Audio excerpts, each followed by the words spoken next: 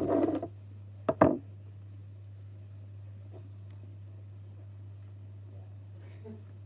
someone. Oh, hang on, what am I doing?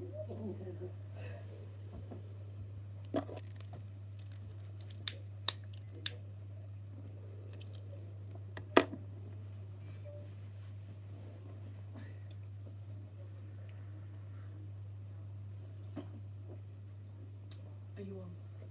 I'm on. Logan's back, yeah. Logan's back, yeah.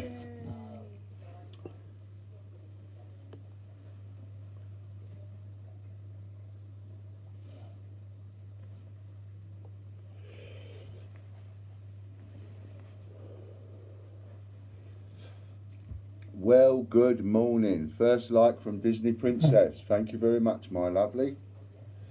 And then we've got Shirfan. Nice to see you, Stephen.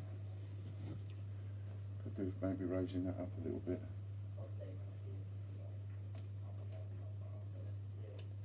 A little bit higher. Hi, smart shirt, Ian. It's my bestest shirt, this is.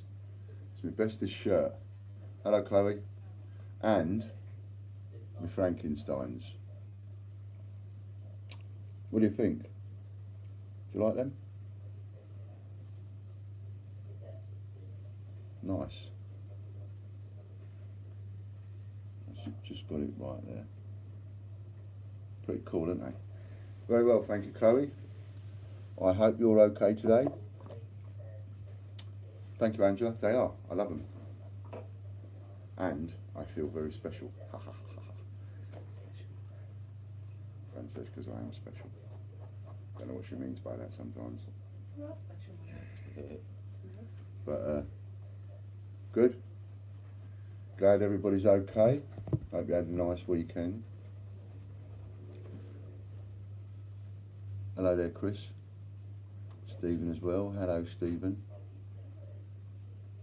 A little bit of, I've got some news for you on how we're going to be doing some things. Hello, Danielle. Nice to see you. Good morning, Warren. Look at that. All these people straight on. Straight up there. 11 likes. Looking very smart today, Ian. Thank you very much. Special occasion, because I did an investment video which I've now got to upload, and so I'll upload that whilst I'm doing this, so that everybody can get to see what I'm doing.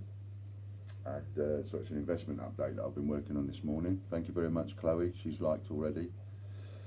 Disney Princess saying hello to everybody. And I tried to make it a quick one, and it's a blooming hour. No, Stephen, not another shirt for auction. This is my bestest shirt, this is. And it's the only proper shirt I've got for cufflinks. Hello there, John. Nice to see you. It's the only shirt I've got that takes cufflinks. I need to buy another one. Another couple. I'm going to try and treat myself this week or next week. UK Coin Hunt's on as well. Hello. Look at that. All together we've got 19 people watching straight up. It's a lovely shirt, I like it, nice. Makes me feel special. And then when I put the cufflinks on, it makes me feel even more special. I go out to a restaurant now and go out for dinner, and I just feel like I've got something really cool. Daniel, I will leave you to mine, just lurking in the background. An hour is quick for Ian, says Chris. Well, I tried. Okay, Savaloy. Hello, Martin. I did try to make it shorter, but there was so much information I needed to get in it. But if you watch it, it gives you a complete update of exactly what I'm doing financial-wise. That's just a financial thing for anybody that's invested. Oi, Savaloy, Martin. Anybody that's invested, anybody that's thinking about investing, if you've invested as little as 50 quid or if you've invested thousands, you really, really, really want to take the time to watch this video, because predictive text got you as well, Martin, did it?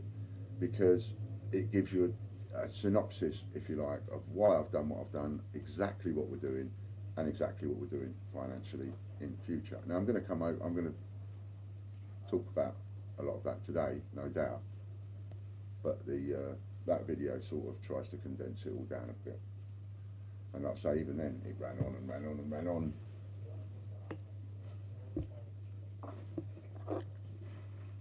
Excuse me a sec.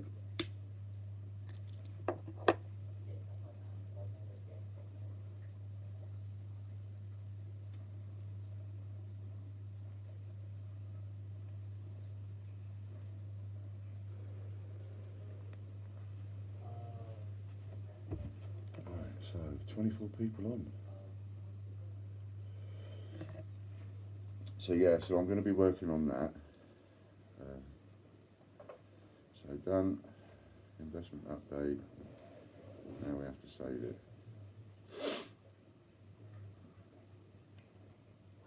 It takes me ages when I do the uploads.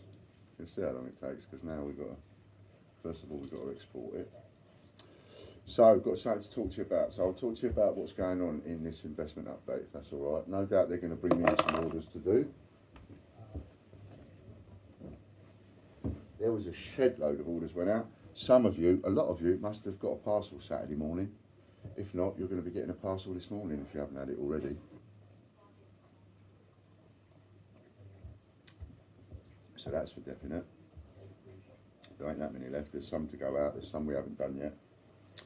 Don't worry if you haven't received them yet.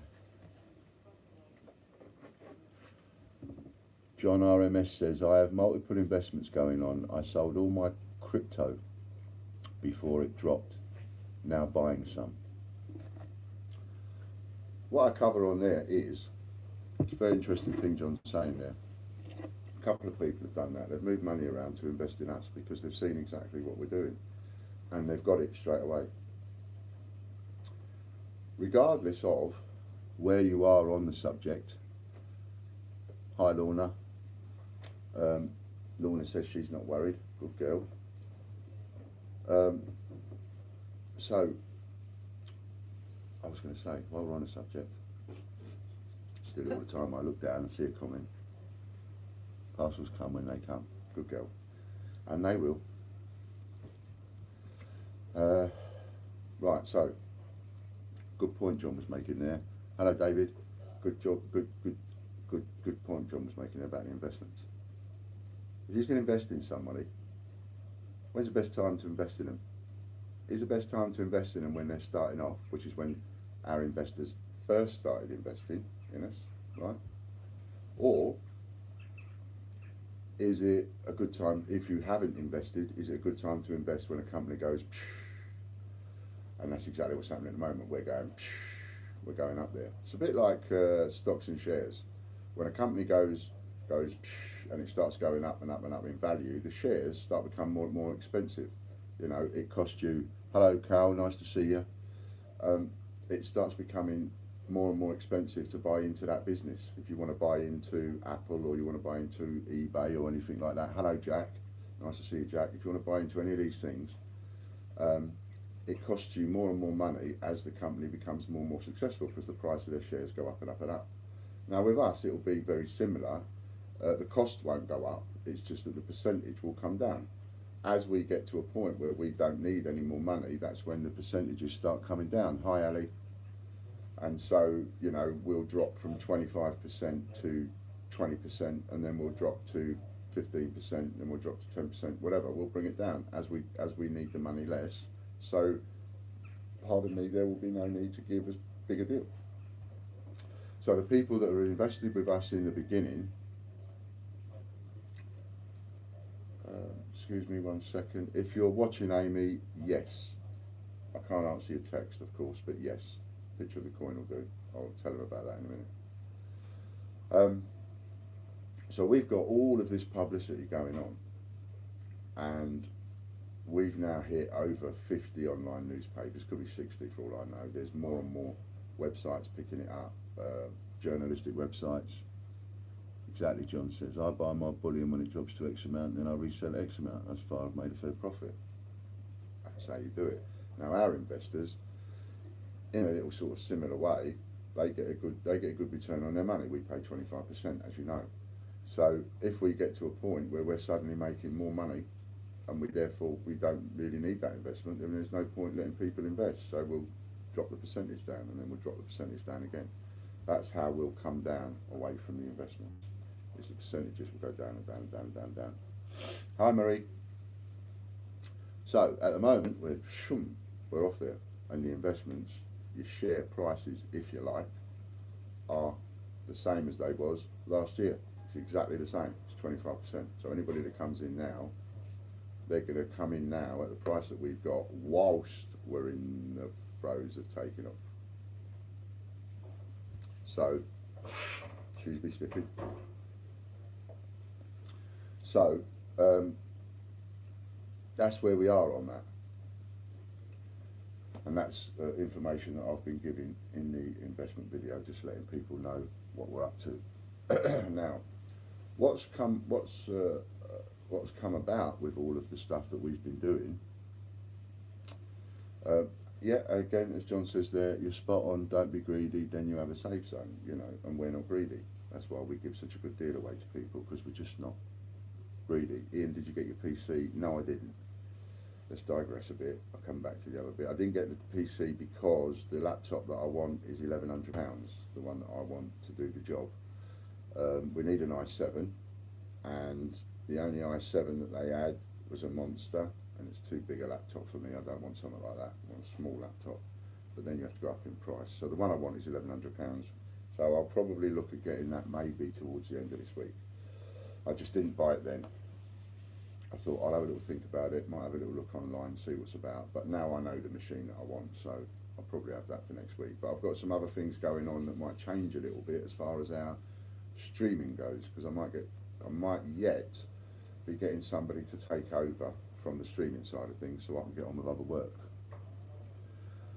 Marissa's keep an eye out for the price matches in John Lewis too. Yeah, they always do this price match thing, don't they? Excuse me 1 second.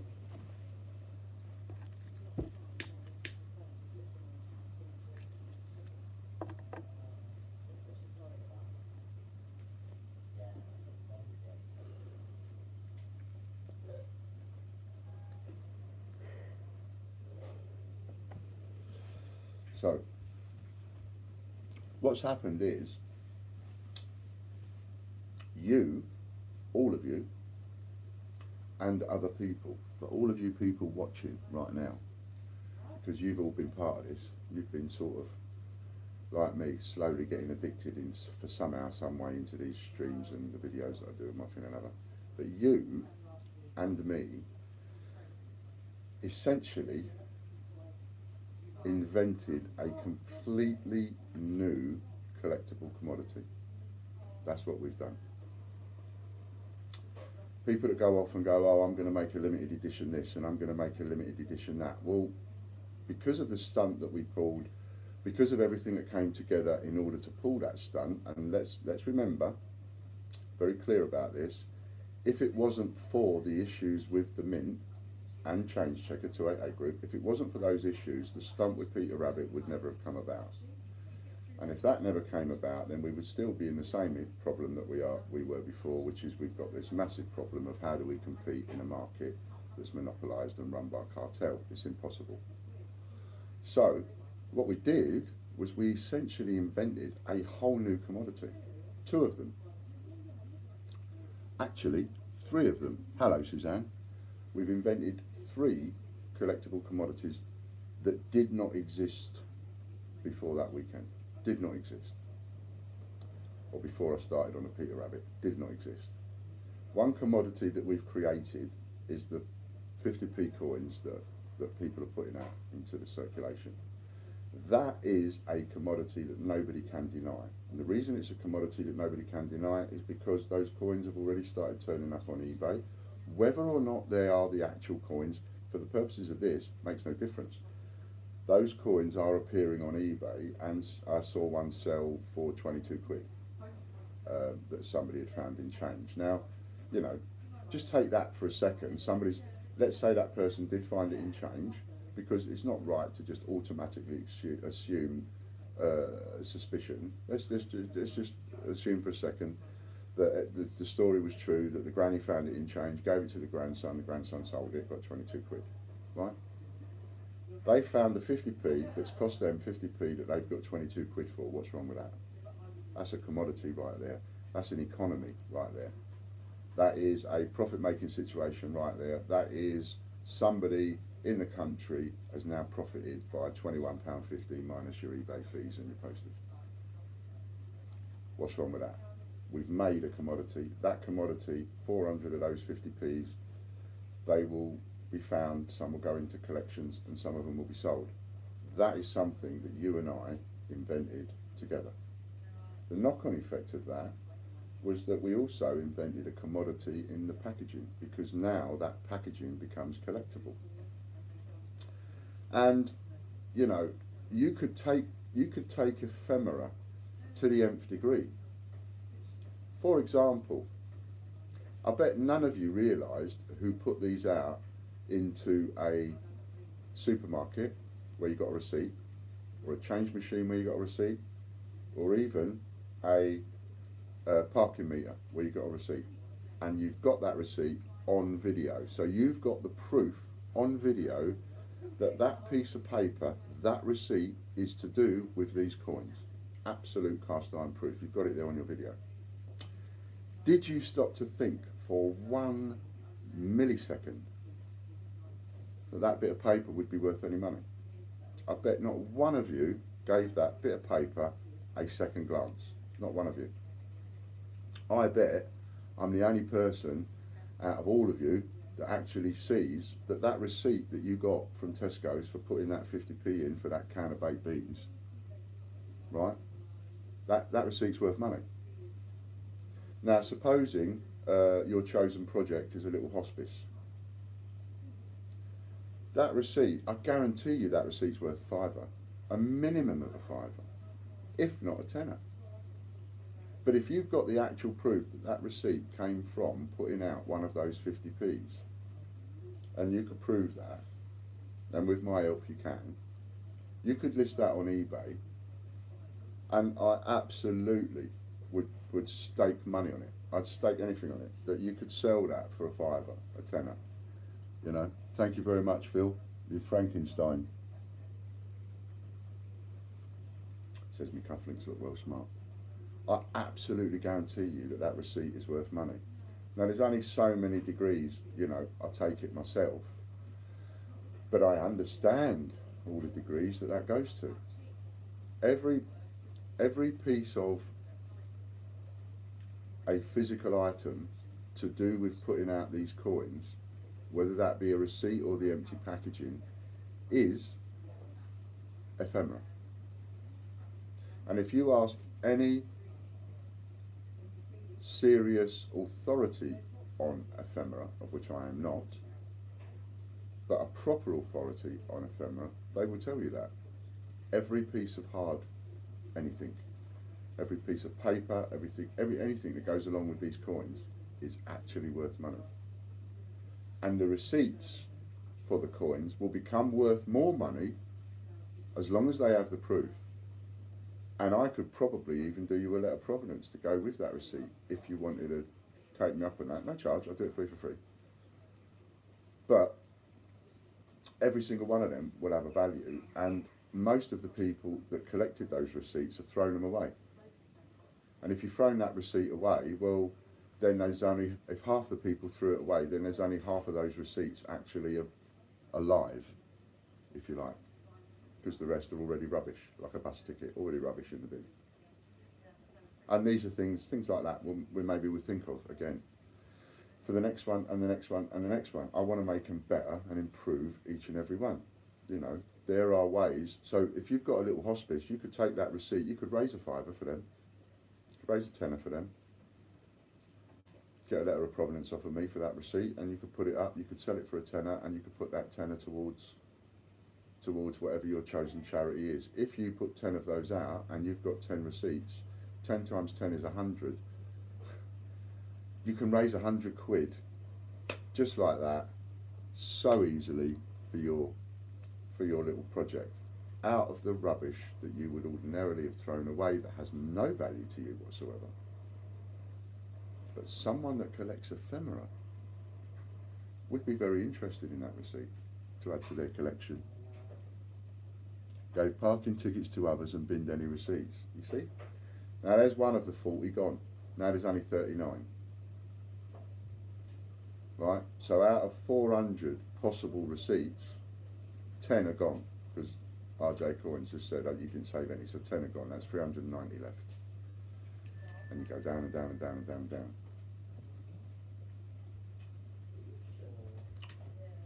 I just need to speak to Amy. So, no, because you're going up to, for now, I just want you to go up to 600, so that'll be 6 listings, because you're starting at 101. So that'll be 6 listings per coin. Go up to 600. From there, we can add more later if we're going to do more, but go up to 600 for now. Good info for those doing the next stunt, says Marie. Suzanne Hardman says the same. I did the same. Obviously, she means she threw them all away. Now you're down to 380. You're getting the point. So let's say another 10 people come along and they go, oh, I didn't even think of that, Ian. Yeah, I threw all mine away. Now there's another 100 gone. Now you're down to 280. Now you're starting to see the lower, lower, lower, lower you go, the more rare those actual receipts are. So the more rare those pieces of ephemera are. You could end up with someone trading those pieces of receipts in the future at 25 quid a pop.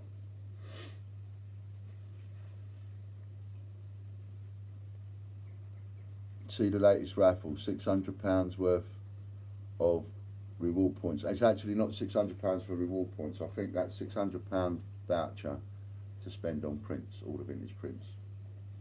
And that the raffle tickets are £5 each. And here he's good, Ian. Laugh out loud. Useful info. That's what I know. I know buying and selling. I don't have to know ephemera. I don't have to know China. I just have to know the commodity and whether the commodity will be sought after or not. Hey Ian, says Andrew, I just got my package, many thanks, I love the prints. See, no one said they don't like them. No, a single person said they don't like them. We're still trying to download, still not downloaded yet, let alone uploaded. So there we go. So where was we? So we've got these different commodities that we've created now. So you've got the commodity of the coin that goes into circulation. You've got the commodity of the packaging of that, ripping that open. You've got the commodity of the coin with a letter of provenance. And you've also got the commodity of any receipt or paperwork that goes with it. So there's at least 4 commodities. Stephen says, my delivery is today before 1, waiting and can't wait. It'll be there soon. It's got to be there in the next half hour, isn't it? How many of you are going to get a knock on the door in a minute? So we've invented 4 commodities minimum that did not exist. Got it? Just that simple thing alone. Now look at the ramifications of that. We can actually go, do you know what, Royal Mint, Change Checker, all these silly games that you're playing 288 group, all these silly games that you're playing in order to compete with the products and, you know, the monopoly, the cartel and all that, bleep, bleep, moan, moan, cry, cry. Well, do you know what? Tell you what we'll do. We'll invent our own commodity. We'll invent something that you can't copy. We'll invent something that we've got no competition over. We've invented something now that you can't touch us for. The Royal Mint can't touch us for it. They cannot compete with us in any way, even if they decided to release the coins. Because if they decided to release the coins, it would be such a backlash that they've only done it because of our stunt and they could have done it in the first place. So they're beat, they're in a catch-22 position, so they can't do anything. We certainly can't get prosecuted in any way for what we're doing because the coins are supposed to be legal tender. Although, Bunce coins, you might be surprised to know, a Bunce coin that you take out of a packet isn't legal tender. The only place you can legally spend that coin, a Bunce coin, is in Her Majesty's courts and us for face value. That's the only place you can spend a Bunce coin. Her Majesty's courts and the GreatBritishCoinHunt.com. Nobody else is required to or has to accept that as payment. You might find that ridiculous, but that is the state of play. A circulated 50p coin has to be accepted by everyone everywhere, A Bunce coin doesn't. People can refuse to accept a Bunce coin as payment.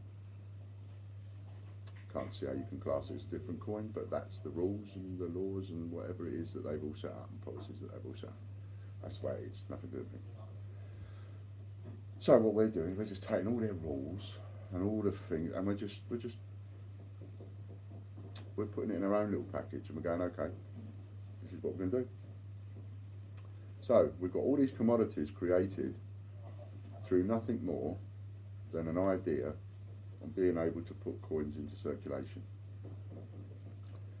So now I've crunched the numbers a bit more, and we've crunched the numbers to a point where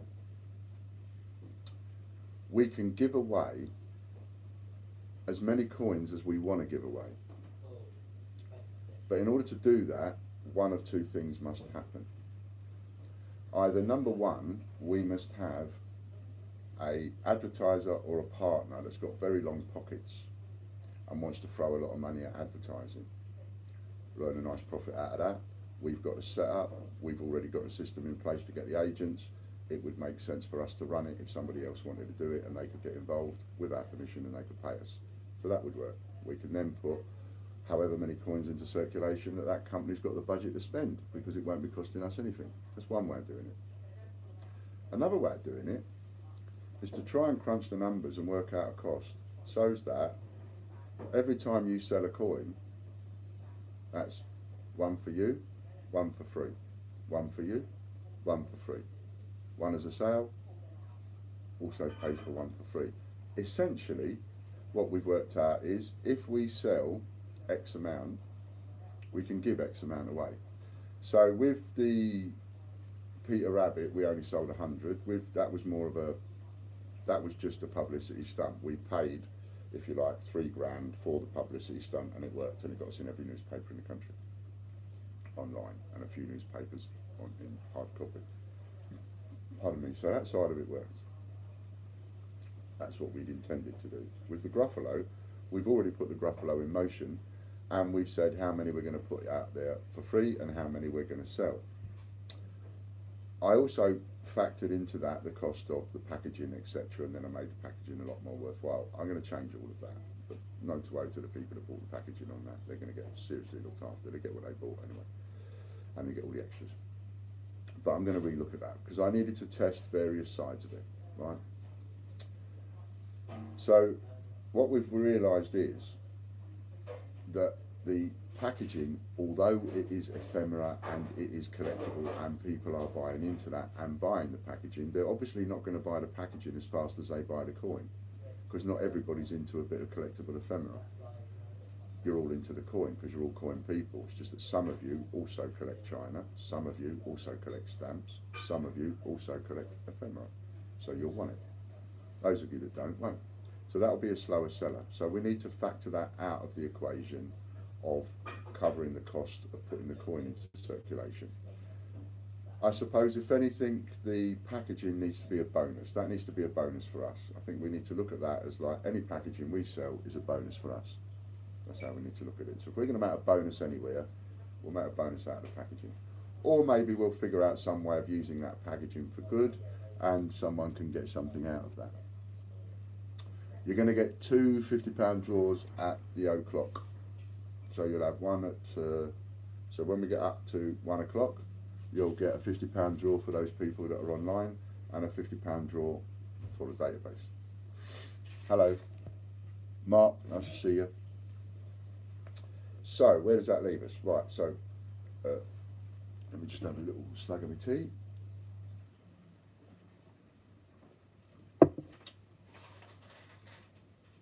So now we've identified, we've got 4 areas of collect.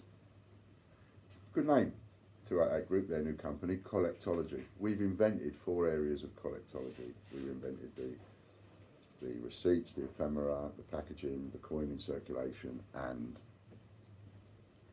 the one we sell with a letter of provenance. No, Warren asked, have I approached anyone yet? No. What I did do last week was I talked about a job.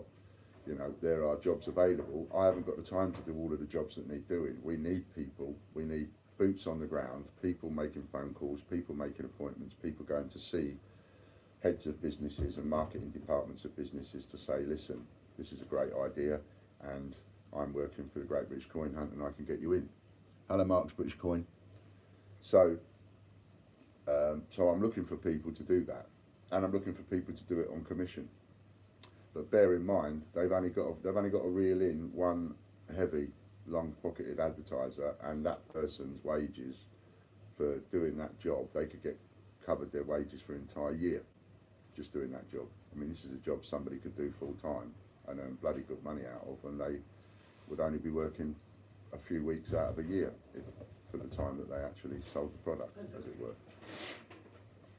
So we've got all those products for sale, and they're all our products. That's the thing, they're our products. Nobody else now can touch us on that. Nobody can compete with us on that. So yes, we're still going to sell the coins. Yes, we're not going to change the website. We're still going to carry on selling what we sell, and we're still going to sell packaged coins. But we are now going to go down the road of putting time and investment into, I'll email you later, responsorship, got a few ideas. No worries, Warren, probably best to text me. Emails take longer to get through to me. But you can, but put FAOE in the subject line, and John will put it aside for me. So there's two ways that we can pay for this. One is by sponsorship, and we're still going to go down that line, and I'm going to look at, okay, yep, that's going to work, but until we get that first sponsorship, and we're not going to hit the news, if you like, of sponsorships for other directors and managing directors and marketing departments of other big companies until we get that first one. So we know we've got to aim for the sponsorships, but in the meantime, we have to come up with a way to pay for it. Because if we want to continue this again and again and again and again and again, then we need to find a way of paying for it on an ongoing basis, and a way that the customers like, and a way that suits us, and a way that makes us a profit as a business, but it doesn't rip the arse out of it, because that's not what I want people to see. I mean, as it is, you know, I'm already slating them in for making everybody pay for £5 or £6 for a bit of cardboard and packaging, and yet I'm making people pay 30 quid or an extra 20 quid for a bit of cardboard and packaging. So that resonates, but it is at the same time, it is a different commodity that people are buying into. And as crazy as it is, people do want to buy into it every single time. And there are people that are going to want every single number, as I said. So what we're in the process of doing, what I've worked out is the price that we're going to sell the coin for will pay for a coin to go into circulation. Each one will pay for one. So, and our expenses and wages and tax and everything else that goes along with running a business without making an obscene profit, right? What we're going to hope is that you make a profit, because the idea is we bring the commodity into the marketplace like any other collectible item, like any other collectible china or whatever. The people that are into it, they buy it, the limited edition sells out, and then the marketplace takes over, and people then trade that commodity whilst we become the manufacturer, if you like, even though we're not a manufacturer, but we sort of become the manufacturer of that product because we put that product together. And then we bring out a new product, which might be the Frankenstein, and then you buy into that. And there's a select amount for sale, and however many are for sale are the amount that's going to go into circulation. So now, where do you push that? Where do you take the line? Where do you what's it called? Boundaries. Well, the boundary then becomes however many you want to give away. So if you want to give away 500, we sell 500. If we want to give away 1,000, we need to sell 1,000. If we sell 1,000, Disney Princess says 42 watching, 31 likes. Please hit the like button. Thank you very much. If you haven't already, please hit the like button. That would be wonderful. Where was I?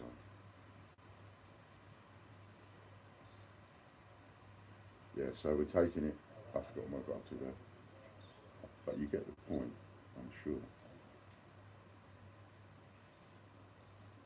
Movie was exported. Picture of the coin is okay, Amy. So, to that end, just bear with me 1 second because I've got to hit the button to upload this now. See if I can upload whilst I'm doing a live. I've never done that before. Video. Hello, good morning, and welcome to a couple.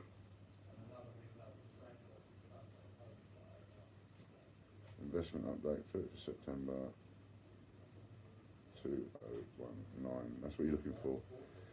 The video that says investment update, 30th of December 2019, TGBCH.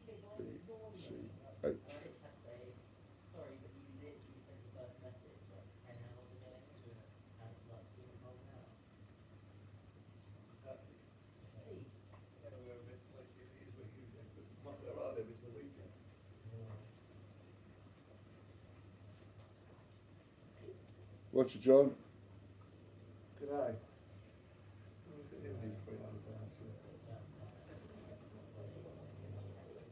Take the mick out of me because I'm in my best shirt. Right, you've got a voucher code MON31230. MON in capital letters. MON31230. You can use that to go and buy a raffle ticket in that £600 draw if you like. Hello, Steve. Nice to see you. Right, so now we've got that on, loading. So, Steve, look, got my cufflinks on. Going to flash them off a little bit today.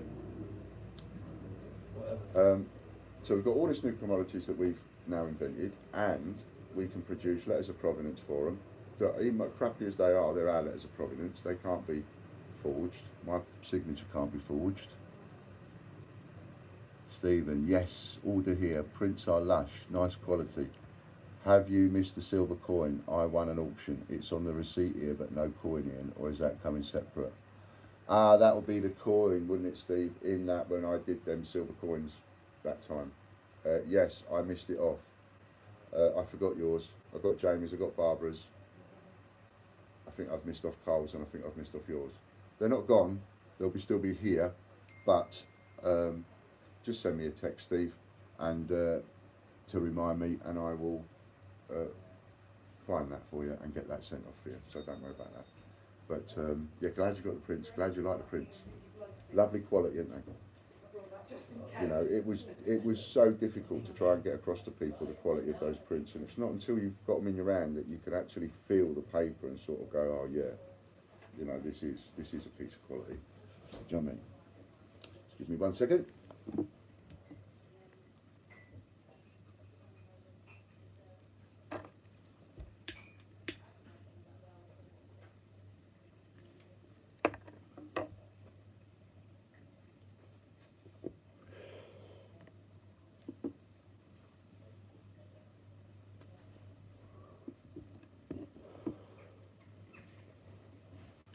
So a lot of ideas come about, and a lot of stuff coming together to sort of all come together and give us a bit of a route to go to, so we know how we're going to go. I value the tubing with half your leg on it. Yeah, I didn't slice my leg though.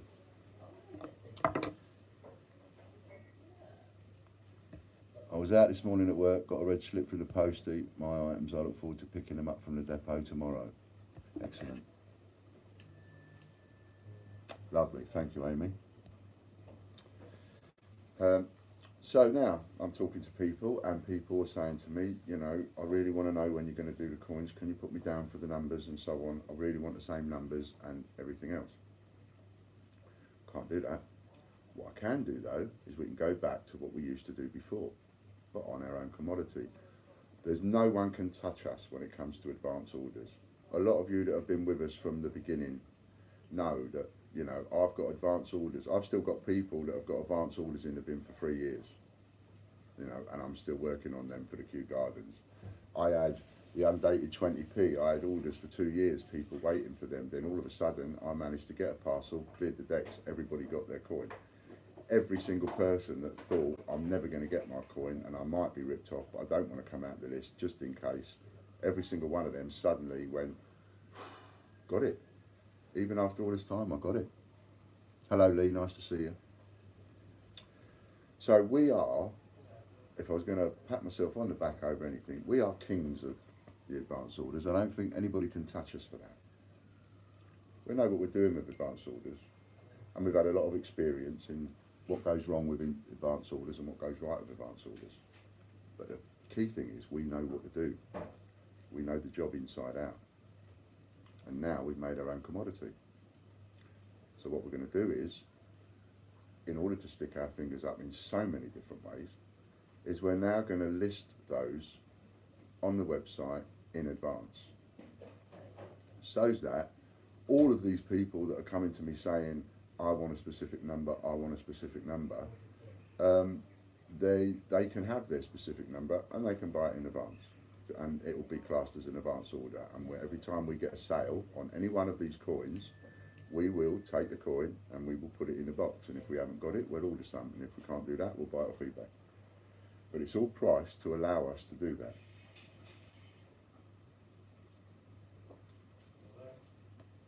Okay? So this is now going to go on for as long as the people carry on investing in it. And I have a strange feeling that people are going to invest in this again and again and again with every single coin, and they won't care how long it takes. Now, as to when we're going to release them, we will release one at a time each time, and we'll tell people which ones we're releasing. When we release it, the price will go up. So like the Gruffalo at the moment is $29.95 with a letter of provenance. We've got about 40 of those left, something like that.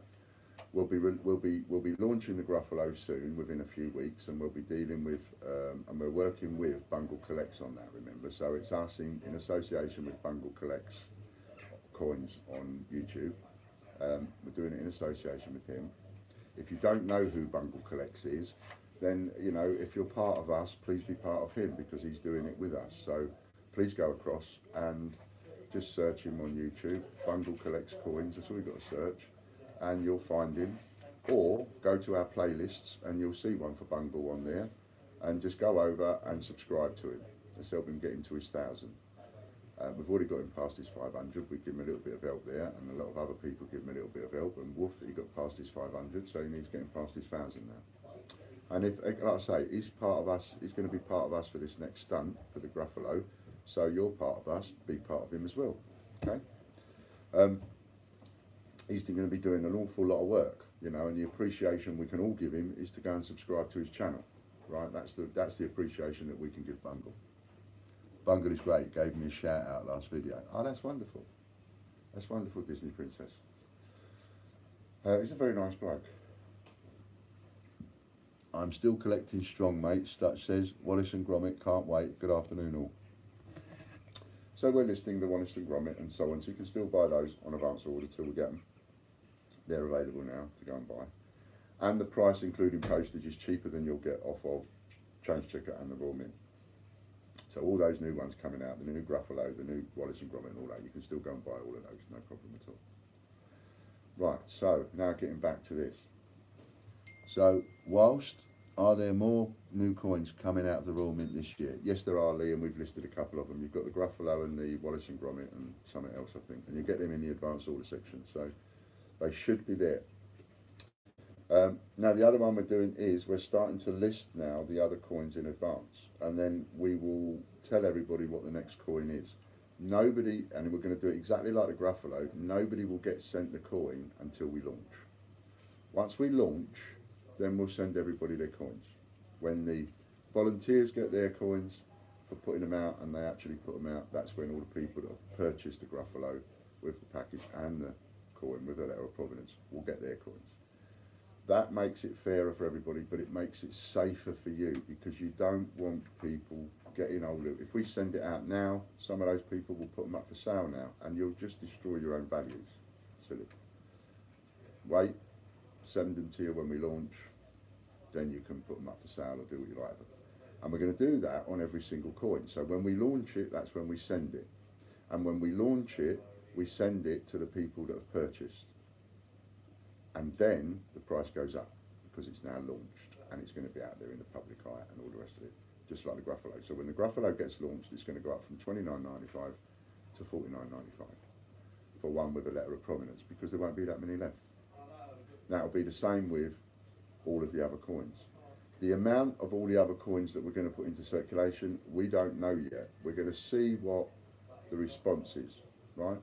But if we're going to give away 500, then we're going to sell 500. As opposed to before, give away 500, sell 200, that doesn't work. We need to sell the same amount that we give away. So we'll give away 500, we'll sell 500. If we give away 1,000, we'll sell 1,000. I need to know I can sell 1,000.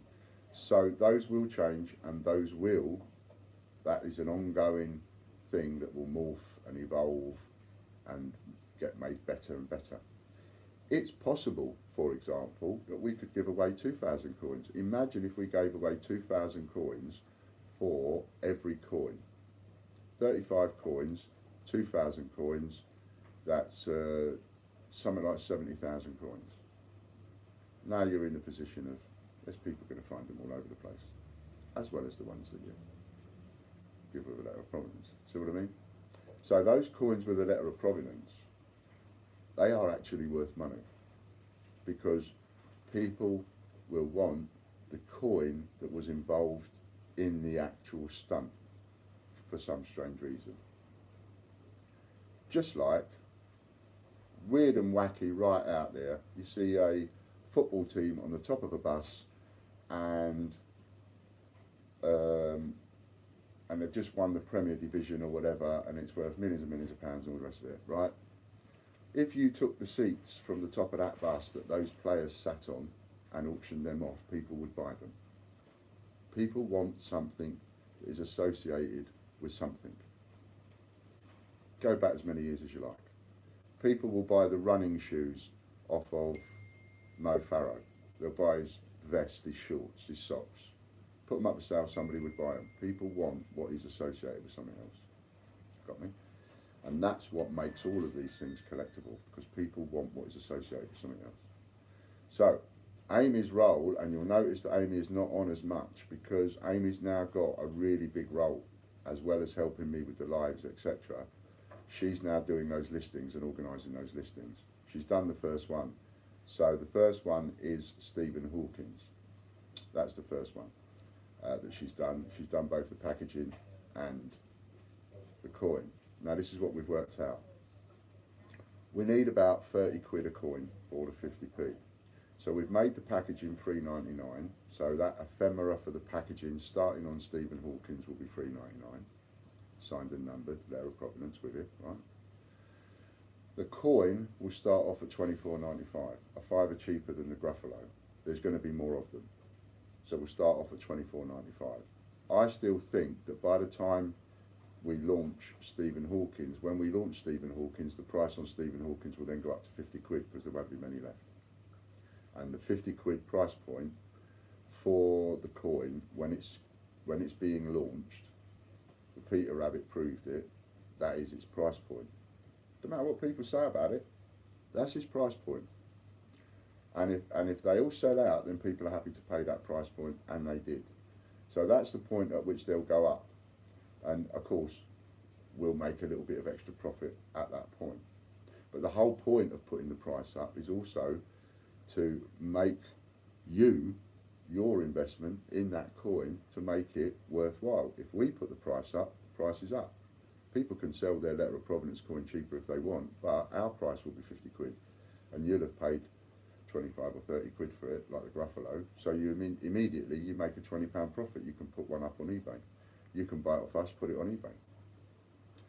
See what I mean? But you can't put it on eBay until you actually physically get it, and you won't get it until it's launched. You got it? So now, Amy's listed the Stephen Hawkins packaging at $3.99, and she's listed the Stephen Hawkins coin. Thank you very much, Reef. Got my best shirt on with me Frankenstein cufflinks. So now we've got the packaging listed at $3.99, the coins listed in advance at $24.95, and that will double and go up to probably the £50 mark when we launch. So it means that you invest in that coin, the earlier you invest in that coin with us, the earlier you invest in that commodity with us, the commodity that you helped us invent, then you will get double your money, because we price it at 50 quid with a letter of provenance once it's launched. We've proved that that's the price point of the coin. So you can buy it for $24.95 off us in the beginning, knowing full well we're going to put it up to 50 quid, which means you can make 25 quid on it as well. Somebody's selling, Disney Princess says, somebody's selling a Peter Rabbit coin found in circulation, saying he tried to contact you about a letter of authenticity, but you wouldn't give him one unless he bought it from you. Yes. You remember that phone call? That, yes, I will. That is exactly what happened, and that happened live last week when I was talking to you. I got the text from this person asking me to sell them a letter of provenance, if you remember, and I said, no, I won't do it. And so they've now gone on and said that I won't sell them a letter of provenance, and quite right too, I won't sell them one. Then they sell it without one. Hello, Ian speaking. Hello? Hello, hello? Hello? Hello?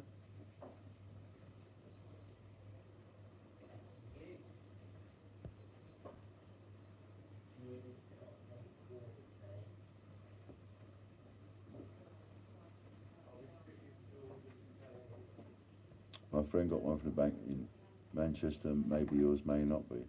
Well, there's also a rumour that, see, there's another thing, is that I think, I've always believed that the Mint will put, I've always believed that they don't make an exact number of coins, and that some of the coins don't necessarily make the grade, and I believe they chuck them into circulation. So I believe that there would be some in circulation anyway. Not that they ever admit to that. But, you know, you will never know if one is been found in circulation or not. You will only know if it's one of the coins from that individual stunt, if it comes with the so-called crappy letter of provenance. Because then you know, you've got that letter, you know that that coin came from that stunt. Or it's as close as you can get. Because there's nothing to stop somebody using that coin and getting another coin and putting it with that one, you know. But that letter with the coin is as close as you can get to knowing it actually came from that stunt. And that's what people that want to buy that and will pay over the odds for that are buying into. They want one that they can guarantee came from the stunt. And that's why selling more of the coins makes that better for the people that are part of our site, you lot, because you can now go and invest in a coin and buy 2 or 3 or 4 coins, knowing, because we've already done it, you know by experience, you know by what's happened, that you can't lose money on it, and you are going to make money out of the commodity that you and I have invented. We make money out of it, you make money out of it. That's only fair considering we invented it together. Disney says, well done, Reef. I would love to see people find them and keep them for their collections, hoping some people found mine. Yeah, that's what it's all about, isn't it? Steve says, Hawking coin $24.95 and another at $24.95, saying 201 plus. I missed the start. What's the difference between them, please? Well, the difference, Steve, is this. For those people that missed it at the beginning. Sorry, that person isn't a customer. Can't get a label off. Okay. Won a print last week. So, I'll come to that in a second. So we have a customer that won a print last week, Adam Schofield. If the moderators could take that name down, please, for when that person comes back on. That person also is not a customer. Therefore, we can't print them off an address label for the print that they won. So if anybody finds them or comes across them or that other chap, what was his name? I forget now. But they get them from becoming a customer. So it's got to become a customer so we can print the label off. Right, so I was going to answer Steve. I've been inundated with phone calls and emails from people wanting the same number in all of the releases. So if we release 35 coins into circulation, those people want the same number, the letter of provenance for the same number for every single coin. That's going to be an impossible thing for us to maintain from an administration point of view, unless we make it possible for you to buy a specific number. And that's what Amy has been doing, or is doing, in between helping me on the live feed. And then in the background, that's why she's not on, she's in the background, she's now making these listings. Right? Ian code. There'll be another code coming in a minute. Maybe there'll be another code coming in a minute. Hi Ian, what if somebody has an uncirculated coin and tries to say it's one of yours, says Patricia.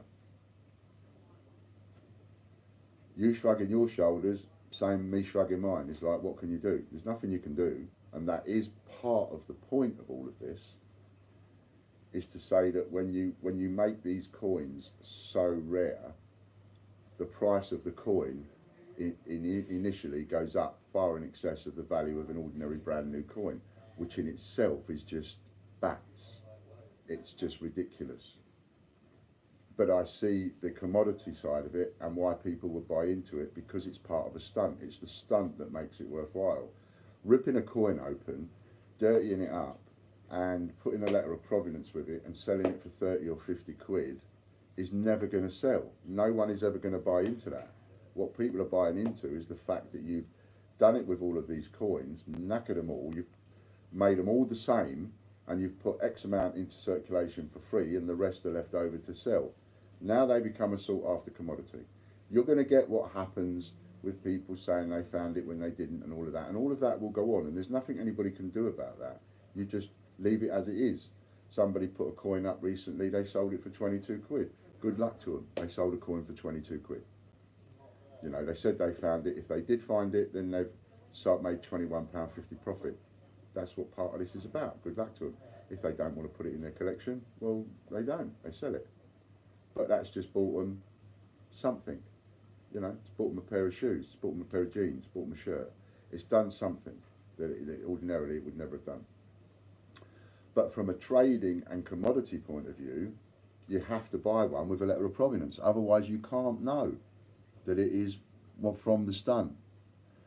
I will order a hawking now. Lowest number I can get is 101. Is that right? None available under 100. At the moment, none's available under 100, only from the point of view that I don't think anybody got a number below 100, did they? But I'm starting it off at 101 because around about 101 is where I started off the coins. For the packaging, I didn't, but for the coins I did. But I'm going to double check all those.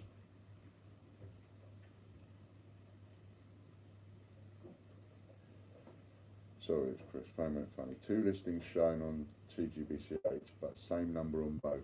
Amy, if you're listening, just go and check the titles and that of those those listings that you've done. The first 100 are your Ian. Yeah, so the first 100 were the ones that I put by for me and the volunteers that put them out. So I believe I started the numbering at 101 onwards. Another voucher code, MON 3100.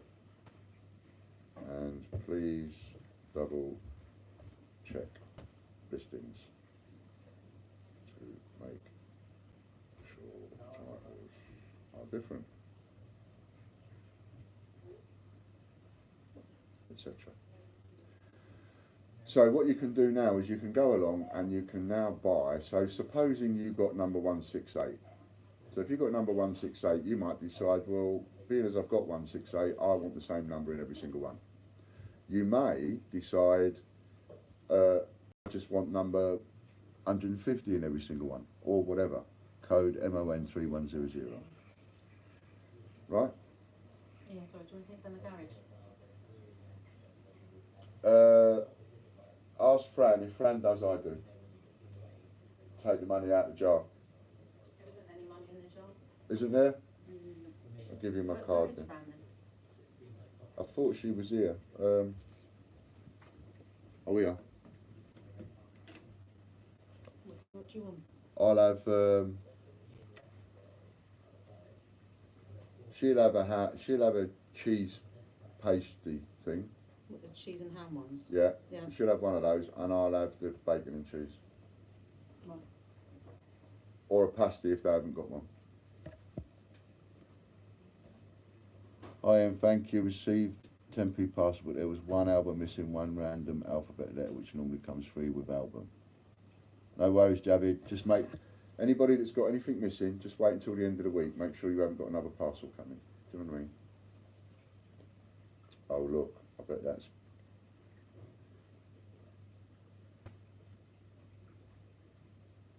Right, okay, got it. Lovely, brilliant. And that's still uploading. I haven't messed it up.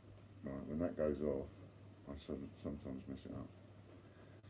So, Stephen Hawkins is listed with the coin and the packaging, and she'll be doing up to about 600 to start with. We haven't decided yet on how many coins we give away, but what we have decided is, and that the number of coins we give away depends on how many people buy into it and so on. So we will give away a minimum of 500 coins. Therefore, we will sell 500 coins to Stephen Hawkins. Well, I think Stephen Hawkins is 600 because we're going up to number 600. So Stephen Hawkins will be a minimum of 600 coins that we give away, and we will sell 600, or 600 will be kept back, either for sale or for me, for volunteers, or whatever. So we'll give away, actually put into circulation 600 coins, and we will sell 600. If we decide to put into circulation 1,000 coins, then you'll see the number of listings go up because we'll sell 1,000. But we're going to put the listings with the multi-variation, so you have to click on a multi-variation and choose your number. A bit like the raffle tickets, you have to choose your number, right? So if you want Stephen Hawkins number 200, you have to go and buy Stephen Hawkins number 200. See what I mean?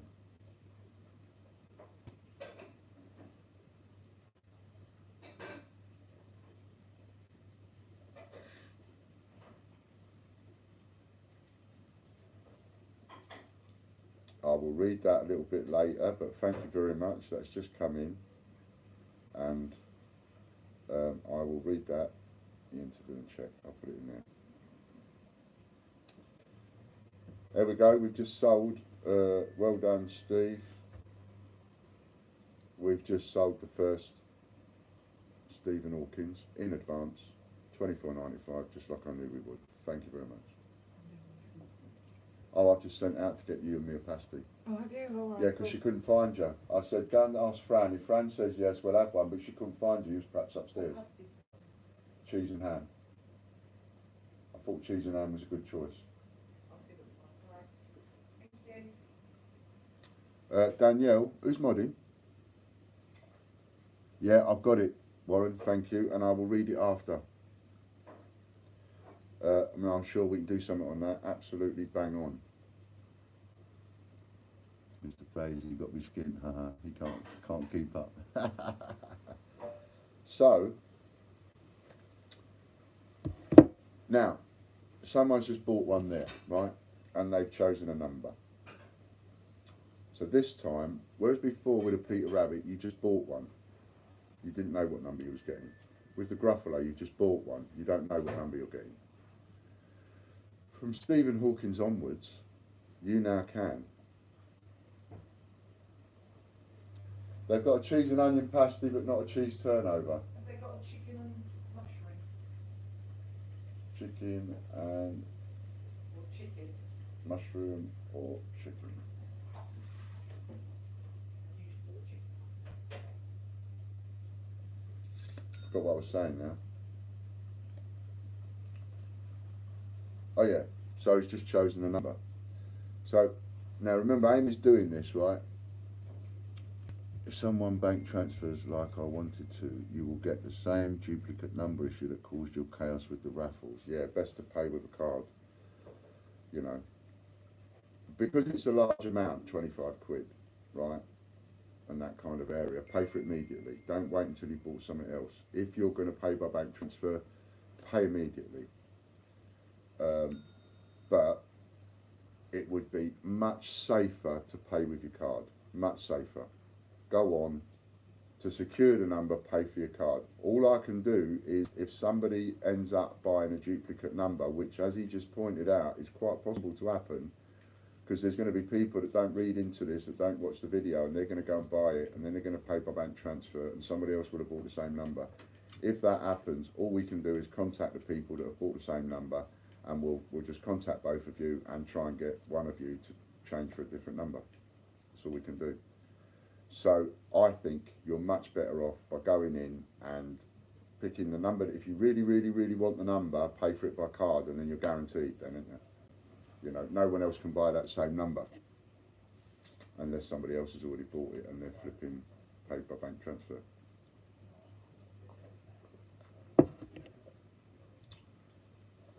And I can't think any other way of doing that, because there is no way of separating that out. So that will happen, and that will be a headache when it does, and I will just have to try and find a way to fix it when it happens. And bear in mind that anybody, you know, if it happens to anybody, we're going to get in touch with both people and say, okay, what can we do? Because we need to have people on different numbers. But in theory, this should work, because you can pick your own number in this one and every single one. So when she does her next one, I wanted the extra points for bank to bank, but didn't want things to be cocked up for you. Yeah. And that has to be your decision at the end of the day, because yes, you're going to get the extra points for the bank to bank payment. But is it worth those extra? Is it worth the risk to get those extra? Because what you're getting effectively is an extra 9% back in points. Is it worth that 9% to you? Is it worth the risk on losing the number? If it's worth the risk, pay bank to bank. If it ain't worth the risk, don't do it. That's how you've got to look at it. You've got to look at it on a personal level. You know, just like going out at the weekend, we needed a tumble dryer. I was going to get that tumble dryer on a specific credit card, because if we get it on a specific credit card, we get nectar points with every purchase, no matter where we buy it from. But when I looked into it, it was so much hassle transferring the money from where I needed to transfer it from to be able to get it onto that specific credit card. It was so much hassle that it, like, we're only looking at a couple of $100 points. It ain't worth it. It ain't worth the hassle it's going to be. So that's how you got to look at it. It's like, well, if it's worth it to you, pay by bank transfer. But you know, if it's not worth the risk for that extra 9%, don't do it. Pay by thingy. I've ordered 100.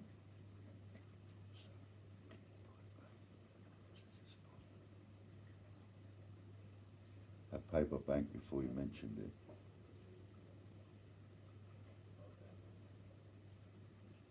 Oh yeah, Danielle, if you're doing the thingy, pick a £50 winner. Let me just have a look at that. Amy, could you have a little look at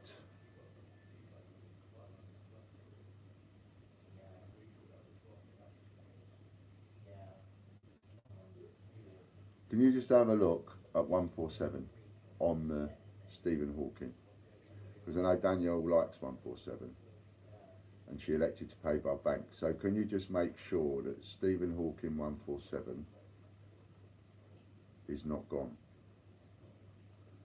I think Amy's also working on the packaging, so there'll be the packaging at $3.99 as well to go with it. Just got a 102 okay spot. And who else? So check 147 for Stephen.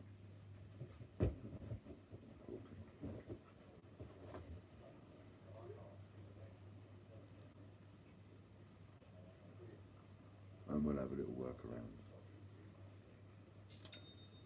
I shouldn't think it'll make that much difference for the moment because there's only a couple of you. Chris, I also bought 102. Oh yeah.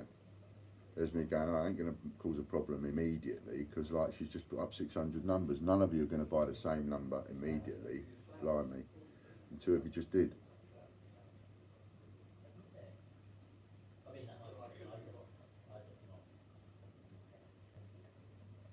So yeah, we've got to remember that. Amy, it'd be a good idea to mention that in the do a paragraph to put in the item descriptions from now onwards to say to people, 147 says 0 available, so that's okay. Okay, I'll ask John to go and check the bank in a minute, so that he can mark ones that are paid, and if he comes across a double, to do something about it. But I need 5 minutes. Can you give me 5 minutes to talk amongst each other? Danielle, you're doing a £50 winner. Oh, it's Patricia Sweeney.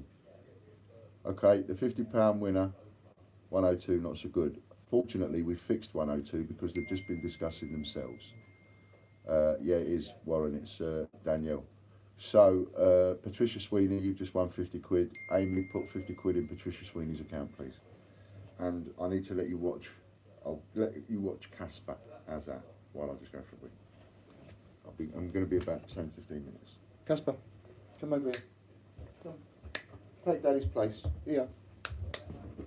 There you are. You take Daddy's place, look, and have a little chat. Sit. Good boy.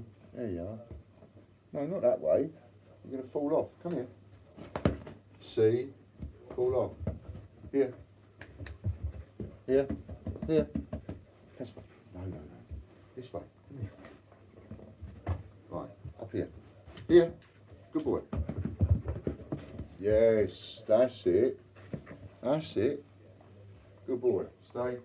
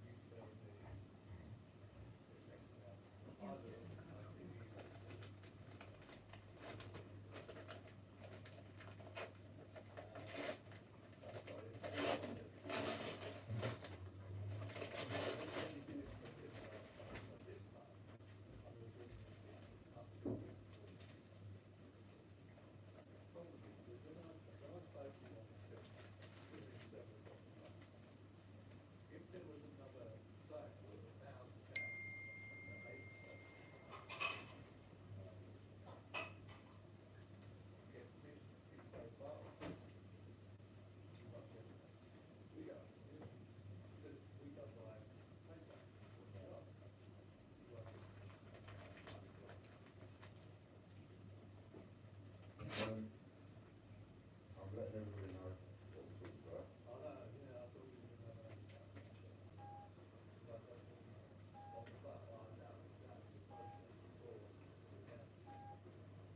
That's right, I've worked all out now. I'll go over to that. But they're already buying it, and they're fixing it. There's the season, including those. It's that class of it. As I said. The only problem is, we're going to have the same problem as the raffle. If somebody elects to buy number 102, they've got that transfer somebody else is trying to buy 102.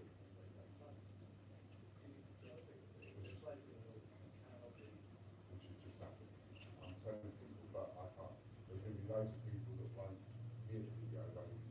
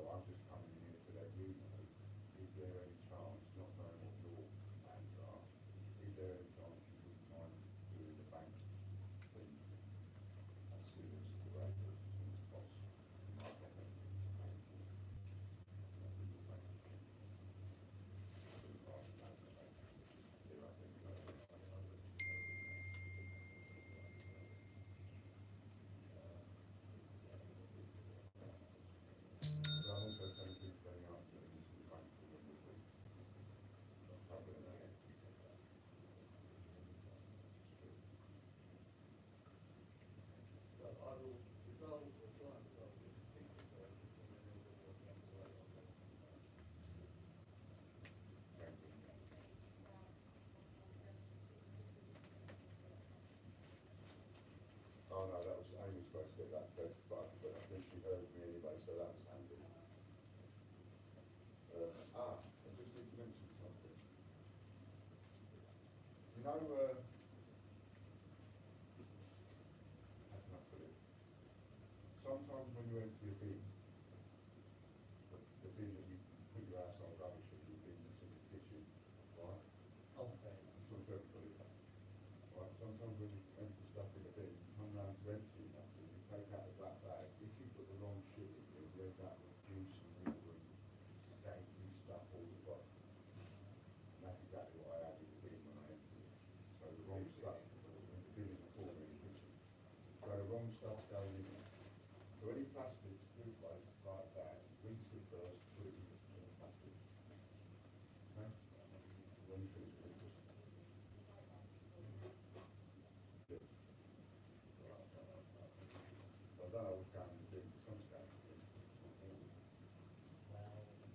These days, anything like that. No, I'm just mentioning to say, just sort of bear that in mind. Yeah, it's in the corner.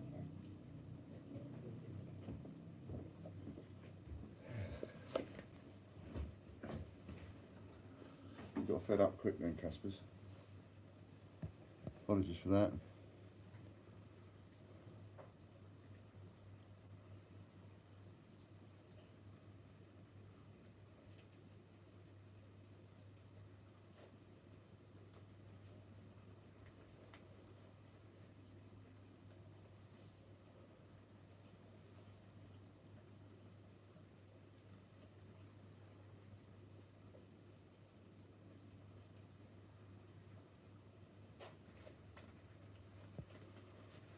I was asked, oh yeah, sorry, that was my fault then. Yeah, you know, Danielle, that's totally my fault. When I say to you, oh, go and pick a winner, bless you, I wasn't meaning, oh, just go into your hat and pick a winner. I was meaning we'll do the comment thing again. It's just my way of doing it, my way of saying it, you know, off you go. But my apologies to everybody. I should have made that clear to Danielle. It wasn't her fault, it's my fault. So when I say go and pick a winner, that's what I mean. I mean, do something like that. But I will try and keep that in mind. We do the comment thing, it's much more fun. I went and messed that up. Hello, Scott, nice to see you.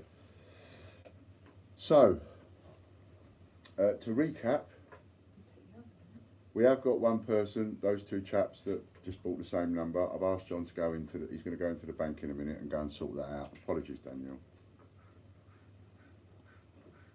And everybody else. He's going to go in and sort that out. And so we can straighten that one out in a minute, and the person who's going to have a different number will straighten another number out for him. And then that will solve that problem. And anyone else that buys, if anybody else has two numbers, we'll just have to contact them and get them to do pick another number. But the easiest way around it is for those people that actually see the video is to make sure that you buy and spread the word. You know, when you're buying anything with a number in it and you want that specific number, like a raffle ticket or one of the signed thingies, make sure that you pay for it by card. Do you want CC? Do you want CC for future ephemera? CC? What you mean, change checker? Well, the ephemera will be whatever the package is that we take apart. So if we end up buying 1,000 Royal Mint Frankensteins and taking them apart, then the ephemera will be a signed empty thingy Frankenstein packet that will be a Royal Mint one, which won't be change check. It will just be whatever we get. Do you want credit card for future ephemera? Oh, I see. It would make sense. Anything with a number in it. So if it's a raffle ticket, ephemera, coin, letter of provenance, whatever it is, if it's got a number, if you're buying a number, buying a specific one, you just have to ask yourself at the time, is it worth the risk?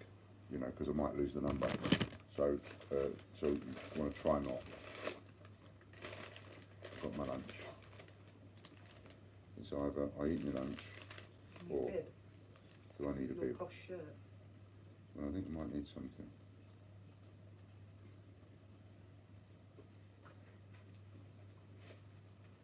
Who loves you? Me. I love you. What's his?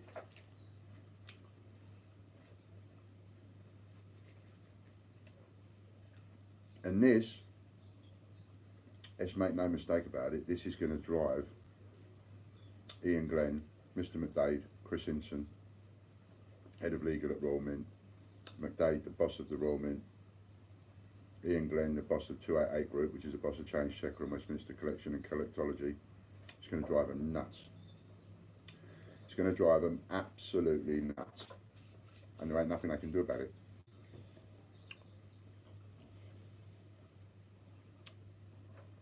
Angela says, oh bless you Angela. Ian, I just bought your guides, including the signed one by you. Fantastic ephemera investment, as you are rocking the coin world. I've never ever been told I've rocked anything apart from a boat. So that's sweet of you, thank you very much. And Amy's going to be listing them today. So those of you that are wanting this same number business, each time she does something, she's going to let me know. At the moment, she's done Stephen Hawking all the way up to 600. Like I say, there may be more to come, but we've just got 600 for now. All depends on how many we give away. If we give a minimum of 600 away, so we'll sell 600. But if we can ramp it up later on and we can sell 1,000, I mean we can give away 1,000, then we'll sell 1,000. If we can give away 2,000, we'll sell 2,000. We'll see how that goes. Number for that, and you can choose your number for the Stephen Hawking package. And the packages are going to be $3.99, and the coins are going to be $24.95 to start with, and then they'll go up when we launch them.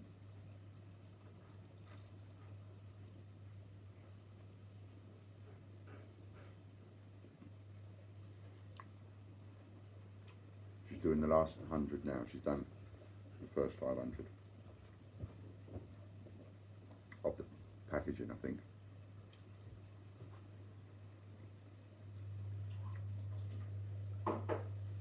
And you can use your vouchers. On that one it was Patricia Sweeney, but I messed it right up, but Patricia Sweeney was the winner, so we'll go with that.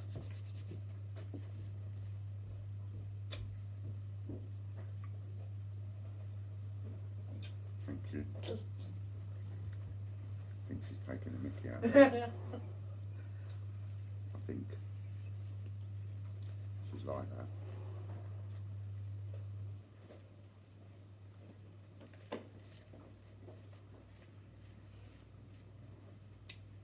Oh,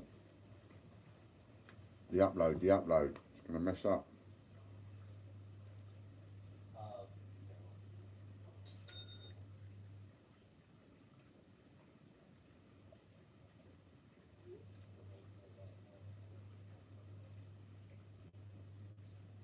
Don't be error, don't be error. I must keep it in front of me and keep.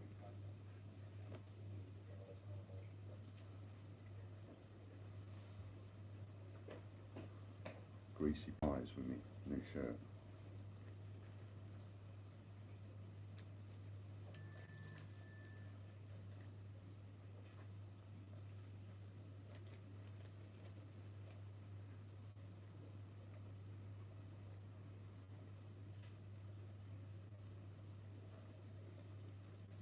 Ian, get a word ready.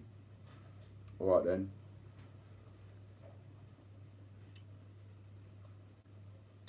Ian, get a word ready. What's it for? What's it for? Is it the o'clock £50 giveaway you're talking about? Not a sausage roll, it's bacon and cheese.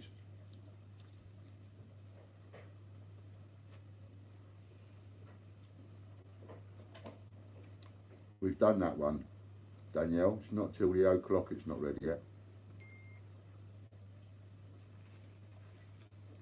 We do another one at the o'clock.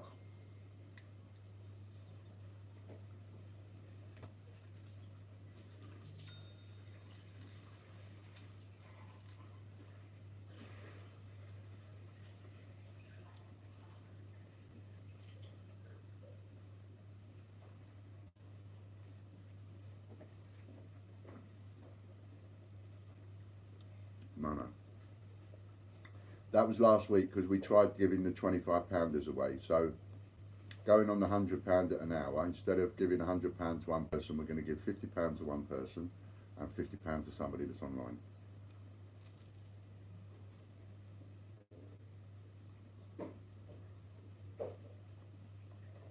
And that's it for the giveaways today.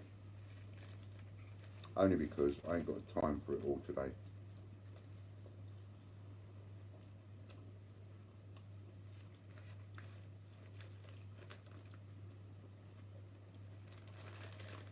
So,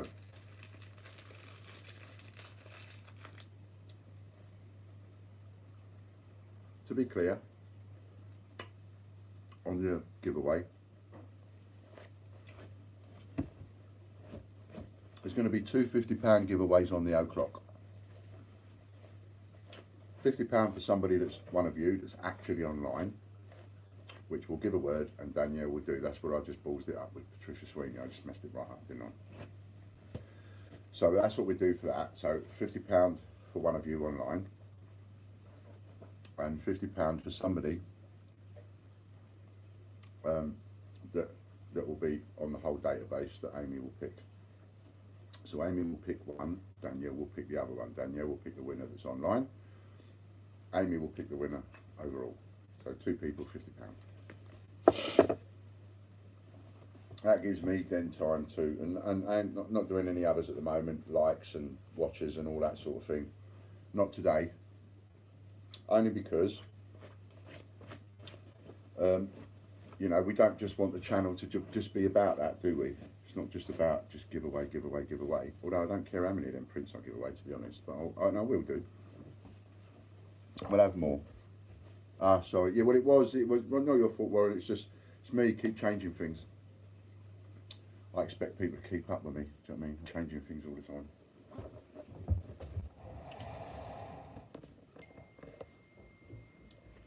So, once she's finished with the packaging, she's then going to start listing the next one. And she's not going to stop. Oh dear. You just got to nip out for a fag break. About 5-2, Scott, haven't you? Nip out for a fag break about 5-2, stay till about 5 past. That's why I do it.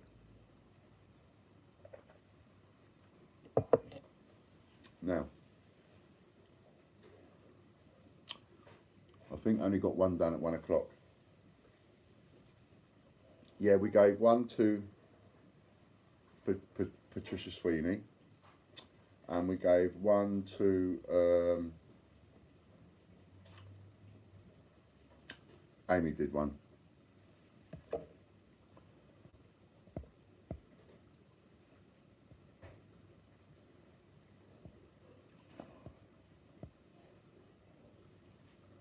I can find it.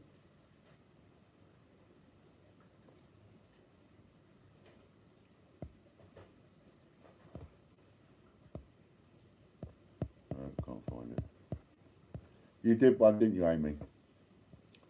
Yeah, I'm sure she did one.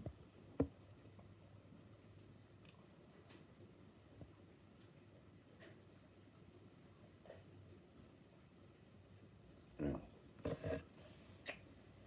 So now, once she's finished with this one, once Amy's finished with Stephen Hawking, she's listed the Stephen Hawking with the letter of Providence coin, so now she's finishing off the packaging. Once she's finished that, she'll then start on Frankenstein. That'll be the next one that she does. And then she's going to do them all, one after the other.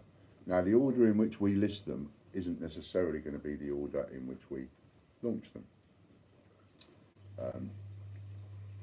We will pick which one we're going to launch, and I would imagine it would make sense that the one you launch next is the one that you've sold the most of, because that pays for the biggest part of the stunt at the time, putting all those coins into circulation.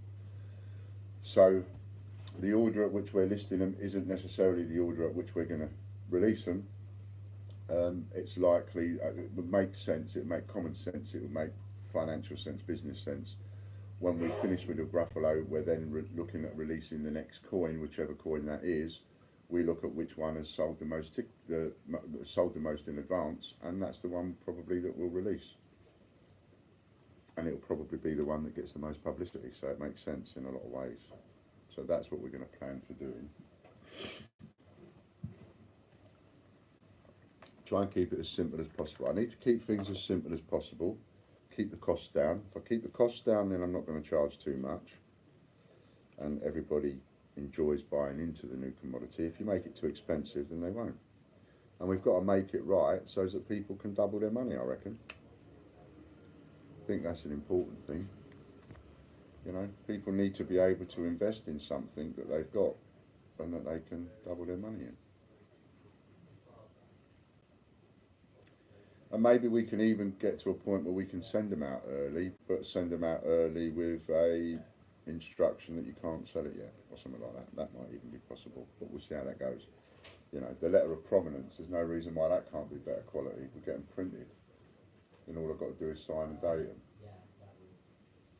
But by not being in a rush and having the money in advance, like an advance order, we've then got the money to go out and get this stuff done without it eating into coin money or investment money, or money that it shouldn't eat into. It should only really eat into the money for the job, shouldn't it?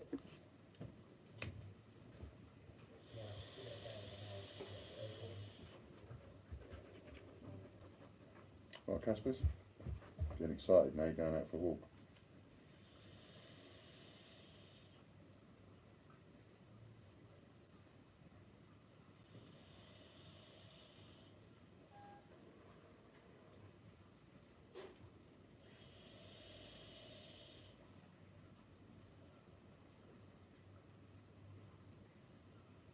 I didn't put a patch on this morning.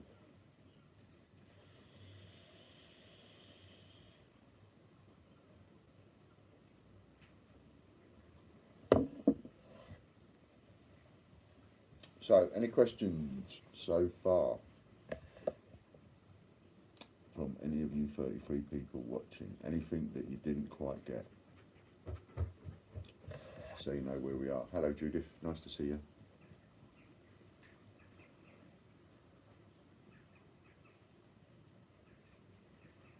You're ordering Stephen Coin later. Coin means a lot to me. My dad also had motor neurone disease. Yeah, it's a funny old disease that, and it's a nasty old disease that is. Nasty old disease.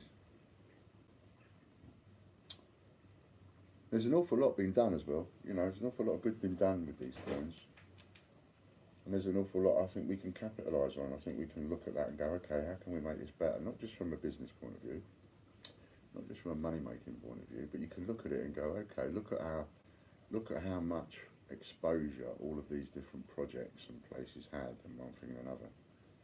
You know, businesses, people's YouTubes, whatever they were doing it for. The exposure that they all had, you know, got to be ways of bettering that. So did my husband, awful disease. And apparently it comes on you out of nowhere. You know, one minute you haven't got it, the next minute you've got the onset of it, and that's it.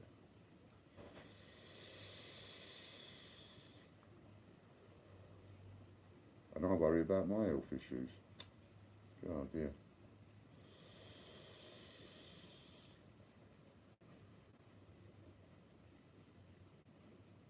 So we could end up doing a lot of good for a lot of people.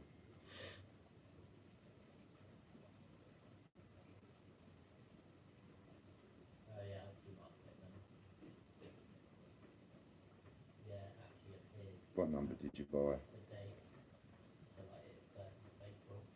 Number 188.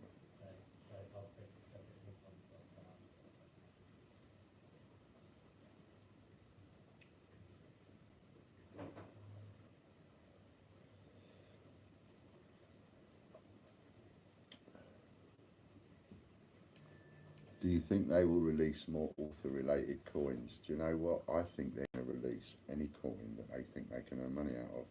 And I think every Christmas we're going to find children's-related stuff. As I broke your duck again, please can you have every day when it's on me to acknowledge that this was the first supportive sale of this launch. Pretty please.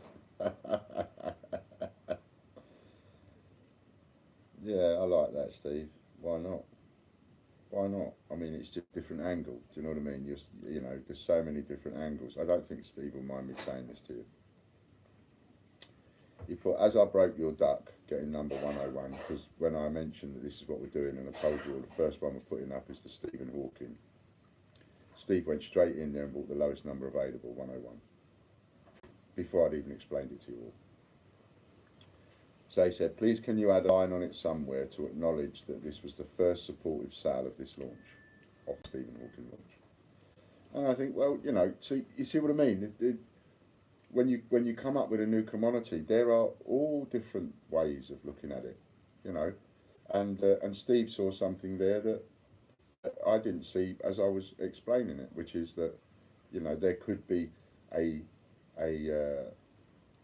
you could attach some importance to the fact that, or a person can attach some importance to the fact that that was the first one that was ordered as soon as it was available to be ordered. That was the last one to be sold. You know, there's somebody that I was talking to on the phone, I can't remember his name, but not that I would want to mention people's names anyway in that way, but somebody I was talking to on the phone that said, I want to buy the very last coin of every coin that you put in circulation, because then I've got the very last coin that went into circulation. So I know that that person, no matter what our last number is going to be, whether it be 600, 1,000, 2,000 on Stephen Hawking, whatever that's going to be, that person will buy the highest number in every single one that we do, because he wants, in his mind, the very last coin that's gone into circulation. And in a way, that letter of provenance for that highest number coin sort of denotes that, in a sense, just like for Steve, the first coin that was purchased in that promotion. So yeah, no problem at all. When, you know, again, now we don't have to go through this thing about, oh, if you want the same, if you're going to buy the packaging for the Stephen Hawking and you want the same number as your coin for Stephen Hawking, let me know. We don't have to do all of that, because you just go straight on and buy the same number. Go into packaging and buy the same number that you bought the coin.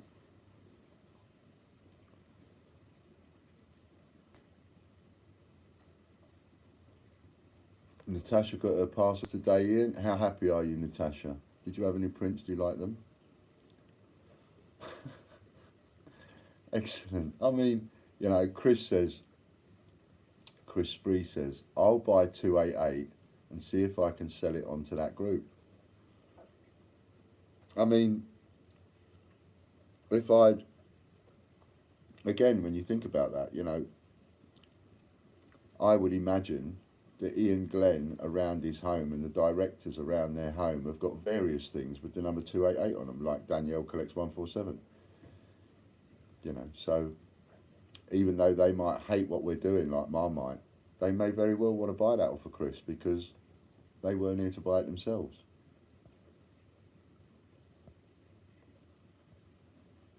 I would like to see a 50p coin of all PMs. America tried to do it with a dollar coin. They put all the previous presidents on it. Problem was they tried to force it on the public and it cost them hundreds of millions. If they'd have just done it normal, it would have worked. What does it mean if my order's been unfulfilled, please orders on the 20th? It means just hang on, Judith, and you've probably got a package still coming. Too many were printed off. Once they're printed off, they're automatically marked as dispatched, and we printed too many off in one go thinking we could get through them all, and we couldn't. And so they were marked as dispatched, and people were expecting them immediately, but it didn't work that way. Boris and Thatcher on a 50p coin, I mean, you know. Smarmy old Cameron. But you'd have to have it, wouldn't you? It's like anything. If they put Boris Johnson's toenail on a 50p piece, you've got to have it because it's part of, otherwise it's one you ain't got. Just bought a Stephen Hawking. Had a number of 188, but I'm not bothered what number I get. Cheers, Scott. Natasha says, every print was beautiful. I'm so pleased. Any news on my unfulfilled order placed on the 18th of September, Ian? It will be on its way, David, don't worry. if it's anything from that weekend or that week, I'm saying to people, just let me get to the end of this week. If it ain't there by the end of this week, or if there's anything missing, then you can let me know, and we'll look at it. Hello, Wilma. Nice to see you. PMs would be a nice set, says Warren. But they'll be coming. Have you had anything off us yet, David? Have you had anything through the post yet? Or are you a new customer that's like not even had their first parcel yet? Did get my free prints today and they were wonderful, thank you. That's wonderful. That's fantastic, Judith. I'm so glad you like them. Someone else got 7 coins today, very happy with what they've got.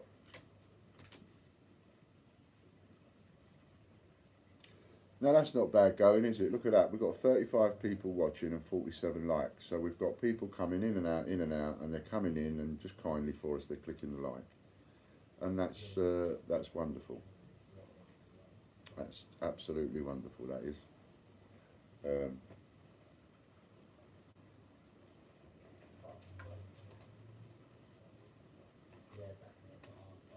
I've had one parcel placed on the 16th, made about 14, purchased on the 18th, and they have not arrived yet, Ian. Okay. Well, I'm glad you've had one parcel, so at least you know that, you know that you've not bought into a scam and you are actually getting your delivery.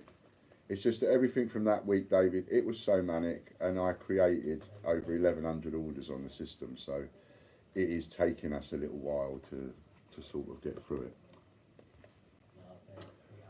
What I will do when we get to those prints I had last week, as you see, I haven't got anything, loads of stuff around me again. Okie dokie, Warren. But when we get to 50 likes, I will give one of those away. I'll write someone's name down and then we'll get one sent off to them.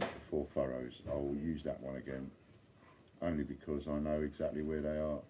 I had to put a load of stuff away over the weekend, tidy up a little bit. So, yeah, I might give a couple of those away today, just as little spot thingies. I know that, I wouldn't doubt you at all. It's my son nagging, as they're his coins. Yeah, no, I totally understand, David. Scott says it's better to be busy means business is doing well. Exactly. You know, I'd rather be rushed off my feet. And the other thing, you know, I'll be honest about, is that doing these videos and talking to you has slowed my physical work right down. Because even though I sit here and I try and do a bit of work as I'm talking to you, I'm now uploading a video and I've let the screen go dark again, you idiot.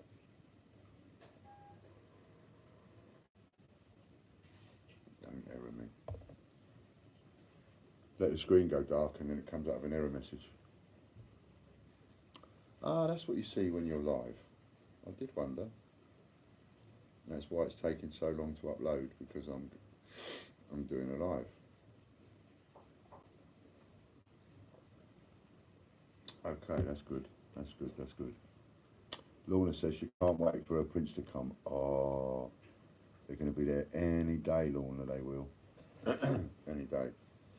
I nearly run out of tubes, but not quite. So I've still got a couple more tubes left. I found some more. There are still a couple more orders to send out that haven't even been sent out yet, and I'll be working on those. We're just tidying up, getting back after a bit of manic. Logan is back today. And because Logan is back today, he's now got to settle into what's been happening over the last couple of weeks. Kelly will be filling him in where she's got up to, and he'll be helping to clear the system. I mean, on a Monday morning, we've got 250 orders on the system still. That isn't from the from the weekend. That's from before the weekend as well. So we are getting there slowly and working through it all. But it will get faster now that Logan's back, because it's been really difficult whilst he's been off, and with me doing the live. That's only been leaving 2 people working, and they've been trying to get everything done.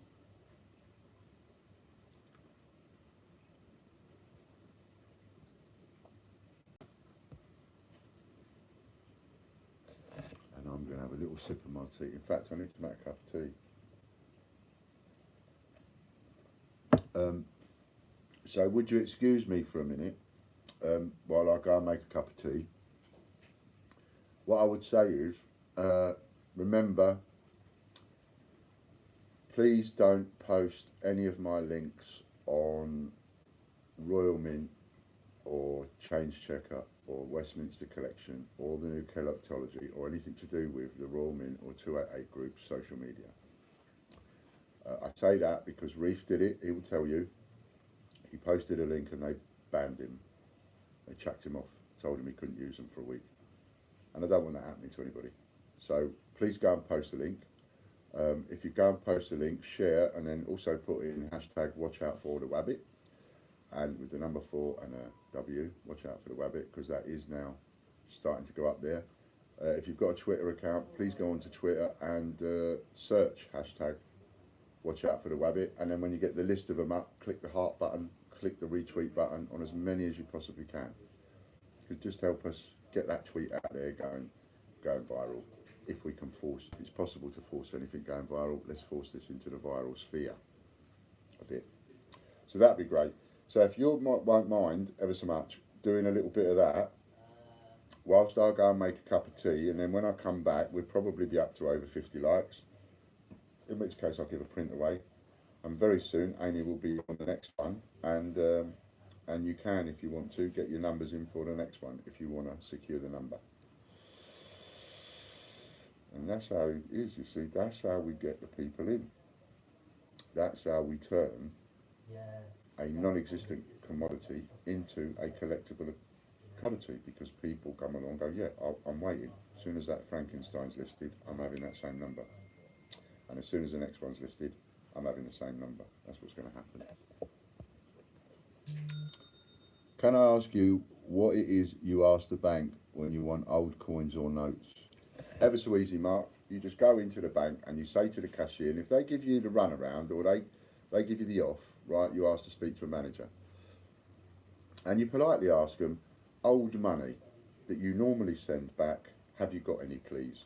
Coins, notes, whatever you got, anything. Don't matter whether it's the 10p's, the old 50p's, the old shillings, the old threepenny bits, the old sixpences, anything you've got, have you got anything? And I'll cash it off you rather than you send it back. That's what you've got to say to them, nice and politely. And then talk to them, get a relationship going. And you'll find that that person, once they've given it to you once, they'll save it for you. They'll save it for you in a drawer. It's better for them because it's paperwork sending it back. If you come in every couple of weeks and take what they've got, they'll be more than happy.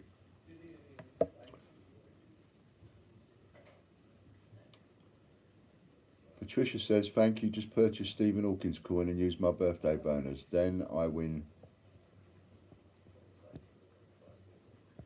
£50. What a lucky day. Thank you.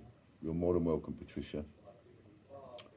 Javid says, most of the bank refuse to give even coins if you haven't any business account. I've tried to get a lot of banks. I only got one bank who got a really nice lady who understands and lets me collect £250 every Thursday. Yeah. Yeah, because they get fed up with it. They do not want people like you getting the change. They want people like me getting the change. They want businesses getting the change because we pay for the privilege. I was paying Barclays £1,250 a month at one point for the change that we were getting off them. That's just the service cost for getting the change. We were getting so much. So they don't mind if you're paying for it, and you can only pay for it if you've got a business account, because if you've got a business account, they automatically charge you. If you've got a business account, you can order what you like. They can't argue. If you've got 20 grand, you can say, I want £20,000 worth of 50p's next week, please, and they've got to order them for you. Got no choice. You know, so having a business account helps, but it does mean that you've got to pay for the coin. Danielle says to Patricia to do the lottery today. That's a good idea.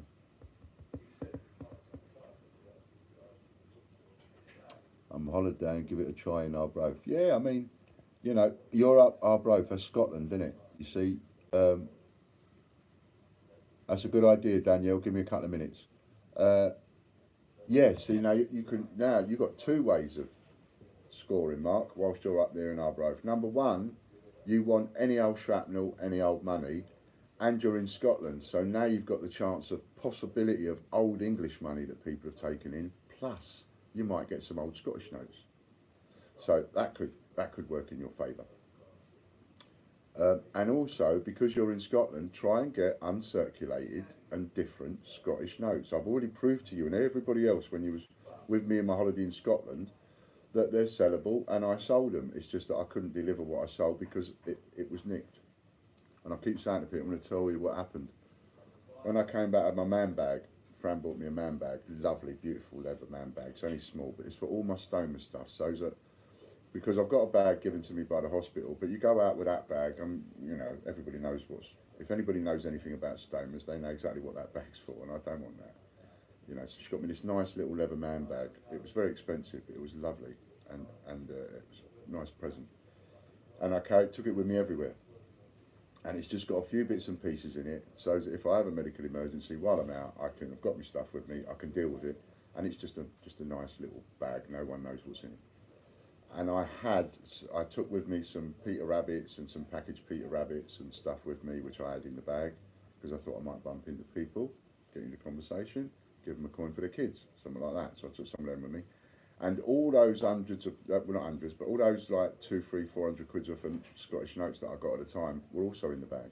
When I came back here, I went out to dinner, got a taxi from a company called Wayline Taxis. It's a company I've used ever since I've come to Weymouth. For 15 years I've used them.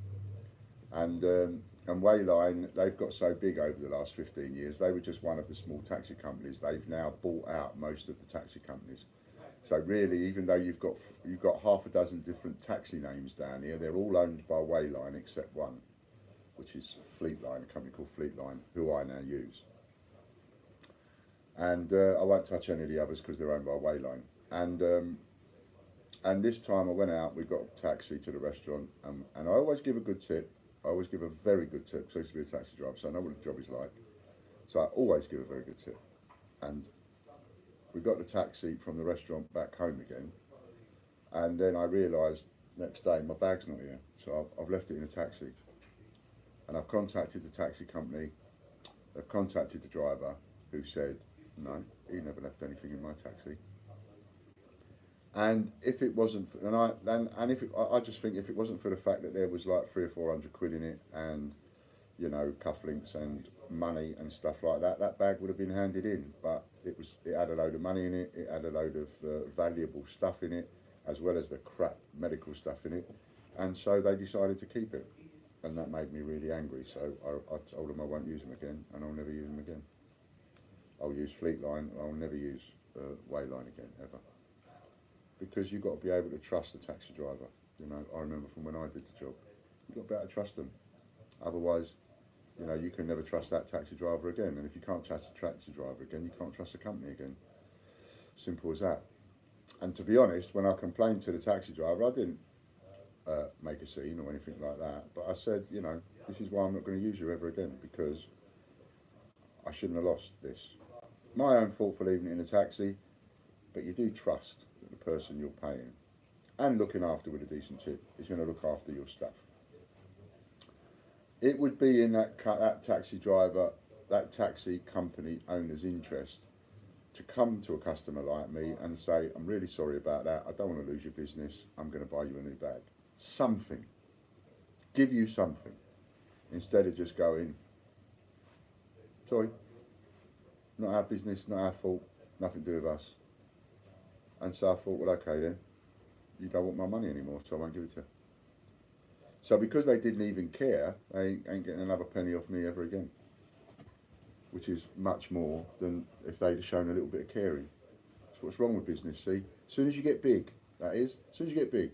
Now, if they'd have been a little one of the companies originally, and they're fighting for business, etc., they might be a little bit different to the customers. But because they're so big, they have 90% of the business automatically. So they don't care. I don't like companies like that. I don't do business with them. Ain't having my money.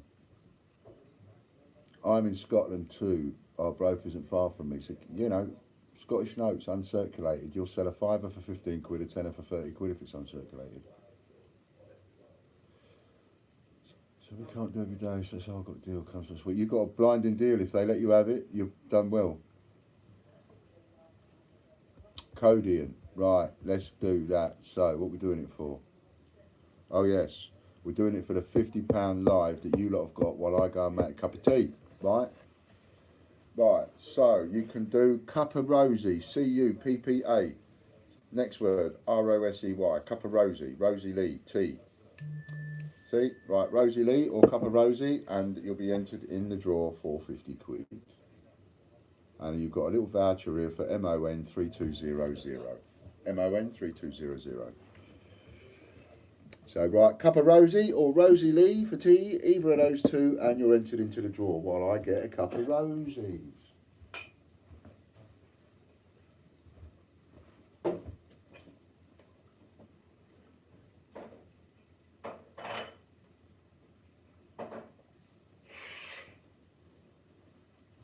anybody wants me, I'm making a cup of tea, so you've got a few minutes in the kitchen. Anybody else? Right. If you need to ask me anything, come out here.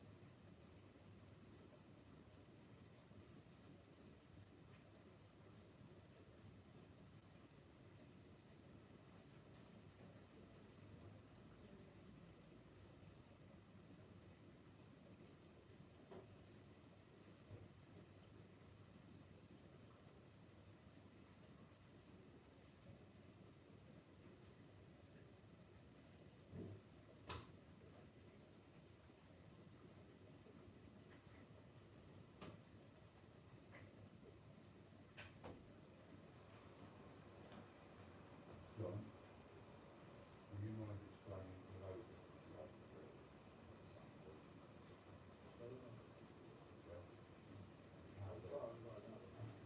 how many said they're going to do it? Is there a specific time to get a sale?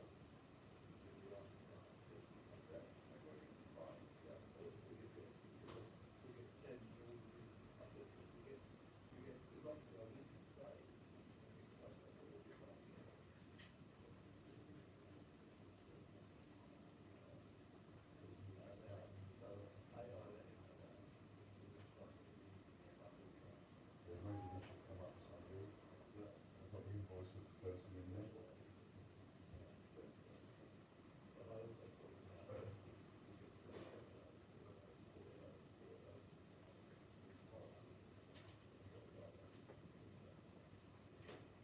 Yeah, we're not in any rush to buy them because they're not going to send them to the customer until we release them. So we have got a little bit of time.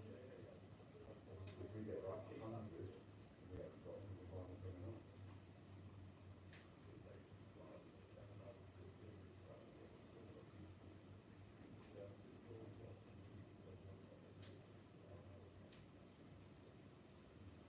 Yeah.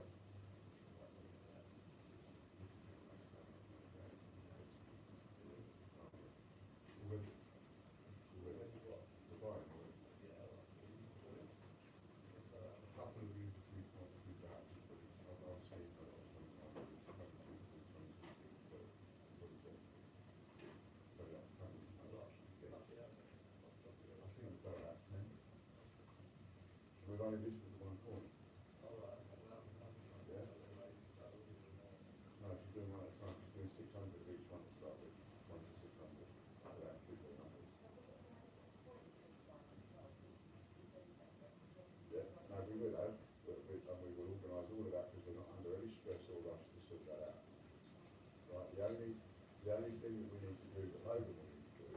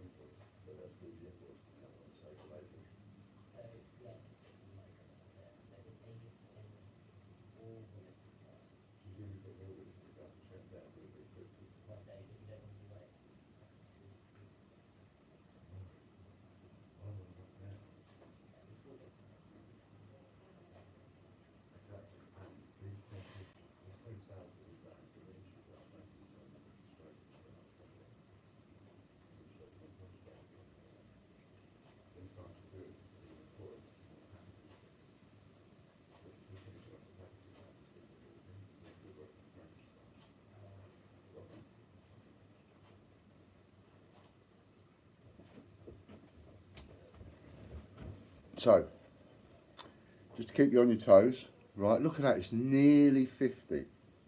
So Danielle, well, I'm going to go out there, I'm going to have a smoke. Patricia Smith, if you made a mistake. No, that's fine, Patricia. My mistake was not in not doing, you know, this word thing that we're doing now, where everybody writes a word, you know, that's my mistake. I didn't tell Danielle to do that. I just said, Danielle, pick a winner, and she misunderstood what I said, naturally, because why would she know what I'm thinking? She's only going to go by what I say. So, you can only win one a day anyway for the cash. You can win more than one print a day, but you can only win one lot of cash. That's fine, Patricia. You won that fair and square. Nobody's going to argue with that. Arbroath Cathedral, Dundee, depending how far you wanted to go, is an hour away. So much up there in Scotland. You've got a chance up there, make a few quid. Get on it. Right, so that'll be the lot. Close the word, and then Danielle will pick a winner. And I'll be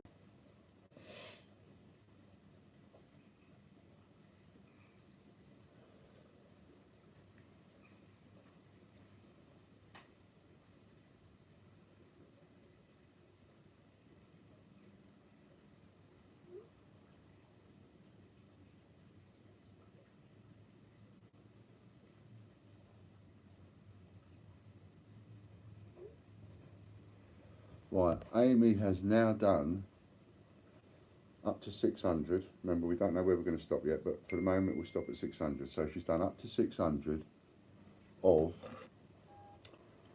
Phil Corbett.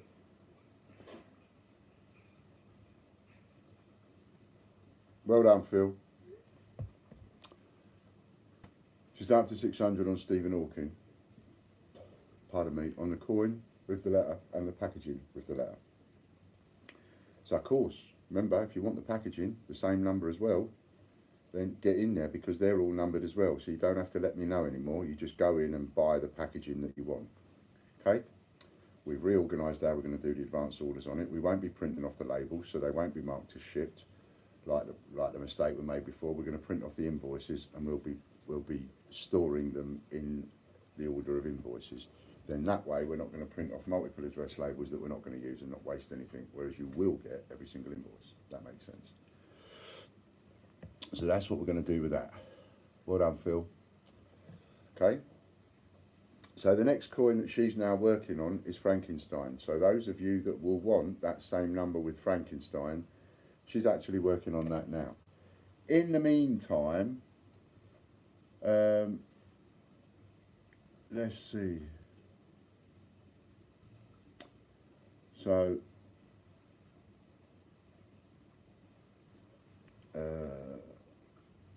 little bit more Cockney rhyming slang for you. One that you all know. Apples and pears. Right, so I'll go and finish off my smoke, have a cup of tea. You lot can now do a comment that says apples and pears, which is stairs. You know, I'm going up the apples and pears, I'm going upstairs. And that's your codes. That's what you've got to write. Apples and pears. If you would like to win a print, which is the 4 furrows. Remember that one from last week? If you don't know what it is, someone else will tell you, but I ain't got one here. But that's what you're going to win, the 4 furrows. If you won one before, you can win another one. That's fine. But if you'd like to win one of those for a Christmas present, put that in while I have my thingy.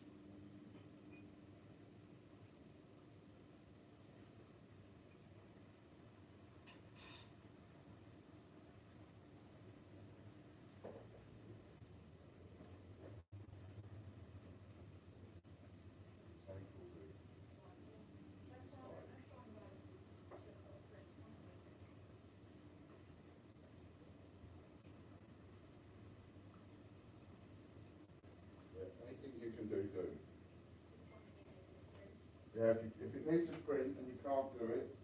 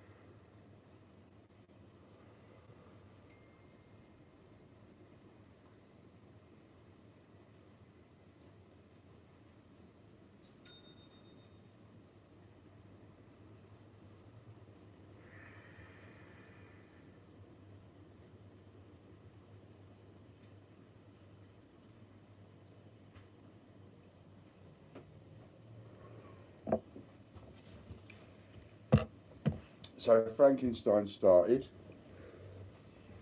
Sorry. and It was just that one that needs a print. Everything else is just like replacements of coins or whatever. this is Patricia's. It's got one right at the bottom, 31.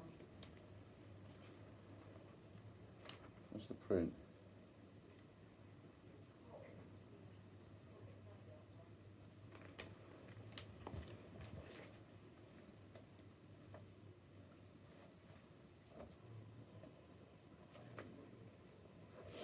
Excuse me a sec.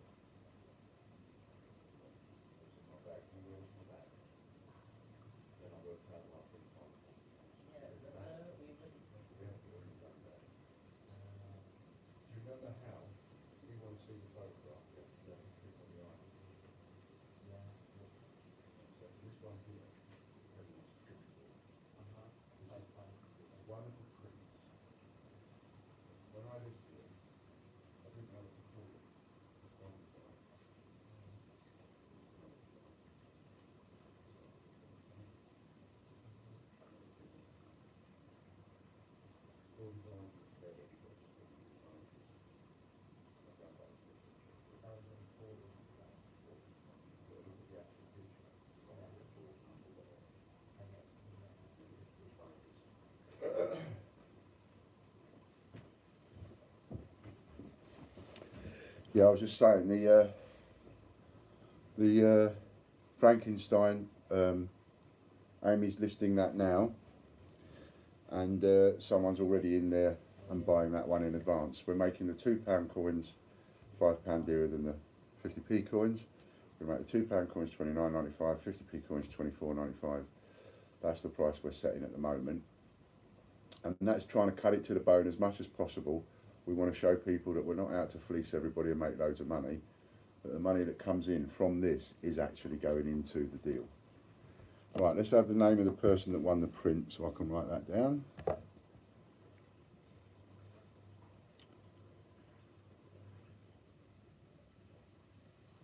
They'll all be advance orders, Jack.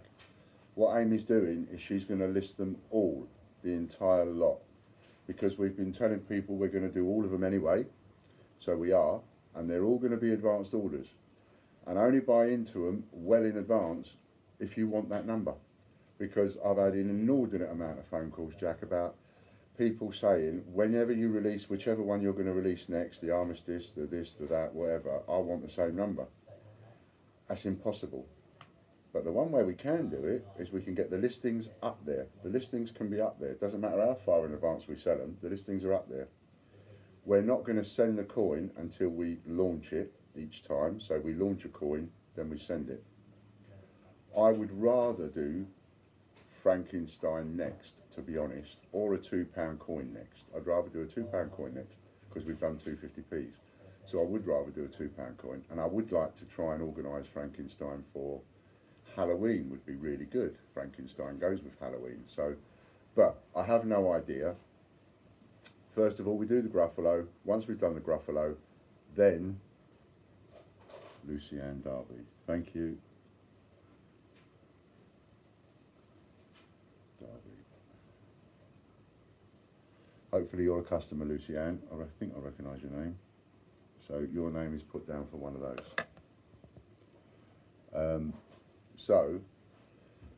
But what will happen is we will do it in order of when we're ready to launch the next one. So when we're finished with a Gruffalo and we're ready to go, okay, which one are we going to pick next?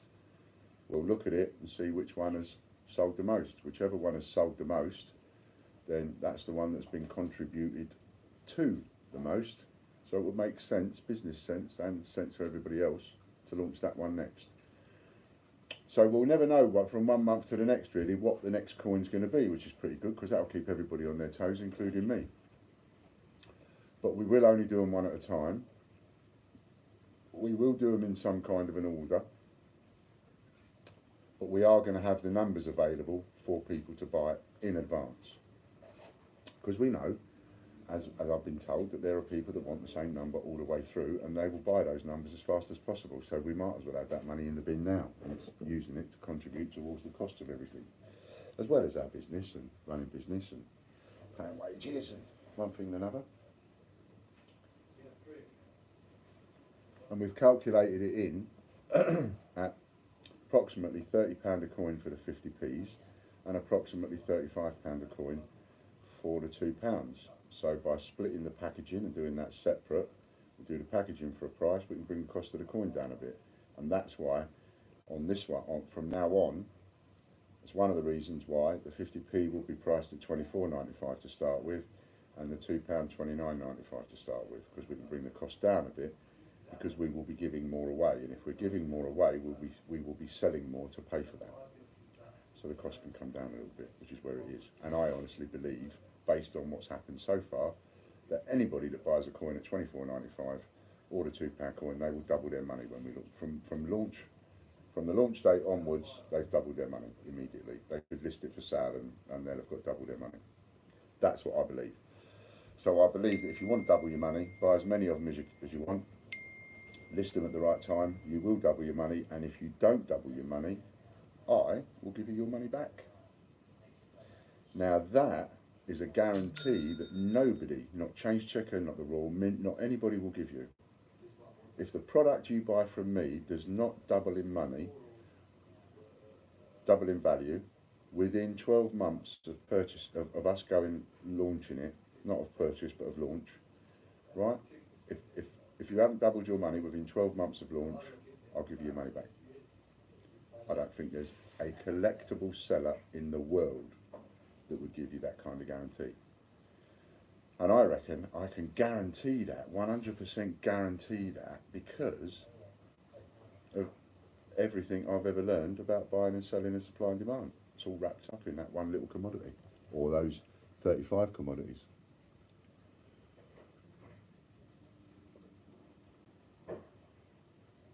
Hello, Lucy Ann. You don't need to, if you're a customer, you're already on our system, so I don't need you to text me your address. All we do is we just make sure every winner is a customer. Then all I've got to do is just look up Lucy Ann Derby on the old system, print you off a label. Ian, will you be releasing some £2 coins such as the Jane Austen people need for their collection books but are very limited release? I don't see why not. But I do think, out of fairness, that if we're going to do that, I think we should do it, because I say we, because we are doing this, right? I couldn't do this without you, and I'm anal enough to say you couldn't do this without me. But I'm also humble enough to know that there's no way I could do this without you. So I think it would be fair, don't you, if we was to say, yes, let's do the aviation and Jane Austen, but perhaps let's do them last, because the Mint already gave 400 away of the aviation, and they already gave 1,860 of the Jane Austen away. So do we need to compete with that? You know, when there are lots of other £2 coins like 5 RAFs, Armistice, D-Day, Frankenstein, all these £2 coins that haven't even been released. Are we giving these to you for the prints still? Only for the prints? Yeah. Okay, so get a box just to put these in. No point giving them to me here, I'm not doing it today. Just chirping today. So we'll have a box to put them in, and then I'll get the prints ready. Cool. Now you're back, I know that I'll get, you know, we can do that bit together. So I'm kicking it now. Yes. Yeah, so that's how we're going to do that, see? So I think we should put them at the end. And who knows, somebody else gave me another idea. When we've done the entire lot, why don't we start again and do a second edition? If it works, why not? If people buy into it, why not? We'll see. But we'll see what you say, because it'll be you to decide that. It's a team effort. We're doing it together. Excuse me. So, yeah, so that's the plan. So Amy is just now listing them. She's not listing them in any specific order. I told her to do Stephen Hawking and Frankenstein next, just in order of listings. But once she's finished the Frankenstein and finished the packaging, she'll get hold of me and say, which one do you want me to do next? Not that it really matters. Doesn't matter which ones that she does. And here's the other thing. The people that buy into it now are guaranteed price and everything else, because the price can only go up. Supposing when it comes time to, supposing as time goes on, something like Snowman or Armistice is costing us 25 quid a coin, well then the cost of the initial investment in that coin for the letter of provenance is going to go up by 20 quid probably. You know, or 15 quid or whatever price of 10 or whatever price it goes up by to compensate. But those people that get in first, they get it at that price. So some of them will go up in price before they even get launched. And that'll be because the cost of the coin for us to buy, to rip open and chuck into circulation, has gone up. And if we can't get hold of it wholesale and that goes up, then our costs go up. So that cost in that coin, an investment in that coin, will go up. You know, but again, it's all relative. You won't be able to lose money on the coin, because if the coin itself is going up, then the cost of those, what we're doing, will go up. But what I will absolutely stand on and guarantee everybody is, within 12 months of launch, if the coin hasn't doubled in value, we'll give you your money back if you want it back. Thank you, Luciane.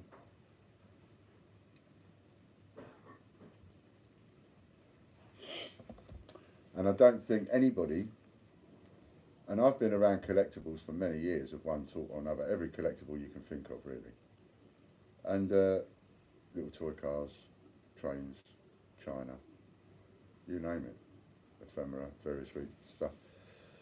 And no one has ever released a collectible commodity of any description and then guaranteed that everybody that buys into that commodity will make double their money within 12 months of its launch. And that's what I'm giving, and I'll stand by that.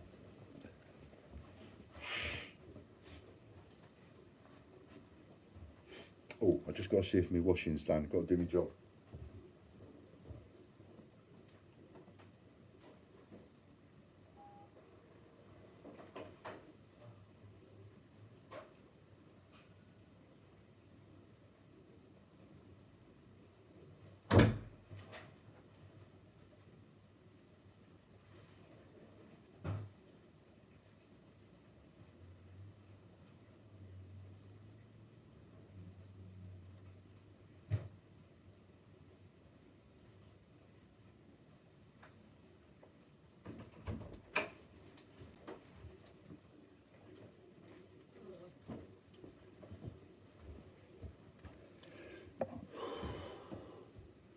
Now we've got a washing machine, now we've got a tumble dryer. First time we've had a tumble dryer in.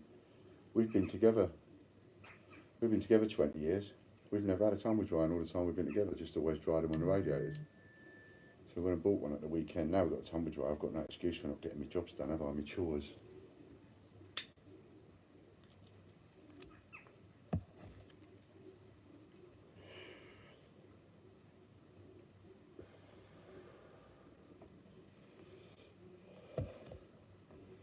Ian code. Another code coming soon from Amy. I haven't got it yet. MON 3230. MON 3230 is another code for you. Danielle's got them all for 147. Good girl, Danielle. I'd love to get a Jane Austen one too. She's my favourite author. I would too, Natasha. Yeah, we will do them. You know, and they will get listed. But they'll probably be, we'll make them the last one that we do.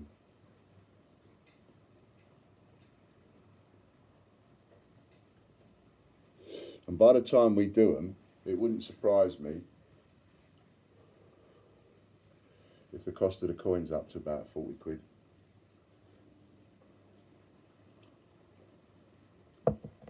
So then you'll be talking about a lot of money. But again, by the time we get to coin 10 or 12, I honestly think advertisers will be lining up. Because what we've done together, you and me, is we've got onto something that no one in the world can copy. And without, funny thing, right, without having to do any trademarking, no trademarking required, no copywriting required. All the money people put into trademarking and copywriting their ideas, and we don't have to do any of that. Because I don't think anybody would dare to compete with this idea. The only people that would come anywhere close to competing with this idea has got to be the Mint or Change Check 288 group. You know, and if they dared to copy what we're doing now, then that would just be, that would make them look so bad. And no matter what advertising they got on it, we would still get mentioned. So we can't lose, even if they try to pinch the idea off us. Can't lose. It would be like coming up with their scarcity index, and on the bottom of every scarcity index, Ian Lambert's mintage grade is mentioned. That's what's going to happen. It's the equivalent of that, and without any copywriting required. That's not bad for clever, is it? That's quite clever, even if I say so myself. And that idea, that clever idea, could not have come about without you, and without the support you've given, and without you joining in and doing what you've been doing with me. I would never have got a handle on how clever that idea is.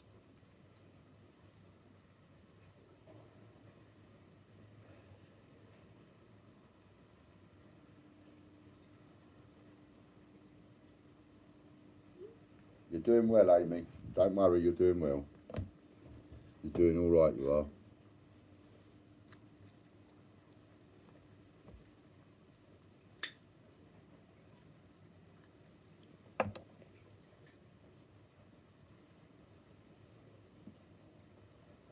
And I also think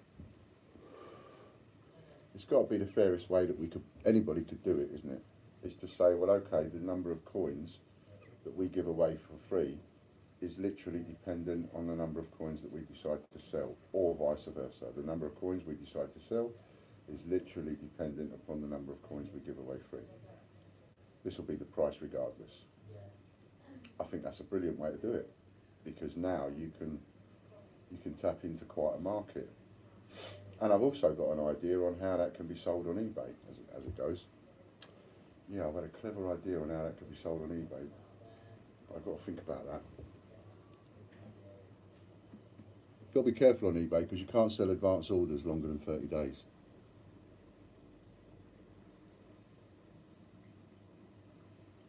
And I think it's the same rule for Amazon, to be honest.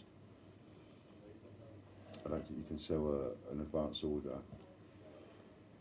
over 30 days.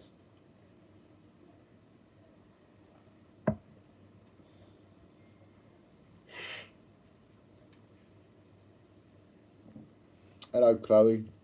You ain't missed much, just me flapping my lips.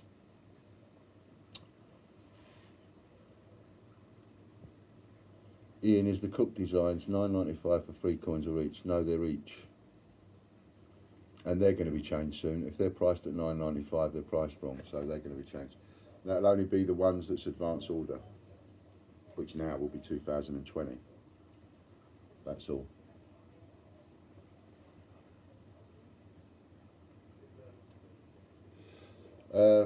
The other thing, Chloe, is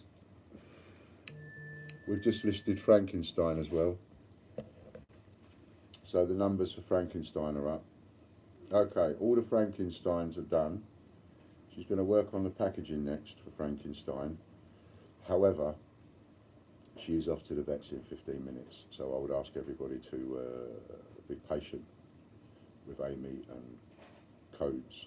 and things like that. She'll catch up with the codes. She'll probably do a code before she goes off, and then she'll catch up with the codes when she comes back.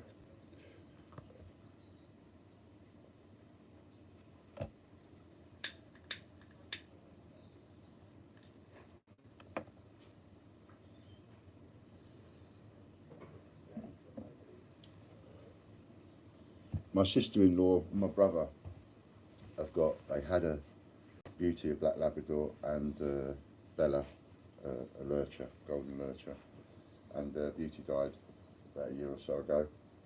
And then on Friday, Alison went to work, and the position that Bella was in when she went to work was exactly the same position Bella was in when she came home from work, and just laying there in her own wee. She hadn't been able to move, bless her. She's been getting more and more ill. So Alison had to call the vet out, and unfortunately Bella was put down, I think on Saturday, Friday night or Saturday. And the reason I say this is because a very similar situation has presented itself to Amy, unfortunately, and she's got a lovely dog, and it's lovely, soft as anything it is, soft as butter, lovely dog.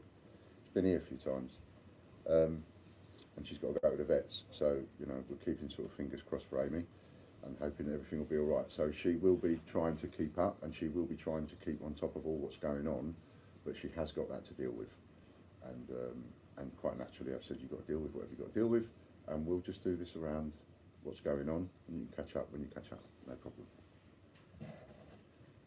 But all the Frankensteins are done, so if you're following your numbers, you can now reserve your number for Frankenstein.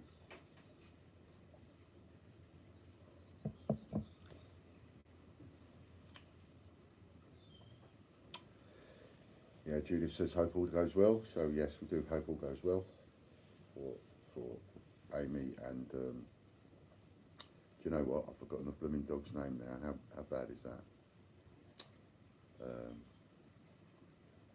Amy's got various animals, and I always forget the names of every single one, even the dog when it was here, I forgot.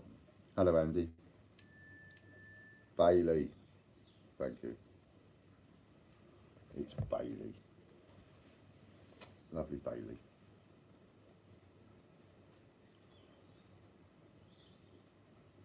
Hi Dad. Now Chloe, I know we've never met, but this would be a really weird kind of moment for someone to be sort of suddenly going, hello Dad. You know what I mean? We might have our wires crossed there somewhere. Besides, I'm too young to be your dad. I'm only 37. I've had a hard life. That's all it is.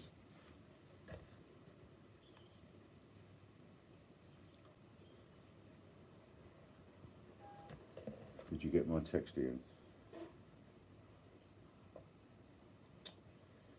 Let's have a look.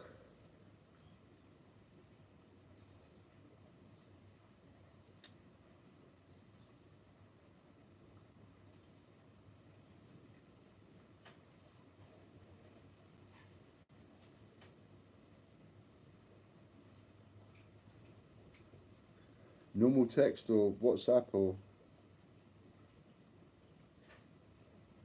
it's hard to keep up, you know. Just do it again, Andy, just in case. Just fire it over to me now, and then I'll see it come in again.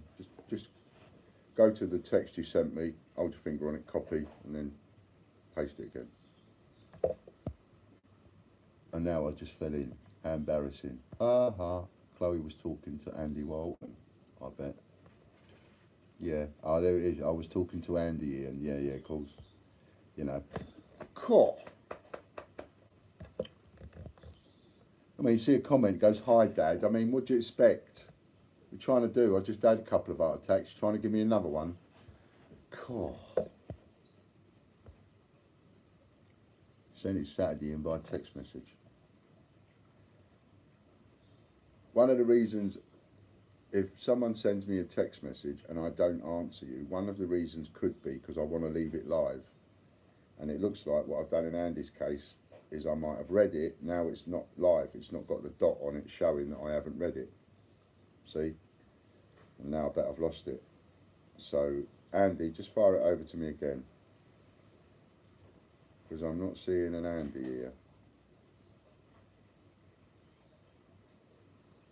Just fire it over to me again so we know you're actually firing it over to the right number. If you see what I mean. Excuse me.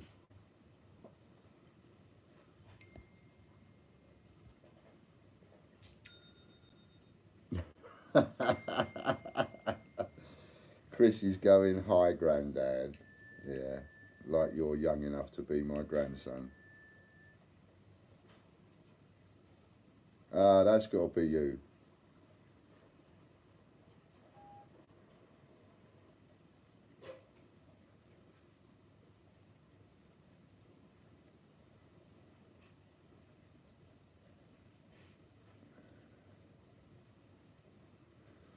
No, it hasn't. Right. Cufflinks, I'll go and check. iPad, so it was you that won it. iPad, Andy Walton. Now, the only reason that hasn't been dispatched, silly really, but I lost my iPad, what I'm using now to do this on. I lost it over the weekend, I couldn't find it. From Friday night onwards, I couldn't find it. It was driving me scatty, Saturday, Sunday, everywhere I looked, couldn't find it. And then we realised, oh, you've got that Find My iPhone thing, that might work. So we went onto that app, got that, downloaded it, and then spent like an hour walking around and around and around the front drive, because that's where it was telling me that it was. When in actual fact, it was in the office, and I'd sandwiched it between a couple of orders that hadn't been processed, and I didn't realise I'd done it. So I've been without an iPad all weekend, so I sort of held on to that. But now I know I've got this. I found it late last night, yesterday afternoon. So now I've got this. I will get that packaged up and sent out to you. I'll get it wiped tonight, restored to factory settings tonight, and then that'll be packaged up tomorrow and taken in, what's tomorrow, Tuesday, taken into the post office Wednesday morning, be with you Thursday morning before 1 o'clock. Is that all right, Andy, for that one? And only held on to it just in case I needed to use it for a day or two before I sent it. But now I've sorted that out, so that's all right. And now I'll just go and check on the cufflinks.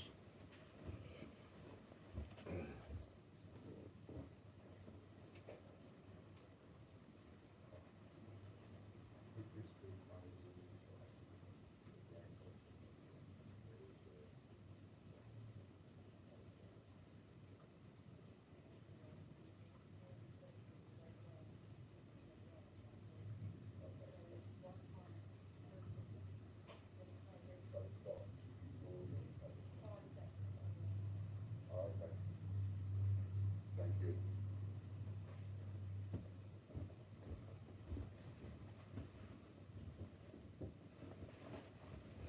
Right, I've just checked on those. He's actually got 5 sets to do. They're being made. So I needed to check if the order had actually come off and it was being looked at, or if it was yet to come off the system. Because remember I said earlier on, oh, you wasn't aware, but earlier on I said we've still got 200 orders on the system, which we're working towards. Now we've got Logan back, we'll be able to work for it faster. So,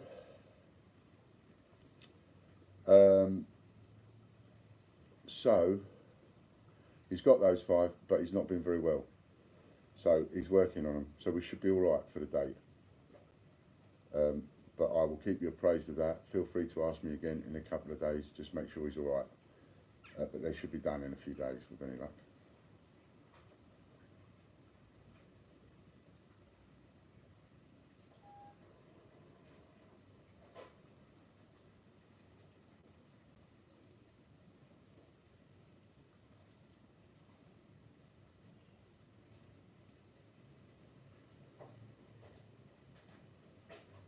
Okay, an order for 3,000 coins there, just come in. Got to go to Russia. 3,050p's, just like that, off to Russia. You know, so if you've ever wondered how much money goes out of the country, this is just me on one. That's a small order for an overseas order. That can be considered as a small order. It's not the smallest order. It's not the biggest order I've ever sent by a long means, by a long way. But you know, just in an order like that, 3,000 coins, boom, out of the system. And that goes on, not every day of the week. That goes on 10, 50 times a day, 100 times a day, every single day of the week. Manufacturers all over the world, dealers all over the world, people like you and me buying and selling on their equivalents of eBay all over the world, one thing and another, whether they're manufacturing or selling, whatever. Thousands and thousands and thousands and thousands of coins, out of the country, every single day. You know, and I've been saying this right from the beginning. This is one of the reasons why the 10p coins are going to be so valuable. Even though you can't get your head around anybody wanting to pay 25 quid or 50 quid for a 10p coin. At the moment, you can't get your head around that. But I had my head around that. The moment I knew what the figures would be, my head was right around that. Because I know how much money goes out of the country to all these manufacturers, and a 10p coin is just the right size coin for standard cufflinks and earrings and charms and whatever you want to use, and brooches and different bits and bobses. All sorts of things can be made. If it can be made out of a coin, it can be made out of a 10p, and even more so because it's not the date, it's the letter. Pardon me. So any 10p coin is going to go up to, you know, in your lifetime, you are going to see between £50 and £100 per coin for a 10p coin in your lifetime. Within the next 5 years, you're going to see 25 quid a coin for these coins. 5 to 10 years, you're going to see 25 quid a coin for these 10p coins that are out now. Once you get above 10 years, in your lifetime, you'll see £50 to £100 a coin. That's my prediction. I might be dead by then. In my lifetime, would I go to £50? I reckon I'll go to £50 a coin in my lifetime, maybe 100. Possible I might see it too. And I'm 56, but that's what I think.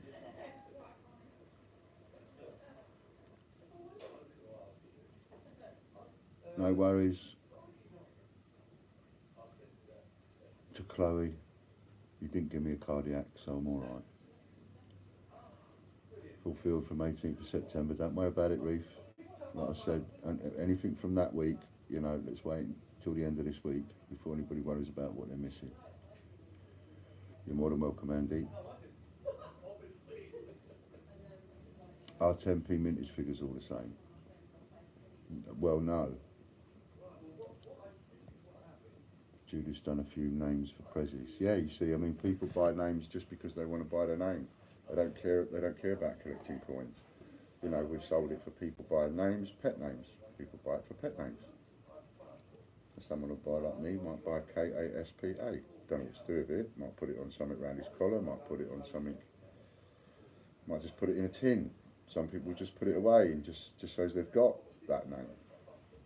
But what I'm saying is, and this is the bit that a lot of people don't get their head around, especially a lot of people in the retail market side of things, and certainly the Royal Mint didn't even think about it, is that there are more people, there are more uses for these 10p coins, these letters, than there are 10p coins. There are more uses for the letter W than there are letter Ws. Without your actual coin collecting community. So, you know, add the coin collecting community into all the different uses for the letter W, and you've suddenly got a situation where there will never ever ever be enough letter W's from 2018 or from 2019. And it doesn't matter if they do this every single year and release letters every single year. The 2000 and the 2018 and 19 will be probably the most sought after letters forevermore. Because later on, when they release 1 million of each letter one year, there'll be no problem for manufacturers because they won't care what the year is. They'll just get loads of them, and then it won't matter because you've got them going out of the marketplace by the thousands. But at the moment, you've got letters going out by the thousand that are actually rare. And these manufacturers don't care about rare. They care about what they're making out of that product. They're making a pair of earrings and they're getting the product at £1 each or whatever, so that's a pair of earrings to them. You know, they don't care or realise at the moment the value of that in years to come. But the people buying the earrings, they don't know either. It's just that one day in the future, somebody's going to realise, oh, that pair of earrings that you got me 10 years ago, I could actually sell them for 100 quid.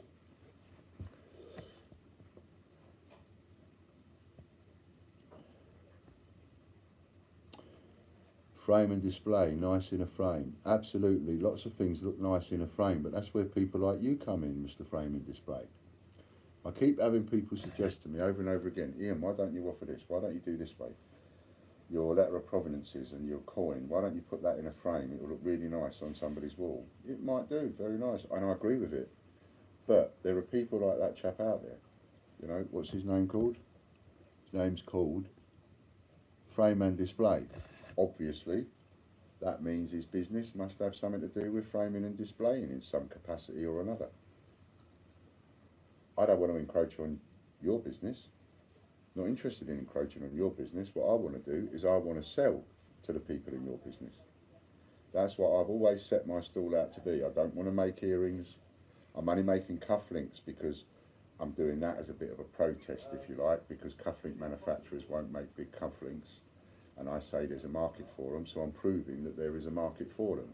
Ideally, a cufflink manufacturer will come along, look at my idea and say, right, I see what you've proved, Ian, and I want some of that.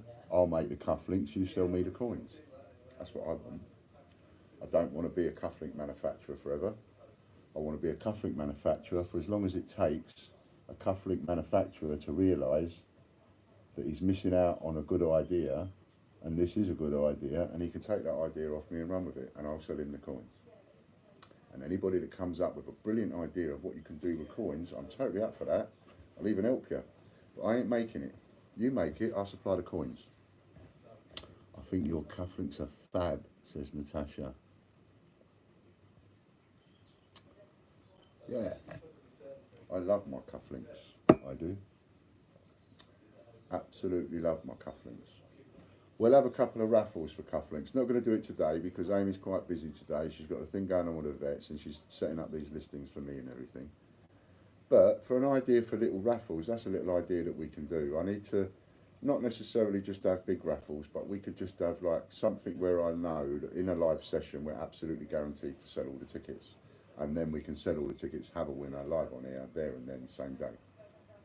So yeah, we'll look at doing that later on this week and next week, and maybe we can continue that every day. That gives a little something, and we could do some cufflinks, you know.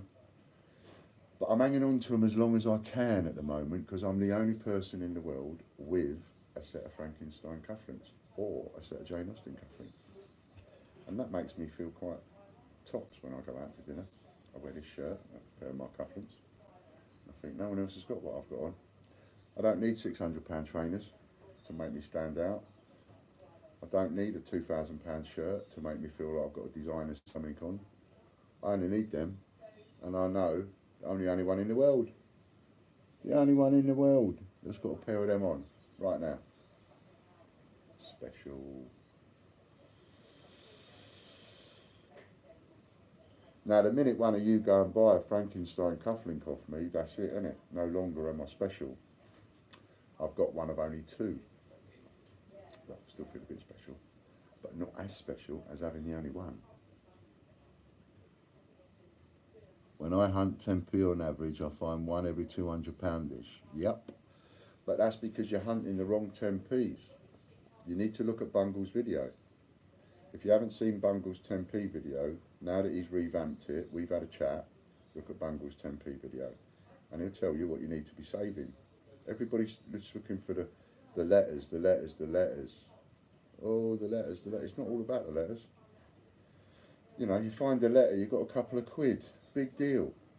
It's only, you know, 3 or 4 quid, whatever, £5 sometimes, depending on the letter. Could go up to a tenner, depending on the letter. But, you know, you're also going to find a 93, 94, 98, 99 you can sell for 15 quid. And they're there. you're going to find the 2008 Britannia that you can sell for a £5. And every £200 bag, you'll probably find 4 of those, 4 to 6 of those in every 2 £100 bags. Yeah, well, you've got to take notice of them vids, because you are throwing away money. Every time you don't look for them in your 10p's, you're just throwing away the possibility of money. That's why I made such a big thing of the undated 20p, and how the undated 20p is actually easier to find than a Kew Gardens, and it's worth the same amount of money. So the fastest way to get hold of a Kew Gardens 2009, if you haven't got one, is to search through 20p's, find a couple of undated 20p's, sell them, use the money to go and buy a Kew Gardens. You got a Kew Gardens for 40p then, because you will find 2 undated 20p's much faster than you'll find a Kew Gardens. Promise you that. It's just that nobody's looking. Done. I'm off now. What's done? Packaging.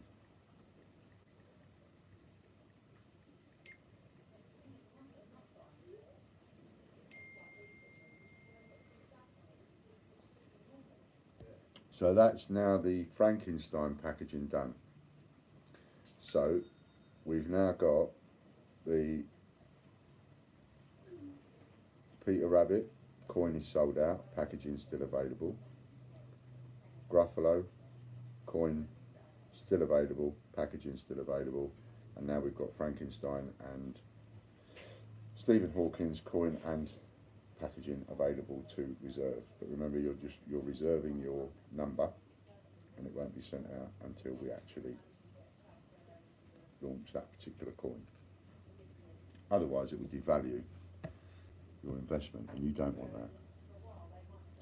Planning a 20p hunt this week. Yeah, follow. Who did the 20p hunt? Was it Matt or Dean? I think. Danielle's got hers. You got the packaging as well for the Frankenstein?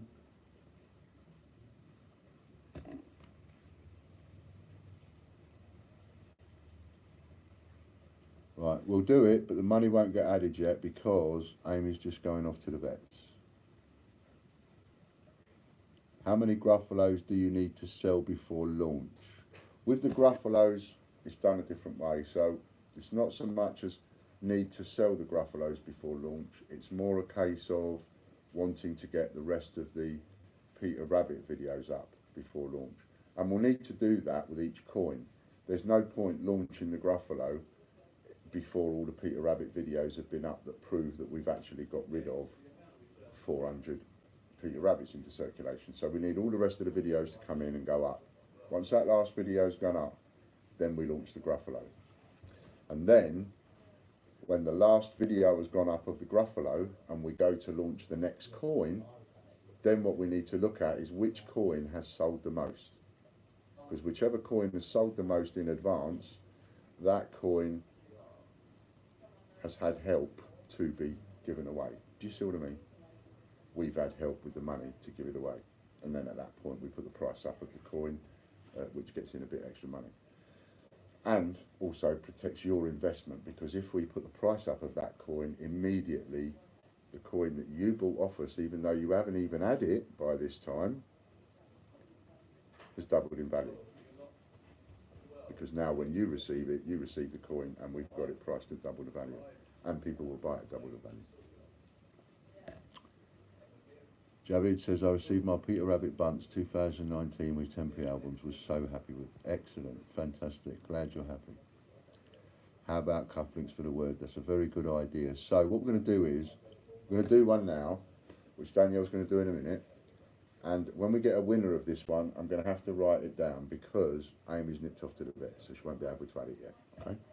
So the word is, as Danielle quite rightly says, cufflinks. And what you're going to get is 50 quid in your account, and it will only go to one of you that put the word cufflinks. Off you go.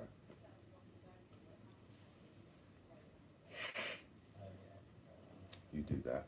I'll get another cup of tea.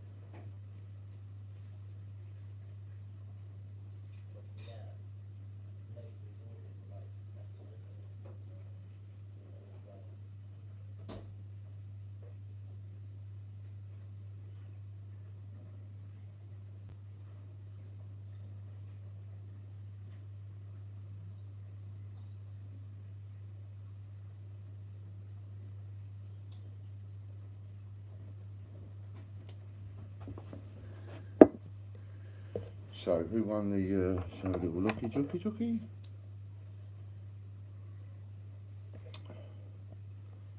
Hello, Ailey. Ailey, there's a parcel on its way to you that we talked about.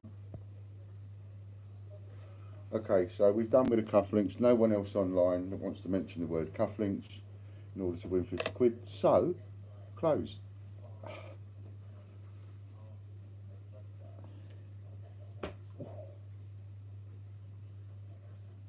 Oh, it's me girdle.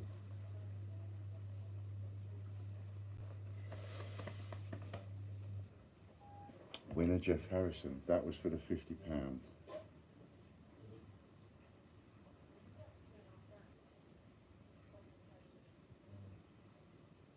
Okay, Jeff. Well done, Jeff. That was for the £50, that was. So like I say, that will come in your account probably within the hour anyway, Jeff. That's what we'll say. It'll be within the hour when Amy comes back from speaking to the vets. Are you doing a 3 p.m. code? I haven't got a 3 p.m. code, so what we'll do is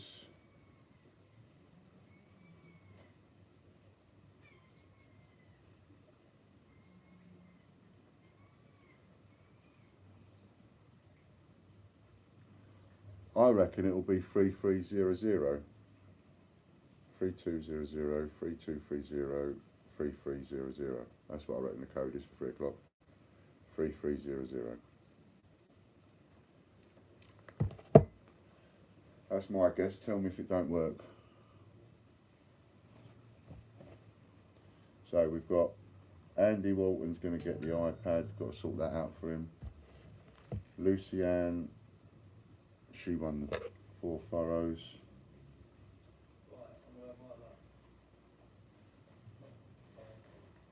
Quinn. Andy Walton the iPad. Jeff Harrison the £50 in his account. That's what we want. Have you all checked your points lately to see what you've got in points? Oh, bugger. See, uploading that video, oh.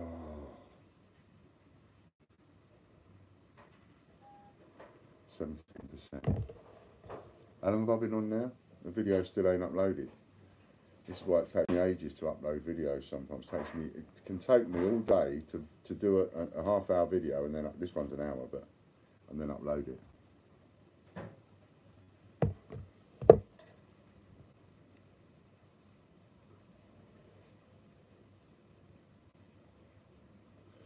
I'll just explain it to Reef. So, just the same way as we do the prints or whatever giveaways we do, we ask you to make a comment, and then Danielle, who's the moderator today, she writes down everybody's name, puts it on a bit of paper, sticks it in a hat, pulls one out, that's the winner.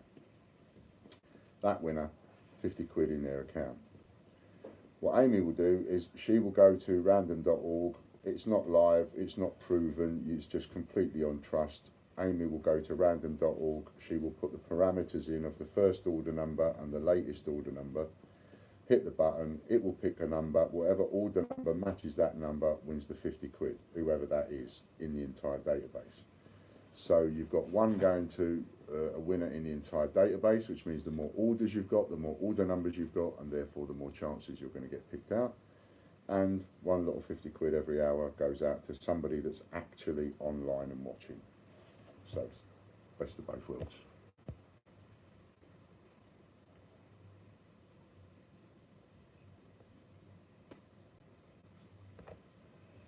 But it's a nice little family community thing here, and I try not to go down the road too much of crossing the T's and dotting too many I's when you're trying to do it in a relaxed atmosphere. It makes it too complicated then, and it's more work.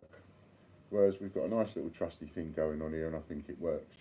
Amy does that, she gives it to people, she doesn't cherry pick, she just gives it, she does it naturally, and it works, and people get it at random, and the randomness works. People that get it from on the entire database, they've got no idea they're about to get an email telling them they've won 50 quid, so that works. And if it's someone that hasn't used the site in 2 years, well, it brings them back to the site, so that works. And then of course we split it in half because I want to give some to the people that are actually online.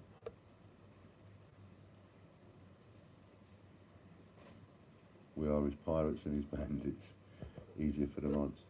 Well, I leave it up to the mods to do it whichever way is easy for them, and I have Amy do it with random on random.org, which is the perfect piece of software to do the entire database. You know, if we get to a stage where we've got 200 people online and the comments going up are like in the hundreds and the mods can't keep up with it, I'm sure we'll have devised a better way to do it by then. For the moment, whatever they're happy with suits me, because it's them that's doing the work. So whatever they're happy with it suits me. I'm just going to go outside there for a little chuff.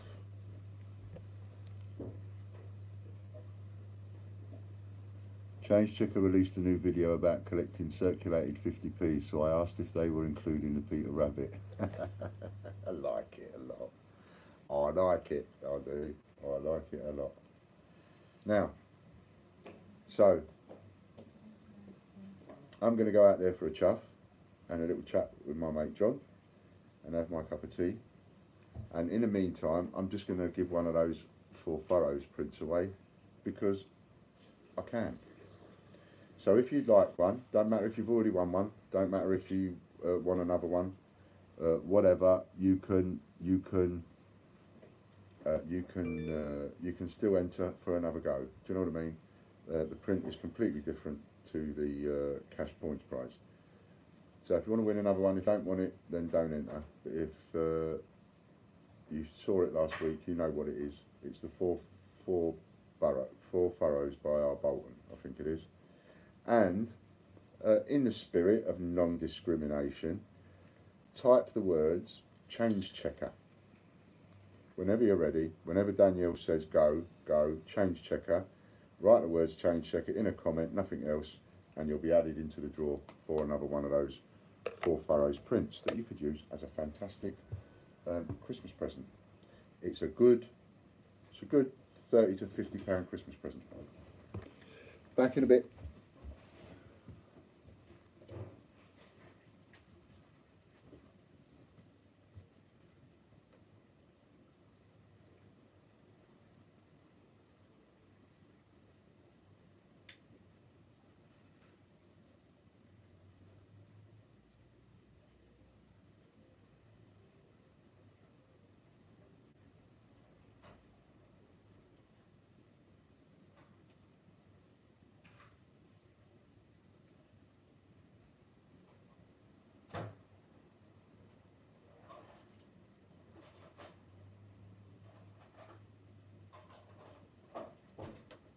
Logan, any chance we could have a chat while I'm having my cup of tea out here? Thank you. I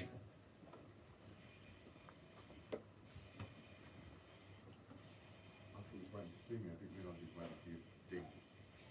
Dig? Oh no, you go and sit down. I got to the email with one of the people that duplicated the voucher code after their phone book. They 4 orders on one account, one on another. One of the 4 orders. Had a voucher code off the same as the one with one order. One of them.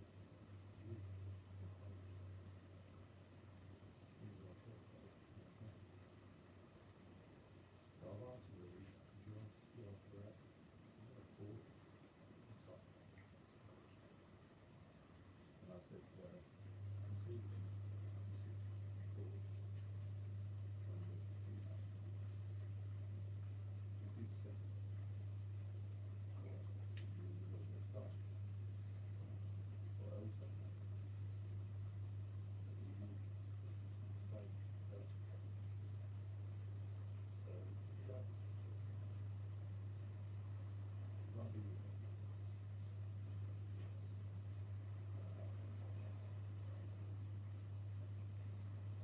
I'll mention that in a minute.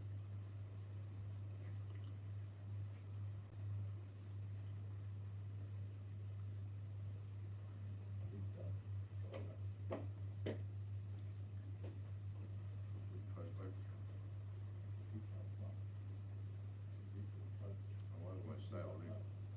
always say I'll leave one account open.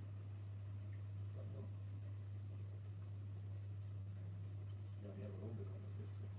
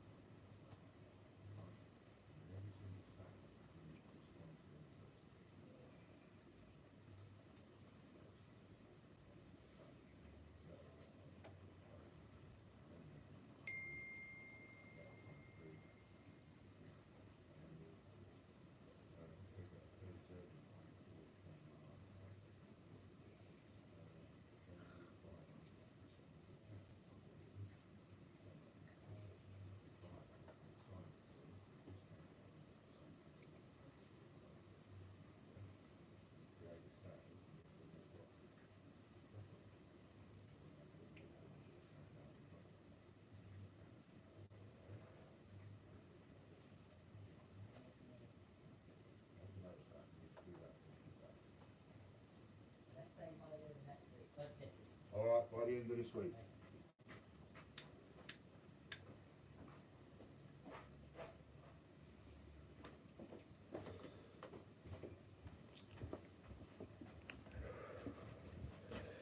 Right then, back with you. I hope that kept you entertained for a moment.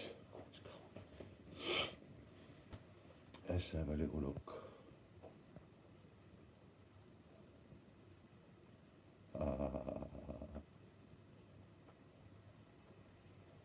Excellent.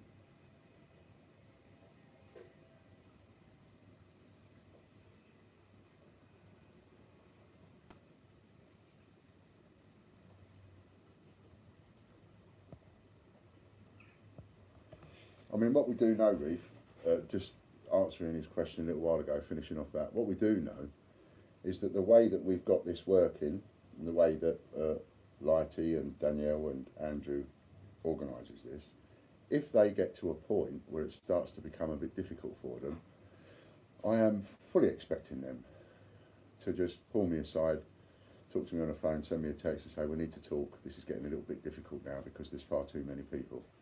See what I mean? It works, I would imagine, up to about 40 to 60 names, I imagine it would work. And I would imagine after that it will start to become a bit heavy. So, you know, when we get to that stage, they will let us know, and once they let us know, we'll, you know, they'll look at an easier way of simplifying it. For the moment, this is easy for them, and if it's easy for them, that'll do me. Oh, look at that, and it was Reef. Reef. You're going to have to text me, Reef, because I don't know who you are. Remember, I forget.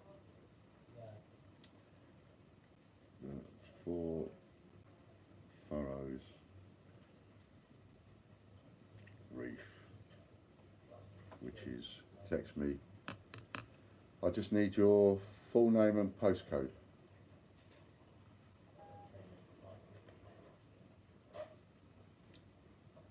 Or if it's not an easy name like John Smith, for example, then just your full name will suffice. But you've got my number, got it on a compliment slip, so go and text me.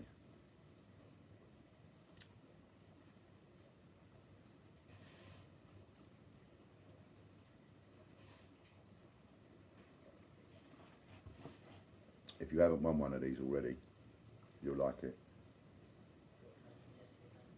You'll like it a lot, you will.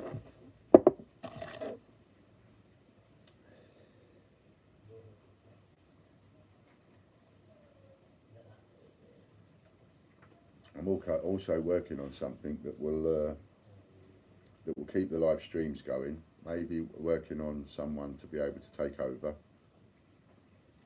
and do live coin hunting and stuff, because you don't want me just talking and talking and talking every single day like forever. That's never going to work. You know, even the most hardened of you will just be, you just hear the same voice droning on and on and on every day for 5 hours. But if we can improve the channel, and so I'm looking at getting somebody potentially working for us doing the live feeds. If we can get that up and running, then we can get more feeds going on, and then I can concentrate more on my other roles, and also getting the smaller updates done. Talking of which, I've done it again, haven't I? Look at that. 4 hours remaining. 19% we're up to.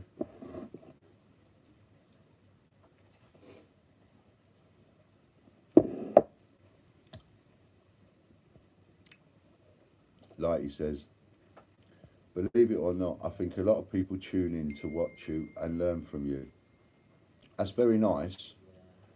That's very nice. And there's people that I don't mind watching that I would learn from. There's people I would watch for hours, you know.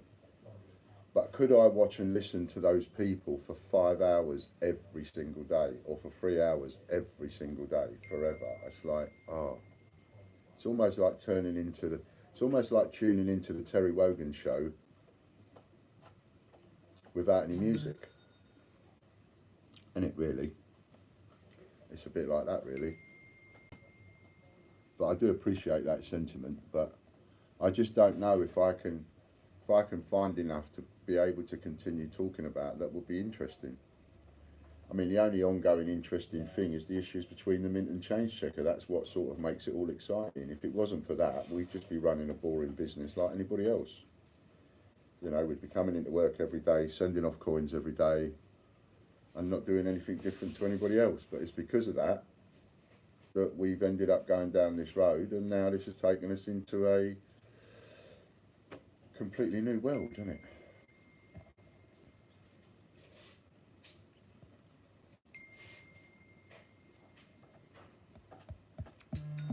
Now that's nice. That's really nice, Reef. I do know that she pays for the vet's fees. Okay, so pay attention, everyone.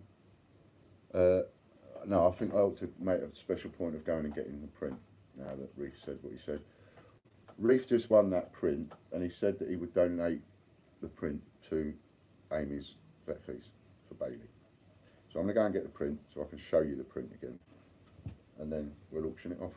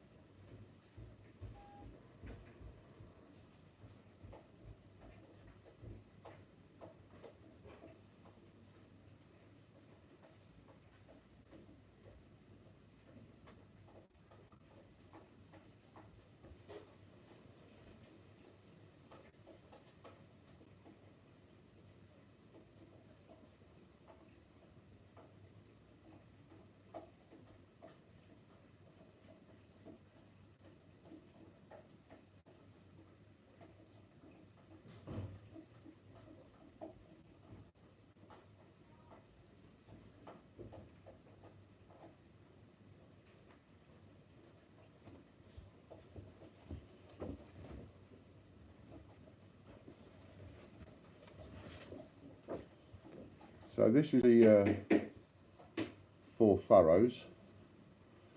1, 2, 3, 4. That's what the print's named on, the 4 furrows that have been in the field. Have you lost sound? Have people lost sound, or is Warren the only one to lose sound? Can anyone else hear me? Or have you lost sound?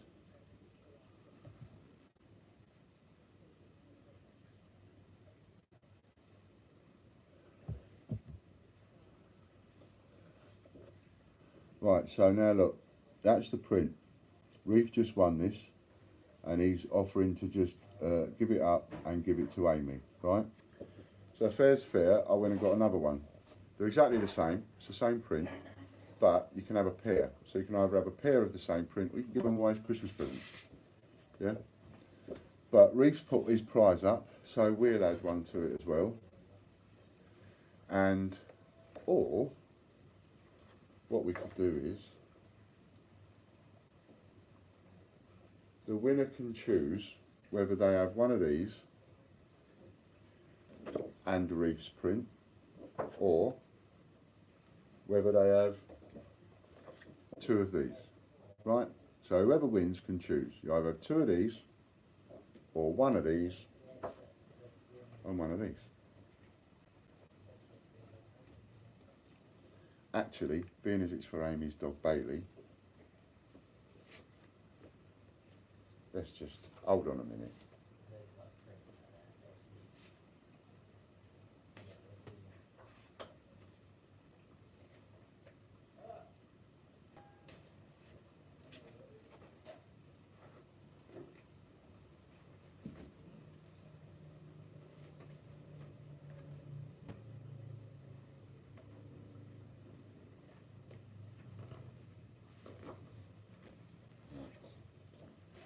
Now,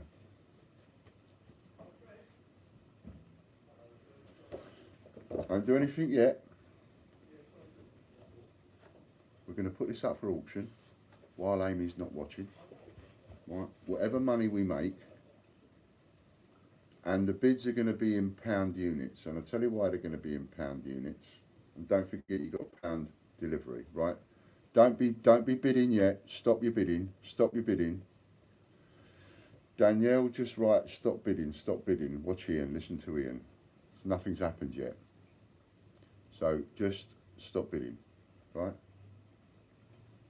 So look, while she's out, we're going to try and raise a bit of money for Amy and her vet bill. And Reef's idea, brilliant one. Reef just won that. Okay, he just won that and he donated it and said put it towards Amy's vet fees. Right? Right. So we're going to add another one. So whoever wins is going to get them two. Plus a set of the Wilma Shields. Right? All of that lot. So you're going to get the 2 4-furrow prints, a pair of them, and you're going to get that one. I've got them the right way up.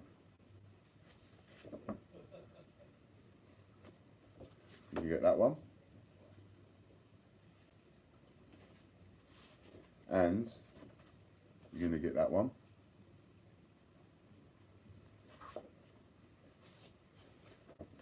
And where is her name? Her name is on each print, but it's sort of behind the flowers. You're going to get that one.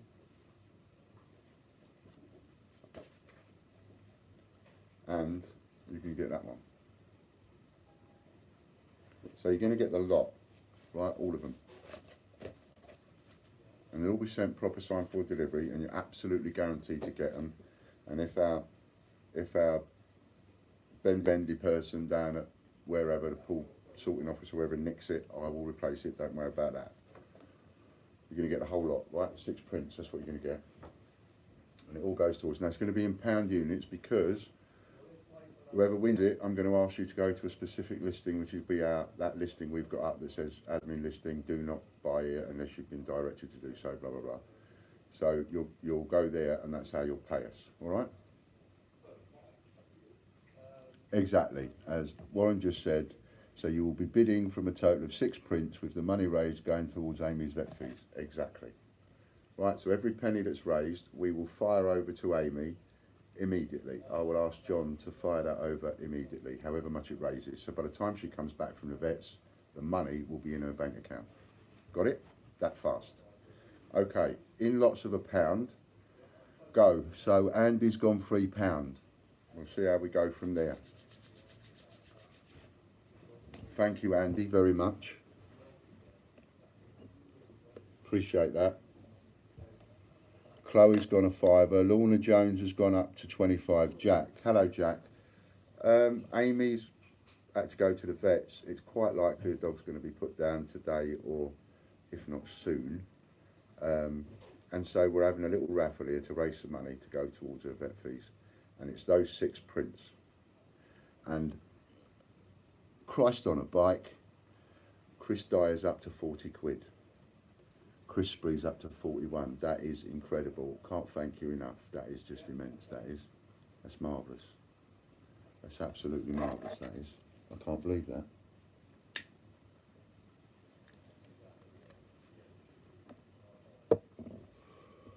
That's mental. Thank you. So that's what it's about, Jack. Blimey. £50. £50 we're up to.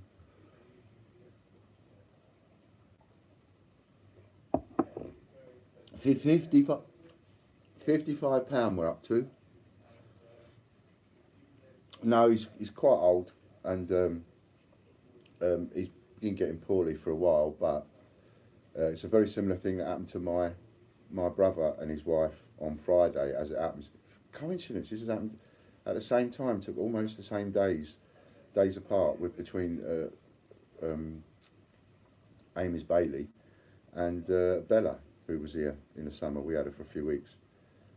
When Alison went out to work and she came home from work, the dog Bella was lying in exactly the same position she was when Alison went to work, in her own wee, and she hadn't been able to move. So that's called a vet out, never put down. And Amy's got a similar problem, so she's gone to the vets with Bailey to see how things get on. And we gave a print away, and Reef won the print, and he said, look, I'd like to donate the print to Amy to raise some money for the vet fees for Bailey. So we added some prints to it, and now the winner gets 6 prints. Lovely condition, beautiful prints. I mean, your total insurance value on that, I honestly would say your total insurance value would be in the way over £200, would be in the sort of £200 to £300 mark, because you'll never be able to replace them again. I've had to have 2 cats put down, it's heartbreaking. I know, it's fantastic. Oh my goodness, while I'm trying to explain to you, I should think you are happy, Reef. What a fantastic idea. What a fantastic idea, bless your heart.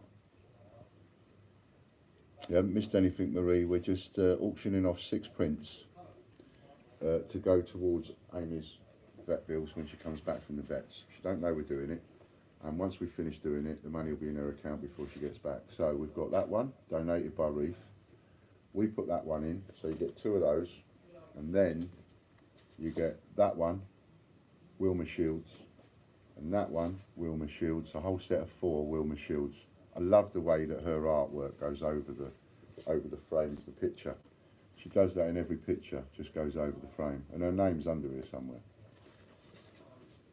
Wilma Shields, and that's the set of Wilma Shields one. And these are about, I don't know, insurance purposes, that set alone, a couple of £100, maybe a couple of £100 for these. So you're looking at, you know, sort of £300 or £400 insurance value. And I always tell people, please make sure you check your insurance, and if you need to tell your insurance that you've got something that's worth a couple of £100, you need to report it on your insurance. Right, so where was we? £60, look at that, £61 is the leading race. That's fantastic, that's immense. I think we're probably up to wherever we are. Is there a 62? If not, there's a 61.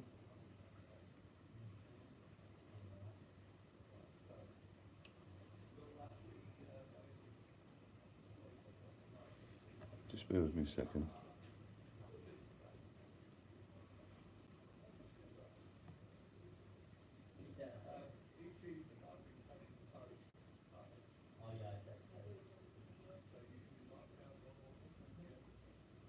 Lorna went 60. Chris Dyer went 55.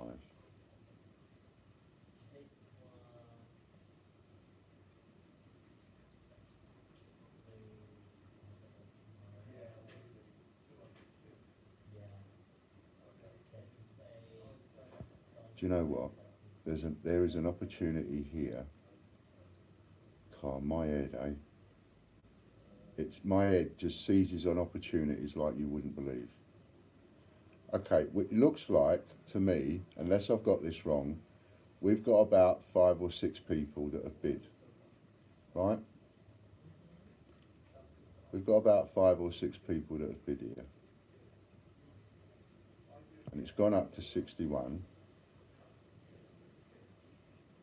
I've got an idea. Tell me if you like this.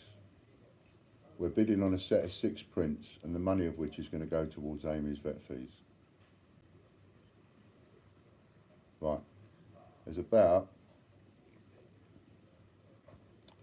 from what I can see, there's about 5 or 6 of you that are prepared to put your money in your pocket for these prints on behalf of Amy. Right. Now, as you know, I could replicate that 5 or 6 times, couldn't I? So every single one of you 5 or 6 people that bid, how about if I give it to you for your bid? So we go for, I think there's about 5 or 6 of you, and just say if you don't want it, but like, for example, who was the person that bid £61? Chris Dyer, right? So if we call it a day there and say, that's enough, thank you very much, that's immense, that's more than enough, you've been fantastic. Right, so how about we go like Chris Dyer, £61, he gets one. Then the person to bid before him was 61, was Lorna at 60. So if you're okay, Lorna, I'll give you the same set of 6 prints for 60 quid. And do you know what? Every single one of you, I'll bung something else on there as well. And so that means we could raise 120. Who was next? Chris Dyer at £55. I'll give you the same 6 prints at 55 quid, Chris, if you're up for it. And like the others, I'll chuck you something else on top for going in for that. Now, 120, now we've raised 175. Who was before him?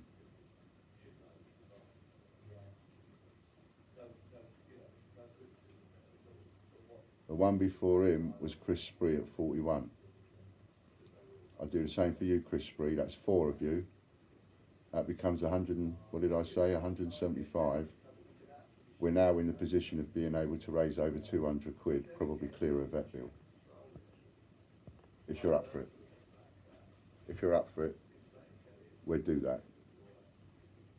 Well, we just had an auction for that. We just had an auction for that. Set of 6 prints. Right? And the money for those 6 prints is going to go towards Amy's vet bill. We ended up pretty much with 4 people bidding against each other. And they all bid varying amounts. From 40 quid to 60 quid. So I'm suggesting we make all 4 of them a winner. Because if we make all 4 of them a winner, we actually raise over 200 quid. We can have that in Amy's account by the time she gets home. And if all 4 of you are happy with that, and they're the amounts that all 4 of you said you were happy to pay, if all 4 of you are happy with that, I will now put something in as well. Right?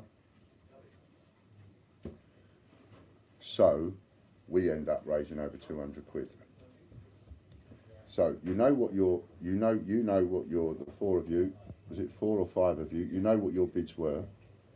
So if you go on to the greatbritishcoinhut.com homepage there, and I'll see them come through, so I can put people's names on them, right? So if you go onto there and you're looking for the listing that says do not buy unless instructed to do so, that's priced at £1 each. So just go there and buy times £1. So if it's 61, just go and buy 61 of them at £1 each. No, buy one less because it will charge you £1 postage. Don't forget the £1 postage, it will charge you that £1 postage. Otherwise, so you need to go one less. But do you see what I mean? So if you 4 or 5, however many people that was, just then, that I counted off, if you agree with that and you're up for that and you think that's a great idea and you, and all of you actually want that, then we'll make you all winners. And not only will we make you all winners, we'll make you all double winners because I'm going to put something in there that I think's worth 60 quid on its own. Box of cakes for Logan's return. She's only gone and bought a box of bloody fresh cream cakes. I can't stand fresh cream. Oh, she's got me something special. People on here have hearts of gold. People on here are bloody marvellous. What started off from Reef giving away one little tiny prize that he just won for nothing, just for being on here and we all lovely, and we suddenly have the potential of turning that into over 200 quid and actually paying her vet bill. And all it's going to cost me is the cost of the stock, and I'm quite happy to do that. Let me just have a quick look through. I know Lorna was one of them. Chris Dyer was another one. Chris Spree was another one.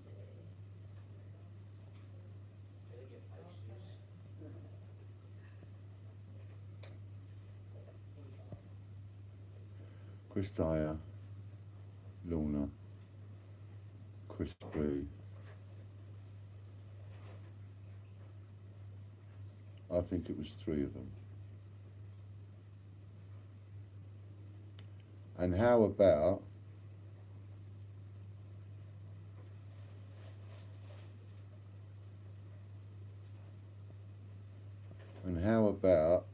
Lorna, instead of you paying, or Chris, instead of you paying £60, right, the lowest bid was what? The lowest of the highest bids, I think, was Chris 41, Chris Dyer, 55.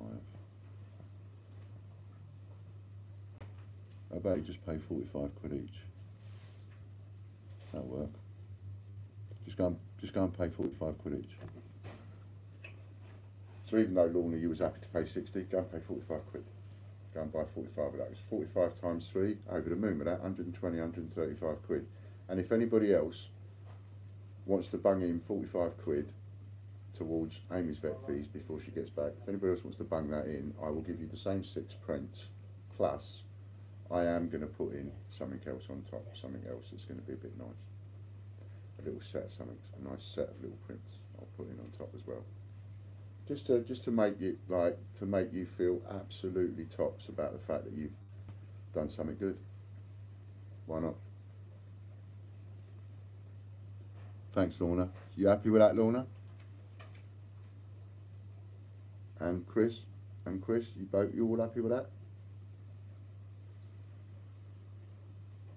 Oh, thanks, Warren.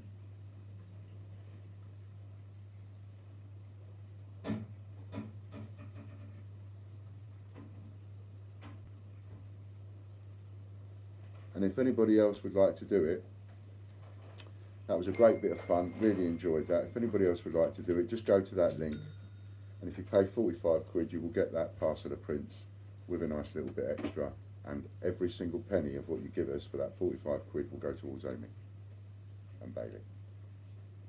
You have my word on that, won't take a single penny.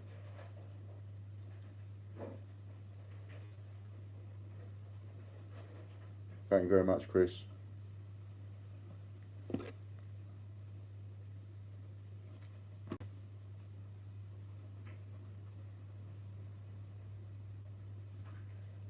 Amy for Bailey.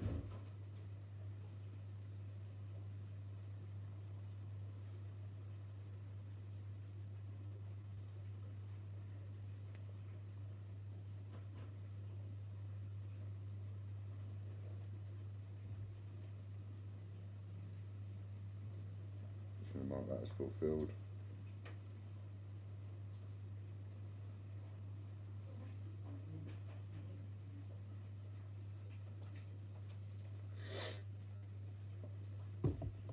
So if anybody else would like to do that as well, please go over and hit that link. Same for me as Kian, read a Frankenstein, I didn't see. But it didn't have Frankenstein in it, but it says it on the invoice. Well, it should have done.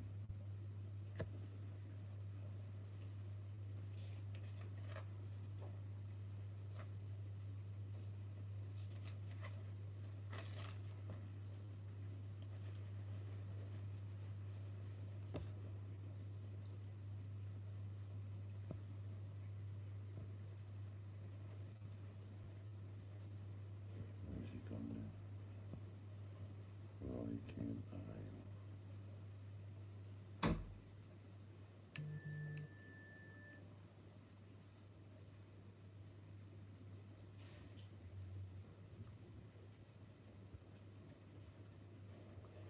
okay, leave that with me, Kian. I'll get that sorted out for you. That's so kind of you. Thank you, Lorna. Got you, Chris. Jack LeBreton. Hang on. I might have answered already. And what else? Got that.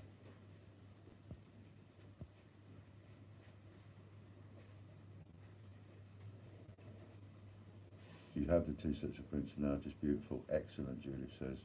Can't get better than that, can you?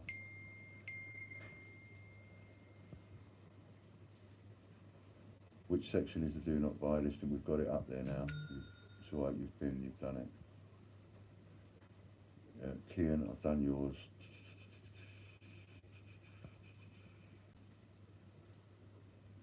Warren says, this community is amazing. I've got to know Amy over the past few weeks due to a lot of texting, and I can promise every one of you guys she will be speechless. She will be. yeah. I've got you, Kian, don't worry.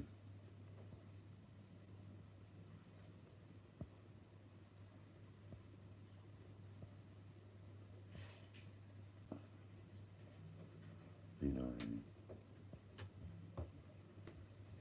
very few bands here. Ironing is a swear word. You're too right, it's a swear word. Me and Fran have been together 20 years. She's never ironed once for me in 20 years, and I don't do ironing, so none of my clothes ever get ironed. Not in 20 years. I think someone else said they're missing a Frankenstein. Kian, I've got you. Thanks. Got you. No problem at all. Marie, I love ironing. Marie, you really need to... I can have a word with Fran if you like. See if I can get her to recommend a good therapist down in your area. I think you need to see someone, love. Anyone that likes ironing? You've gone out for a picnic and someone's nicked the basket. Do you know what I mean? Something wrong with people that like ironing.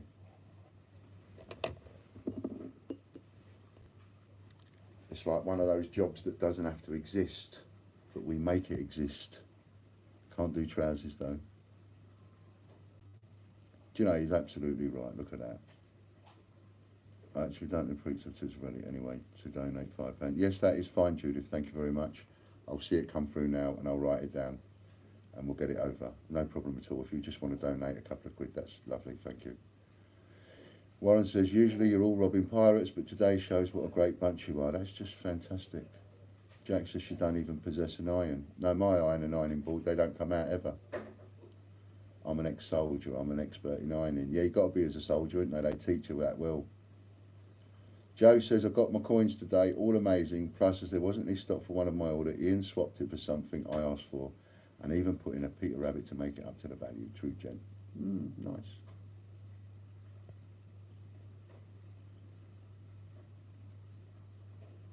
Did I hear my name? What have I done now? Nothing. I was just reading out the comments.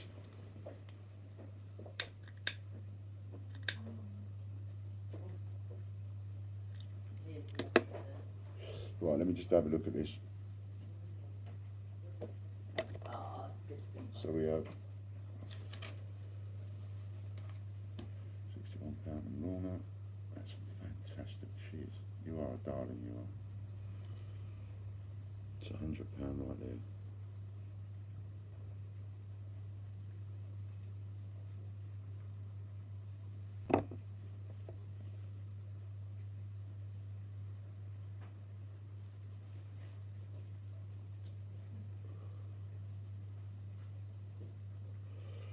From Chris Dyer.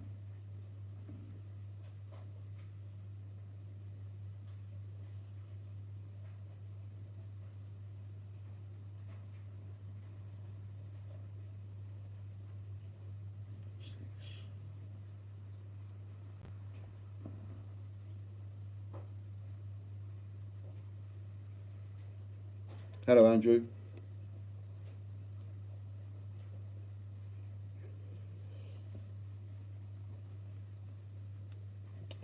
So, just make sure there isn't any more. Okay. How come you're suited and booted today? Because I was making quite an announcement today, and I was also doing my investment video. Oh, my investment video! Oh. Normally when I let it go off the screen, it comes up as an error. So I got my Frankenstein cufflinks on today, Jack. Nice.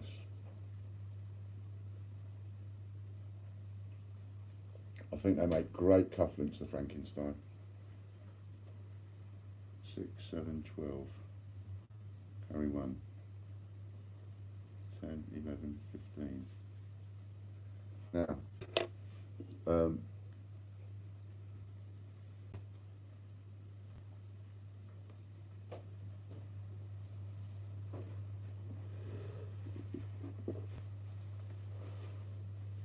if anybody else wants that, Andrew's on the bus again, I think. If anybody else wants that set of prints going towards the vet costs, let me know now so we can get it sorted. And somebody did ask if they could just donate a couple of quid, and yes, you can do that if you go onto that thing, that listing. And remember the £1 shipping it will charge you. Bless your heart. Thank you, Marie.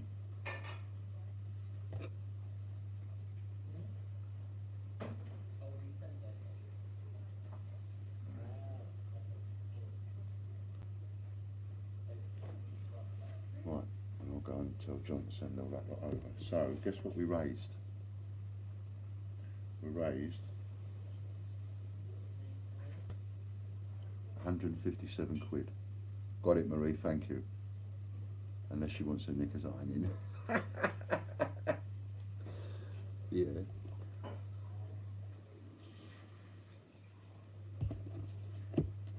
No one's ironing my pants, especially while I'm wearing them. So with that set of 6 prints, if anybody would like to have that set of 6 prints, I'll gladly do put another set together and donate the prints, and we'll put the money towards it, and I'll put you a little something extra in as well. Why not?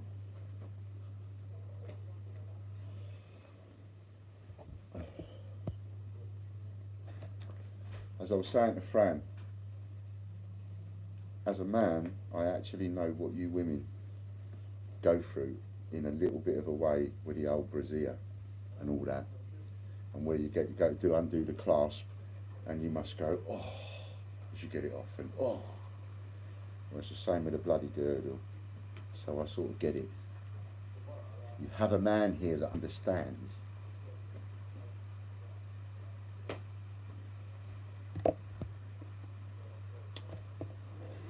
Judith, just, oh.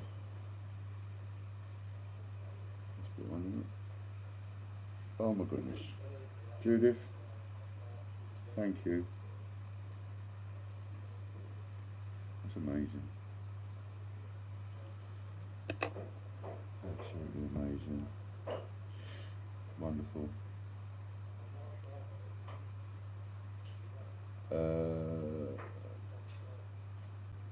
Phew, I thought he was going to say he had a bra on. No, I'm not that bad. Oh, thank you, Warren. Warren will just put that link up again. It was there a minute ago, but it's quite high up. So by all means, if you'd like to, I mean, it's not something I even expected. I don't think Reef did when he came up, when he suggested it. Mental, but thank you so much.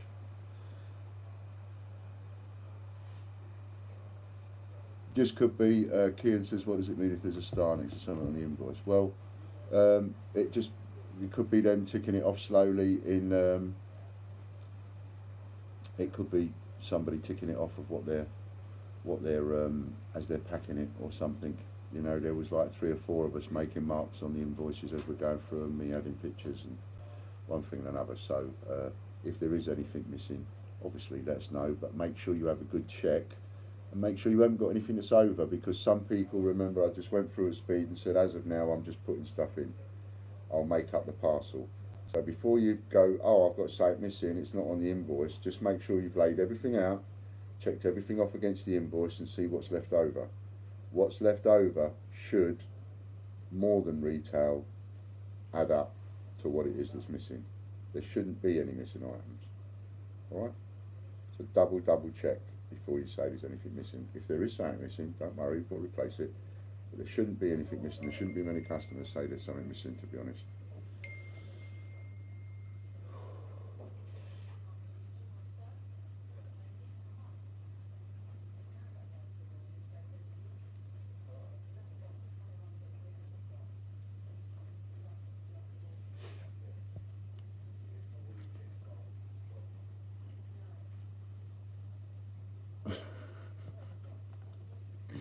Don't know if I should actually repeat that. My missus gets the right hump when we're in a fancy underwear shop, and I say, look at my earmuffs, and I've got a bra on my head. Well, noggin, he says, but he's obviously picked up a bra, put it over his head, and then shouted out, look at my earmuffs. It's a man that likes to embarrass his wife when he goes shopping. Would it be okay for me to donate £5? Can't afford any more, I'm afraid. If something happened today, which might end up costing me a lot of money. Well, Jack, I mean, if you would like to, that's wonderful. We never even set out to do that. Only started off as Reef giving away a prize that he won, really. But I mean, that's just magical. A couple of people have. Please do. Just go onto that link. I'll write it down now, and then we'll get the money sent over in a bit. But I might as well wait until everybody's finished, just in case. Thank you, Warren.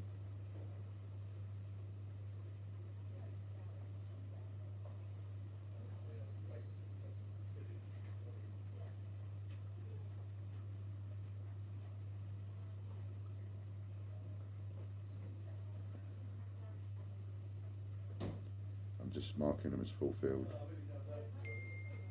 Otherwise it will confuse them in there. They don't even know what we've done here yet. Logan's going to see these payments come through to his system. He ain't going to know what's going on.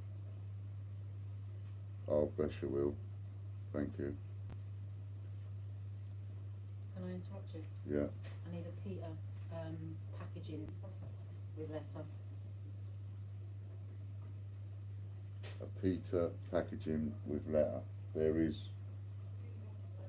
No, those plastics. There's 3 or 4 bundles of those. One of them is a bundle of packaging provenances. Right. And then, What, on your desk? yeah, I think so. And then just get me one of the Peter Rabbits with a little plastic thingy out of the box. And I will do that.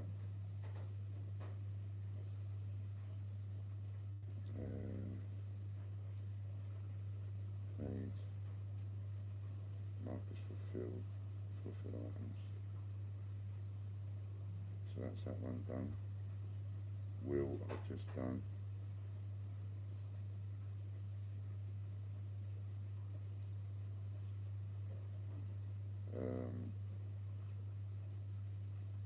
Lorna.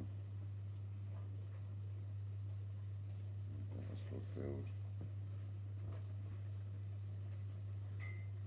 All we need is a number now, don't we? Alright, do that in a sec. Lorna, we just do Lorna? Thank you, my love.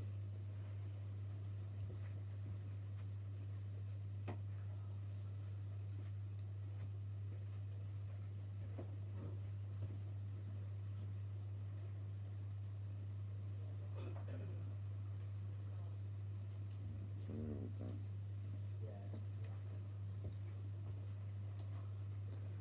Job done, brilliant. Thank you very much. I've forgotten where it is. Warren, could you? It's the admin section, yeah. When you go on to, just go on to the greatbritishcoinhunt.com and you'll see a listing there that says admin, do not buy, and Warren will just put the link up to it in a second.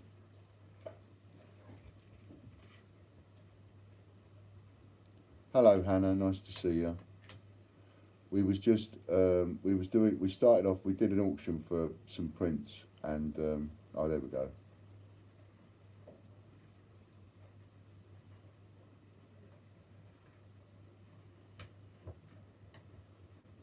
Yeah, it's the admin section, Jeff.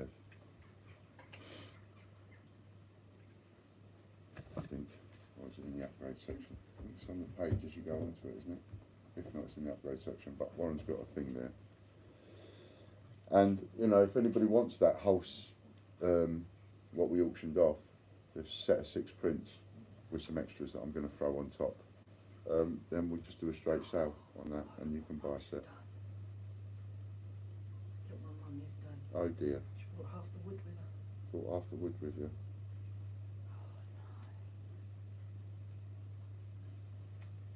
And just bear in mind it will charge you £1 postage, so, you know, just put £1 less.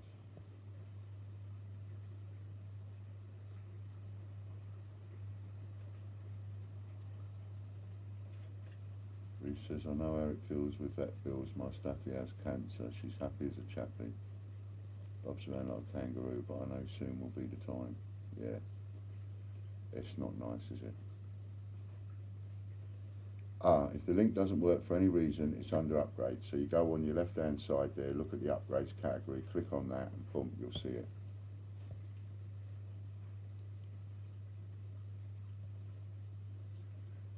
Carl says, got my order today in, it's brilliant. I've got £757 worth of coins and prints for £128. What a start, and thank you very much, Ian. Although I do have a couple of coins missing, mate. Don't worry about it, Carl. Just wait until the rest of this week. Let's get the rest of this week out of the way. Make sure there's nothing, you ain't getting another parcel, for example. And then we'll look at anything that might be missing. But do, as I say to everybody, do check everything off that what you've got and see if there's anything left over, and then see if what's left over happens to match up the price of what's missing, because I've done that on a couple. Other than that, don't worry about it. You let me know and we'll sort it out. But I'm glad you're happy, because it did the job. You will talk about that for years to come, won't you, Carl? Well, that's what I hope anyway. Andy, thank you very much.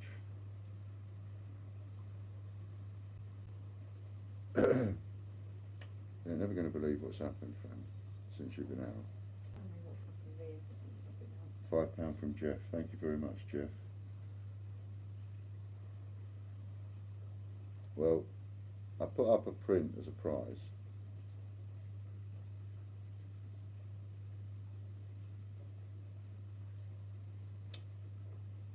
I put up a print as a prize. Somebody won it. And the person that won it, because I've mentioned about Amy, Amy's got a problem with Bailey, exactly the same as what's happened with Alison. Oh no. She's just gone off to the vets. And he said, Bella was really good on steroids for a couple of months. and he said, put that towards Amy's vets bills. Oh, that's nice. Auction it off. So I added some prints to it. We auctioned it off, raised about someone, it raised £61. Then the next person that bid 46 quid or 45 quid, I said, you can have the same set, I'll just donate the prints. And he said, yeah, so he paid 45 quid. Then the next person who won it at £41, I said the same thing, so he paid his. Right, and then on top of that, people started saying, well, I don't really want to buy a set of prints, but can I donate a couple of quid towards Amy? So people just started donating money towards Amy. Then we've had other people coming on, going, what's going on? So they've been telling them, so then they've been donating towards Amy. Oh, So Amy doesn't know any of this. She's out at the vets at the minute. she. Oh, blow them all a kiss for We've- me. Fran says, thank you very much. We've nearly raised 200 quid. Oh, that's so lovely.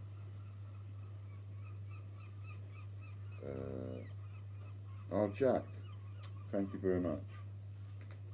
It's 5 from Jack. That's so sweet. People love them. Believe it or not, 192 quid. Wow. 192 quid. Just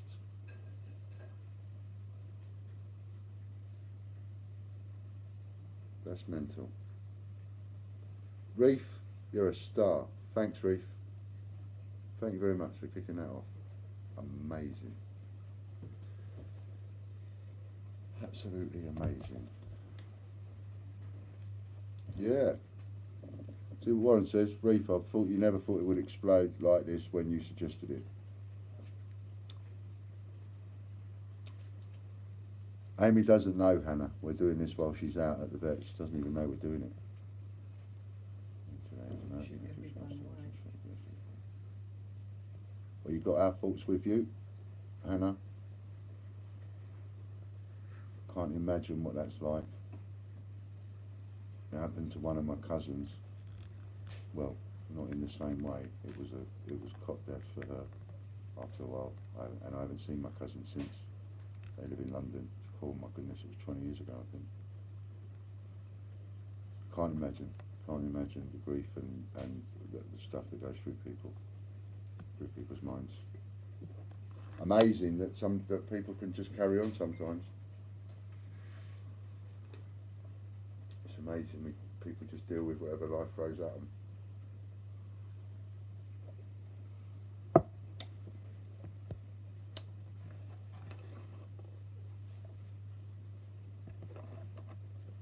Yeah, 10 times what you thought, eh, Reef? Give me one, babe. 10 times what you thought, Reef. Yeah, she might. Jack says she might be able to afford a little garden remembrance too of all these donations. That would be nice. That's just fantastic. That's just fantastic. Are you doing a 4 p.m. draw for £50? Yes. Oh, yes. Yeah, but you have to wait until we speak to Amy, obviously, when she gets back. And just in case it's bad news, she might not even come back, I suppose. I mean, if I was really upset, I probably wouldn't want to come on, depending on what's happened. So, what I'm doing is, for the winners, because we had one already, Jeff won it, and but I've just written it down, so, you know, it will get added later. Normally it's added immediately, but it will get added later.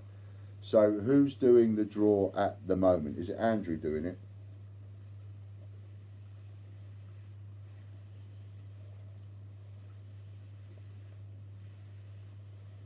I'm on here and Andrew's doing it.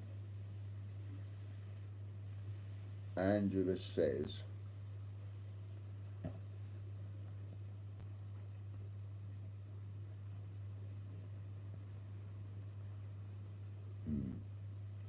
yeah, I can't.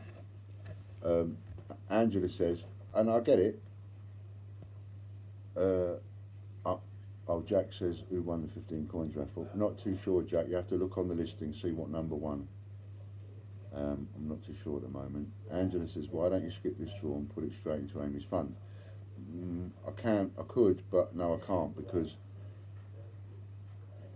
going down the road of like being specific and you know, people holding you to account in the future and all the rest of it, I've put certain things like with the £100 draw and one thing and another that's going on every hour for the 5 hours, and I have chopped and changed it about a bit, as in, okay, we'll do 50 each, but it wouldn't be right for me to just say, no, I'm not going to give that prize out, I'm going to put it in.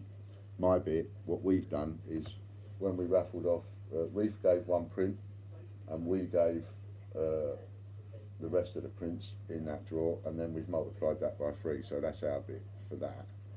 And you lot have done your bit in giving in for what you've done. So, great idea, but don't think it would be quite right.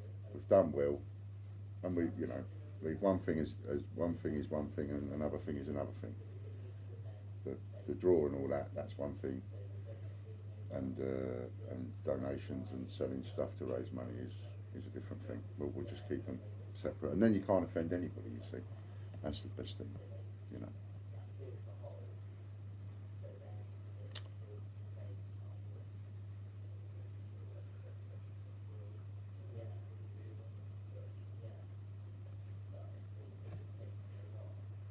I'll tell you this though, what you do with it, the person that wins, is entirely up to you. So if you want to take those 50 quid worth of points and you want to go and buy that admin listing and you want to give it to Amy, well, I can't stop you doing that. That's up to you. But I'm still going to give it out. I think that's the right thing to do, because there might be people out there that think, well, no, if I won, I wouldn't want to do that. And that's fine. Do you know what I mean? So that's what we'll do. And yes, Judith, that's exactly what we'll do. So, Andrew, if you're ready, number 29 was the winner of the 15 coin raffle, whoever had that. So, Andrew, if you're ready, comment Bailey. So, B-A-I-L-E-Y for your £50 draw. Bailey. I'm going to just go and have a quick wee and get myself a smoke.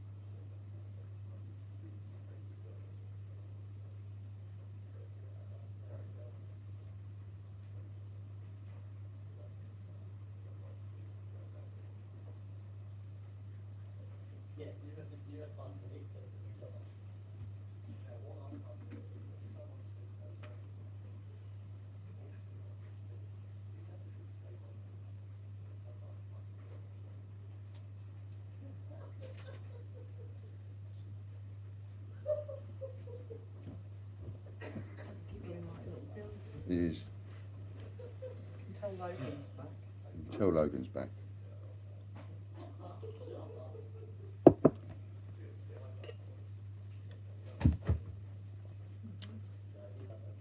Right, so Scott got it. So £50 Scott. Donaldson. And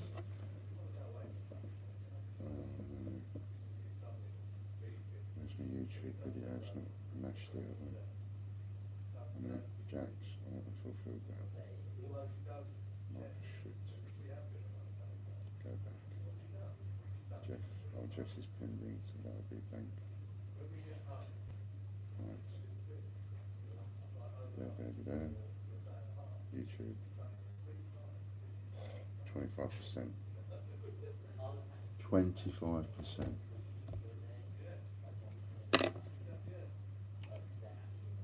Well, it's been an interesting day in the end, hasn't it?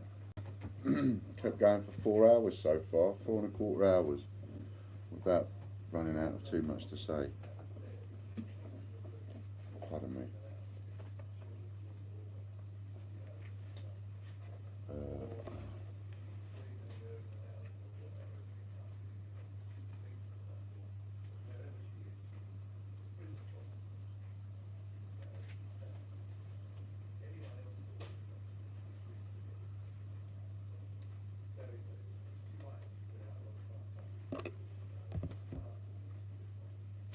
Can't believe how many subs you've got in a week. I don't even know how many we've got in a week. I haven't really had time to check.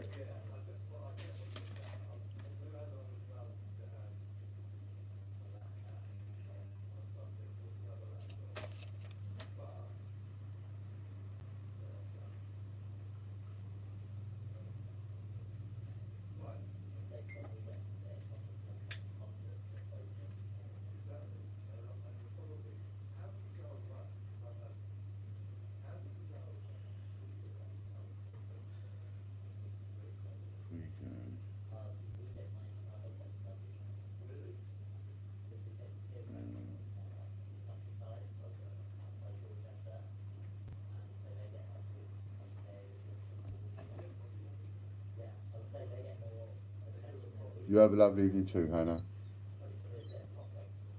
Hannah's got to go. Pop in tomorrow. Check WhatsApp when you get time. I will do. See you all later. You should think about doing live stream less days so you get time to yourselves and business. I'm in the process of setting something up actually. Nearly 2,000 subscribers. That's a bit mental. Brilliant. Excellent. That's good news.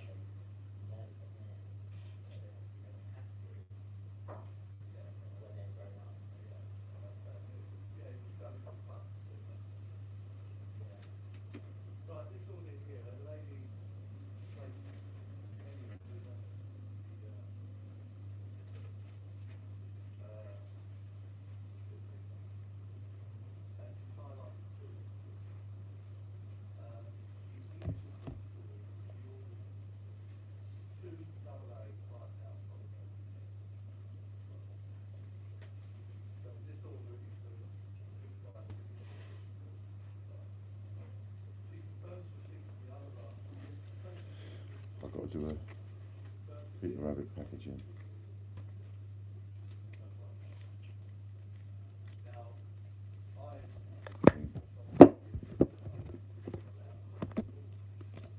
You're welcome, Scott. That'll be sorted out within the hour, hopefully, or certainly by tomorrow anyway.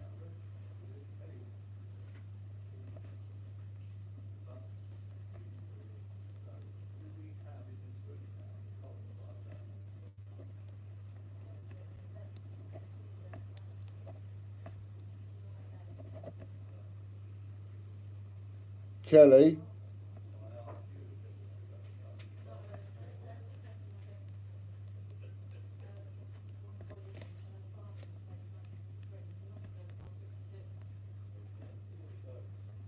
So, Can I have this person's name? I'm starting to make a note of the names of the people that we send these numbered things to, so we can keep some kind of a database.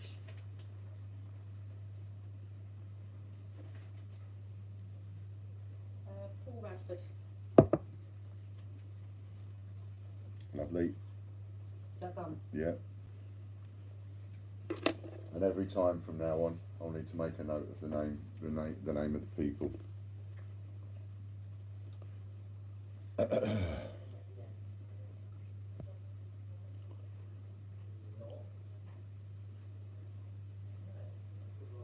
Still not had the parcel sent to the PO at your end on the 20th of September.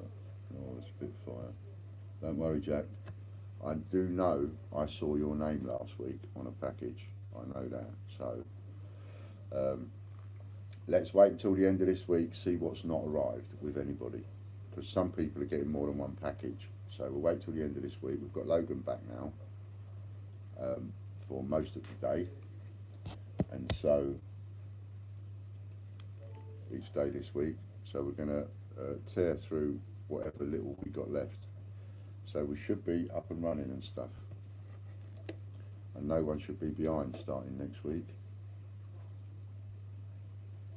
I've had one in the post office since the 20th as well. Yes, we know. This actually, yeah, what you mean, the email that you got from us? It will have the tracking number on it, even if we haven't posted it. It will still have the tracking number on it. It's just because it gets printed off. Once it's printed off, it's marked as shipped. If it's something that's stuck in the post office, if it's because the stamps fell off and you've got to pay an extra £2 or something like that, just let us know. And we'll put that in your account. Excuse me a sec.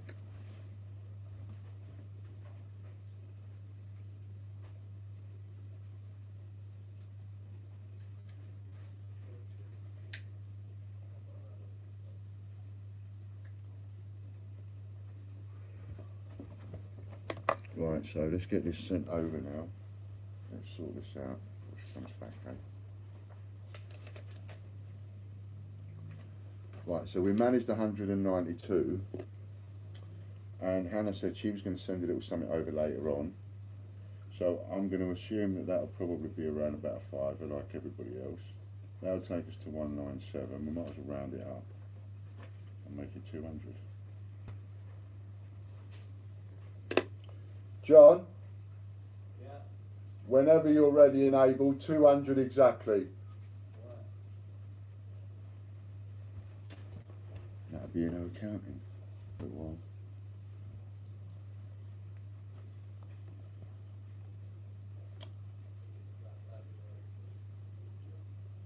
And no further. Yeah, it never will. Jack Martin makes a very good point then. Checking tracking numbers every day, but still only says checked into post office and no further. That's the difference. Right there.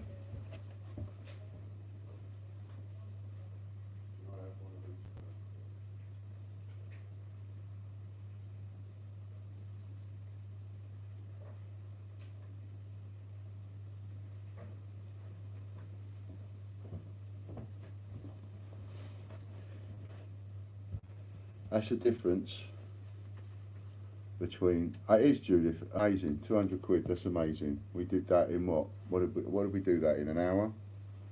Half an hour? Something like that. Just from a comment from one of you, just from Reef. You know, absolutely amazing. Need to sort the heavy mob in to sort them out down there. Well, the biggest problem we've got is with Paul's sorting office, because someone down there keeps helping themselves to parcels. And there's been 2 huge loads go missing. You know, it's almost like sackfuls really.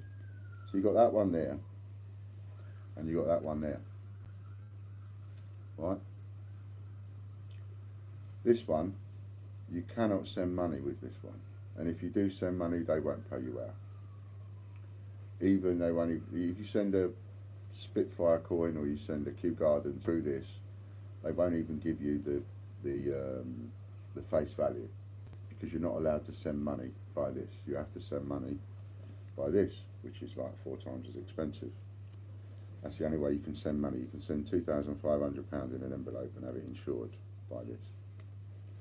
So with this, all you get is it's gone into the post office, and it will tell you what post office it went into, and it will never show you any other information apart from a signature or nothing. It'll either show you nothing or it will show you a signature. You will not see any tracking whatsoever. It doesn't come with tracking. This one is the one that's tracked. So it's tracked from beginning to end. So you're supposed to know where it is en route. That is the idea. You're supposed to know. This one, they don't tell you en route. All they tell you is it went in here, and yes, it was signed for. Or it went in here and nothing. And you never find out anything until one day it's signed for, and then you know it's delivered. This one is supposed to be tracked all the way along. See? But it's a lot more expensive. So, you know, if it's not an expensive parcel, we'll put one of these on it. If it is an expensive parcel, we put one of these on it. We used to send it by this all the time, but so many have gone missing now, it's unbelievable. You know, you wouldn't think this one could go missing, but dozens and dozens, to the point where we're now making a note of every single item that goes missing, and we're going to have no choice but to take a county court claim out against the post office. As soon as it hits 2 or 3 grand, we'll take out a county court claim and sue them that way, because they won't pay us out any other way, and they won't properly launch an investigation. And you can't tell them that someone's bent and nicking your parcels, because the first thing they reply with is, it's none of our staff. None of our staff would do that. And like, you know that there are bent postmen all over the country, just like you know that 90% of them are as straight as a die and do the job properly. Do you know what I mean? But when you start talking to security and all these people, they start flanneling you with, oh no, no one in our sorting office would do that. If they wouldn't do that, then why have we got hundreds of bleeding parcels going missing? Reef is a postman. There you go. No disrespect to postman, Reef, but you know, you will know as well as I do, there are bent people in every profession. Doesn't matter what the profession is. It's just that certain people within a profession go, oh no, it's no one in our profession. Like if you ask a politician, are some of you bent? He'd go, oh no, none of us are bent. But we all know there are bent politicians. You know, there are bent landlords. There are bent business owners. There are bent everybody. And there are honest everybody. And at least if you take that on board and you go, yes, it's, you know, it is possible that we've got somebody bent within our sorting office. We'll have a look at it for you. You know, then you're getting somewhere. But if somebody goes, no, sorry, nobody be at it, no, then you've got no chance. So that's no disrespect on postman, Reef. It's just that, you know, denying from the management, denying that such a thing as a bent postman doesn't exist is not helping the situation. Because if it's not a bent postman, then what is it? Is the machines so archaic that they are destroying millions of packages and parcels every day? I don't think so, because they put a lot of money into it. You know, there has to be a logical reason as to why so much stuff goes missing.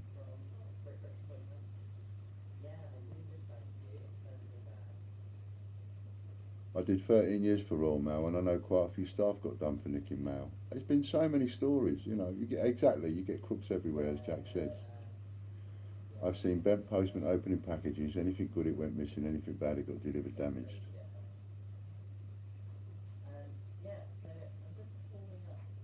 Need a honey trap sting. I had one once. Jeff says he was a postie for 34 years. If it's happening at the same place, it should be easy to find a culprit. Absolutely. And all you need is somebody on board that will go, yeah, I'm up for that, let's catch the culprit. And I had that once. I had that with somebody that I knew tried to buy a video camera off me, and I knew it was bent, and I knew that the PayPal account that they had used was bent, so I knew that the money would get snatched back off me eventually. And so, hello Barry. And I knew that, you know, I knew it was bent, and because I had a feeling, I researched it a bit more, so I looked into the buyer and the address and all that, and it was for in London. And it was for an area in London that I happened to know, and I thought, I don't recognise that. And so I looked into it a bit more and realised that the address that he'd given didn't exist. Now we've got you now, because all we have to do now is follow that package, and all that has to happen is someone needs to be there at the other end following that package all the way through. When somebody grabs hold of that package, gotcha. It's that simple. It's no more difficult than that. So I tried getting the security involved of the Royal Mail. I've told this story before on video, and I got hold of them and I said, this is what we need to do now. It is a non-existent address. So two things is happening here. Either a non-aware delivery postman is delivering it and someone is going to jump out of an empty building and say, oh, that's for me, mate, or they've got somebody on the inside, which is a bit more logical. So somebody delivering that parcel or somebody in contact with that parcel when it gets to this particular sorting office, because it has to go to that sorting office to get delivered to that address, and it's going to be sent by special delivery, so they've got to sign for it. So someone is going to make sure they're available at that end to somehow sign for or woof that parcel out of the way. So what you've got to do is you've got the parcel. We won't put a camera in, we'll cut the bricks in. And then I'll package it off. Right, I'll take it to the post office, you're on board, you track the parcel every step of the way. Nice and easy. By tomorrow morning, delivery by tomorrow before 1, by tomorrow morning, you got them, cuffs are going on. No, nobody in the sorting office would be nobody would be stealing. No, all of our staff are vetted. No, that wouldn't happen. And I'm like, please, don't treat me like a child. It is happening. It's happening right now. There is somebody there. We can catch them. No, can't do that. No, I can honestly say that there's. And went on and on and on and on and on. And also said, anyway, we can't do what you're suggesting, Mr. Lambert, because you have to sign the thing, special delivery that you're sending, to say what's inside that parcel. You'll be telling lies because you'll know that it's a brick. And I said, yeah, I know it's a brick and you know it's a brick, therefore, and I'll give you the tracking number, therefore I can't make a claim on it, can I? Because I told you it's a brick. Yeah, no, sorry, that's not allowed. And they refused to do it, point blank, refused to do it, wouldn't track it. Within 24 hours they wouldn't do it. So what did I do? I just put a couple of bricks in the box and sent it anyway. Let them have a couple of bricks. And then when they tried to take the money back, I proved delivery. So they never got the money back and they never got the camera. I proved delivery because I had a tracking number of a special delivery that was delivered. It was only a couple of bricks. But no one would believe me, no one would listen. So that's what you're up against. Hello Barry, got home from hospital, been in since Friday with a lung infection, so on antibiotics again. Hope you're all well. Well, we're sending you our loves, Barry. Lots of loves out of my bucket and everybody else's.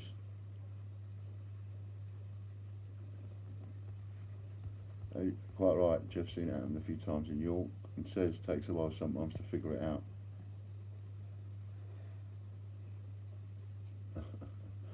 My aunt sent me £20 for Christmas once. I got the card still in its envelope but not sealed, and guess what? You got it, no money.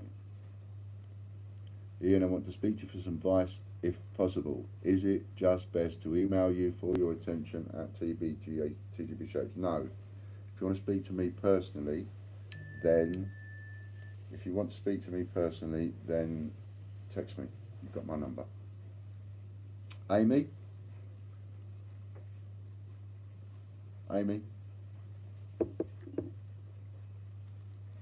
Can you hear me, Amy?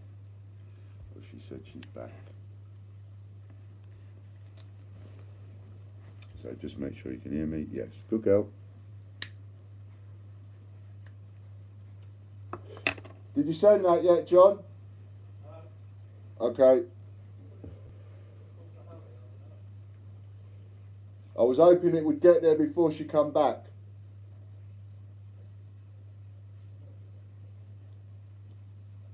But that's all right, I'll tell her now.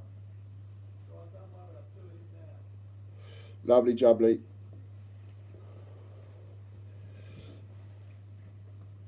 So, Amy, whilst you were gone, we've done a couple of draws, which I've got to give you the details for in a bit. And how's Bailey, by the way? Before I get on to what we've been doing. You got some tablets? Or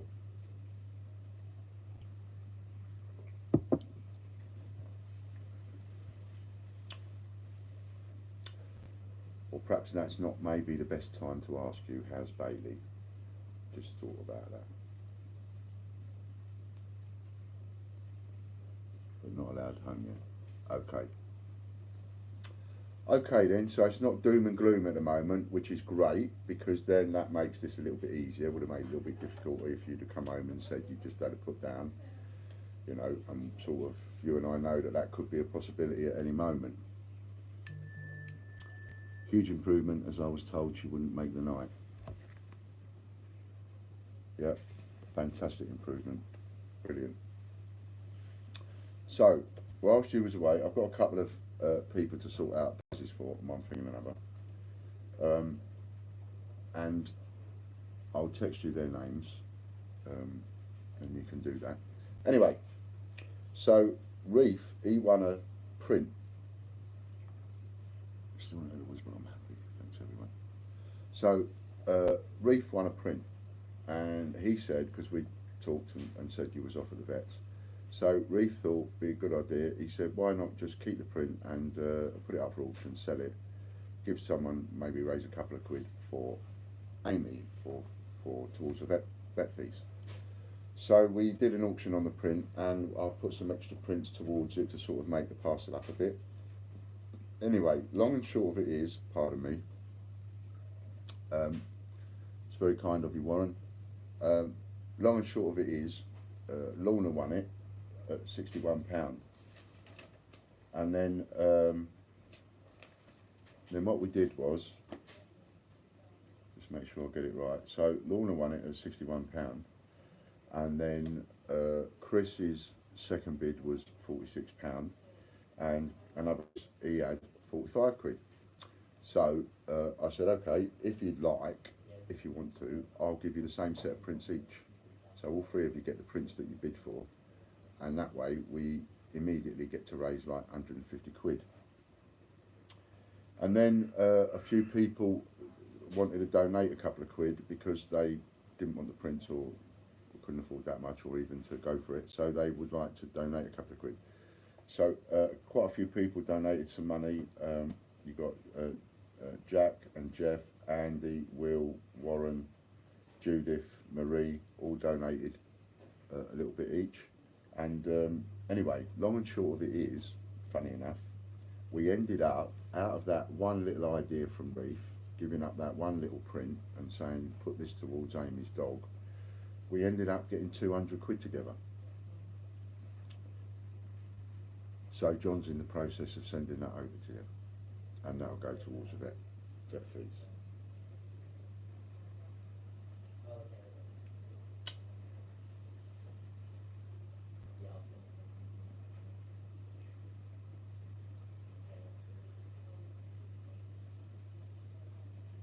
And I think they're amazing for doing that. Absolutely amazing. So that's been done. It's all been, yeah, I know. So that's all been done, and John's in the process of sending that over. So the money will be in your bank, and you can just straight away put that towards it. I know.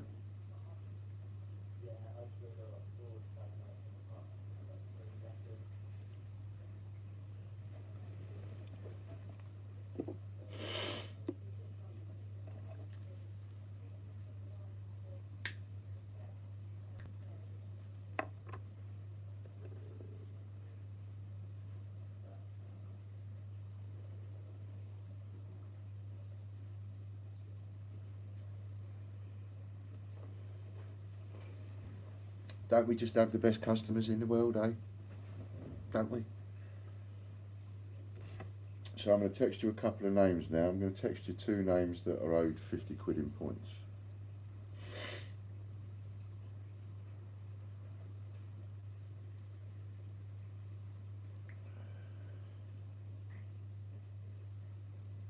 So we want Jeff Harrison and Scott Donaldson. Okay, just sent you two names, they're £50 each. I'll cross them off the list.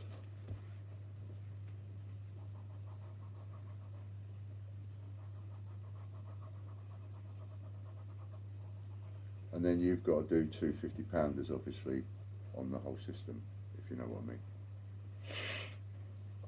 Excuse me.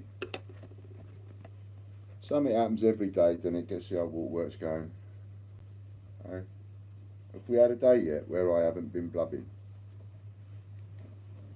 Have I done a live? I mean, that'd be the one to see, innit? There's one where I haven't done any blubbing at all.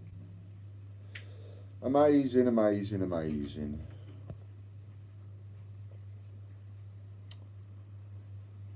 Hope the doggy comes home soon, says Marie.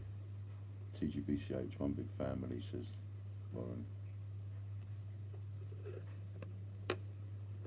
That's so nice. So nice. Such lovely comments.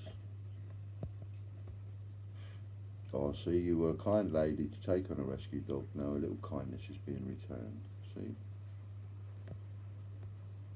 Good job the camera isn't on me. I know, good job the camera ain't on most of us.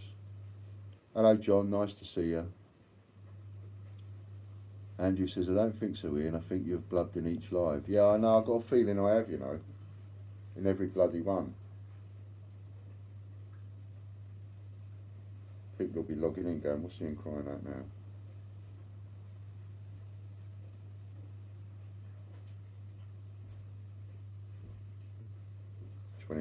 %. Still only 29%, look at that. What's the time? We'll be going soon.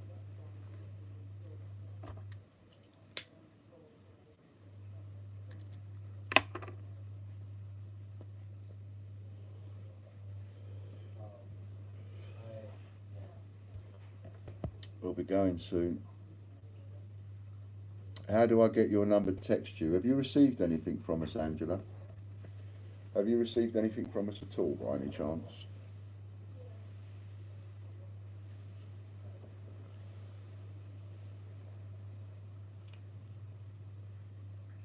Because if you've got a compliment slip off us, you've got my number on that. If not, Warren will punch it up for you and then he can delete the comment after you've got it. Okay, just how's the vaping going on here? Not very well at the moment. I've had a couple of smokes today.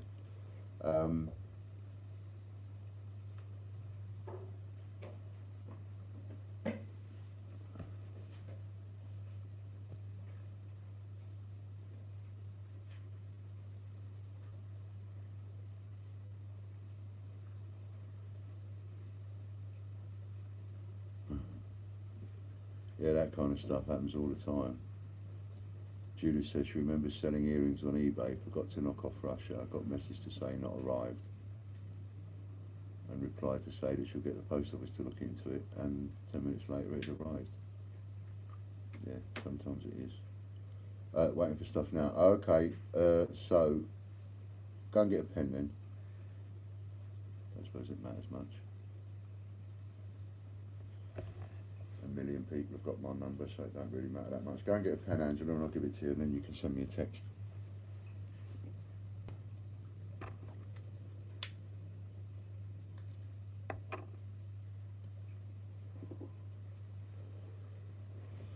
I did well last week, and tomorrow I will start smoking the vape again.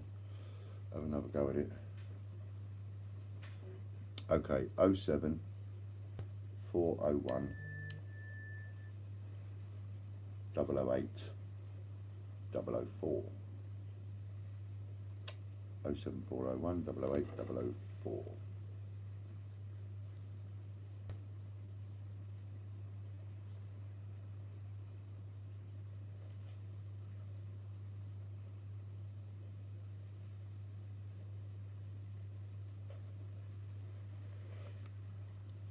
Don't know if you can see that. There's Amy and the doggies and Bailey. I mean, when she was taken to the vet.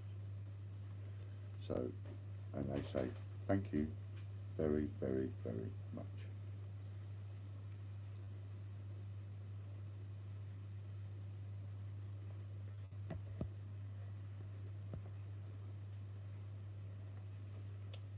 She's a beautiful dog. Lovely soft fur she's got. It's like silk. Go straight down. She's got this hair that's like silk. It's lovely. And she's so lovely. Beautiful dog.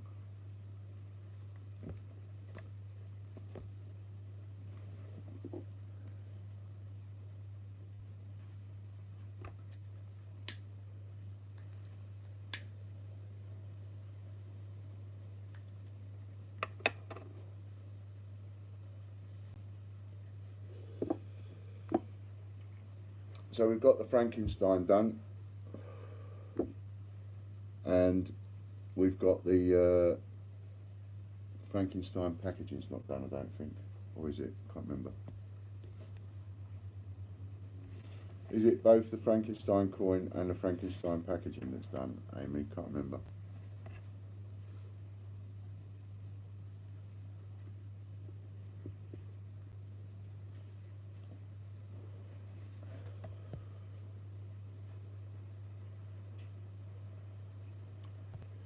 I will get there, one step at a time, baby steps with the 6. One step at a time. Hopefully this time next year I will have quit.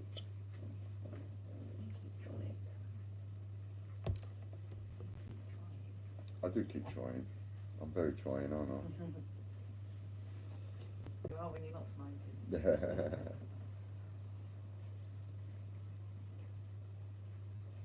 Poppy? Did we have a So, it's 1:45, and we missed out on the voucher codes, Amy, so if you want to just fire them off, and at least I can mention them then, and they can be written up. Warren will write them up, or Andrew will write them up, and then they're there for anybody that watches the video after. And then we'll do the other drawers, do them early, and then call it a day. And that's that done. 5 o'clock nearly, and that's another day over. So you give me the voucher codes that we haven't had. 2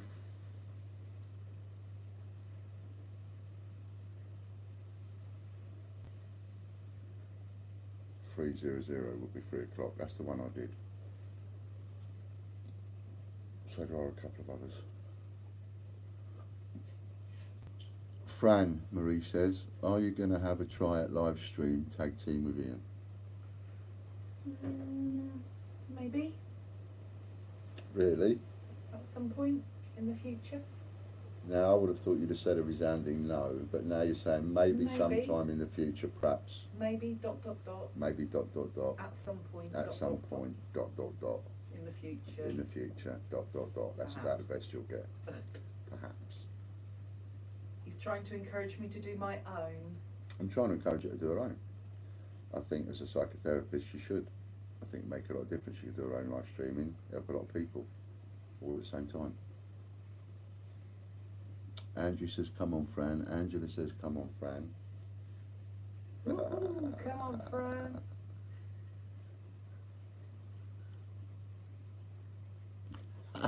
You ain't going to get it coming on today. We want Fran, we want Fran. Has Fran been on screen yet? Says Scott. Yeah, No, yes. you caught her a couple of times on screen when I was moving around and stuff, but not. She won't go on camera and do stuff. Hashtag we want Fran. Says Andrew. Excellent. Fran. Excellent, love it. So, a couple of codes coming from Amy in a minute to finish off with. Everybody, maybe angle the mirror behind you, says Judith. And Marie thinks it's because you've got your rollers in. if they look back on your videos, I'm sure they'll see me. Yeah. There's one not so long ago of me bringing the washing in from the Yeah, garden. bringing the washing in from the garden one day Casper. with Casper. Must teach Casper to help with the washing like I used No, to teach he runs off Hector. with that. Ian, there's probably a lot here who would benefit from Fran's work. You're probably right, but Ian benefits mostly from it. yeah, I benefit a lot from it. But it's got nothing to do with coins. Points all added, so Jeff, your points have been added. Scott, your points have been added. They're in your account straight away. Oh, YouTube. 30%.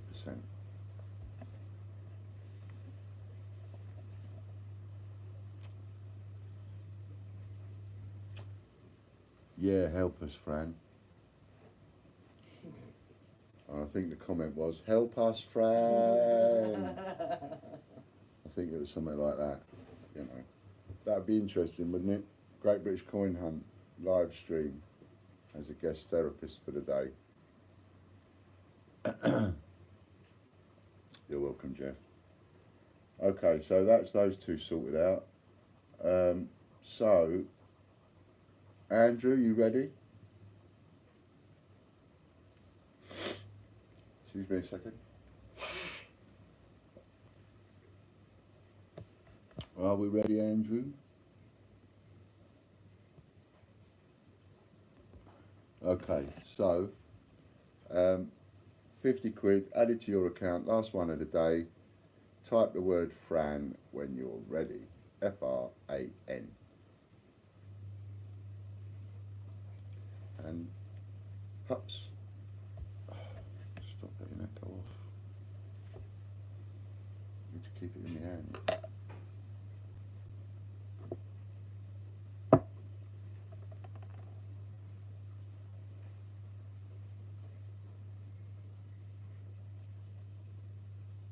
And you get a last look at what a nice pair of Frankenstein cufflinks looks like.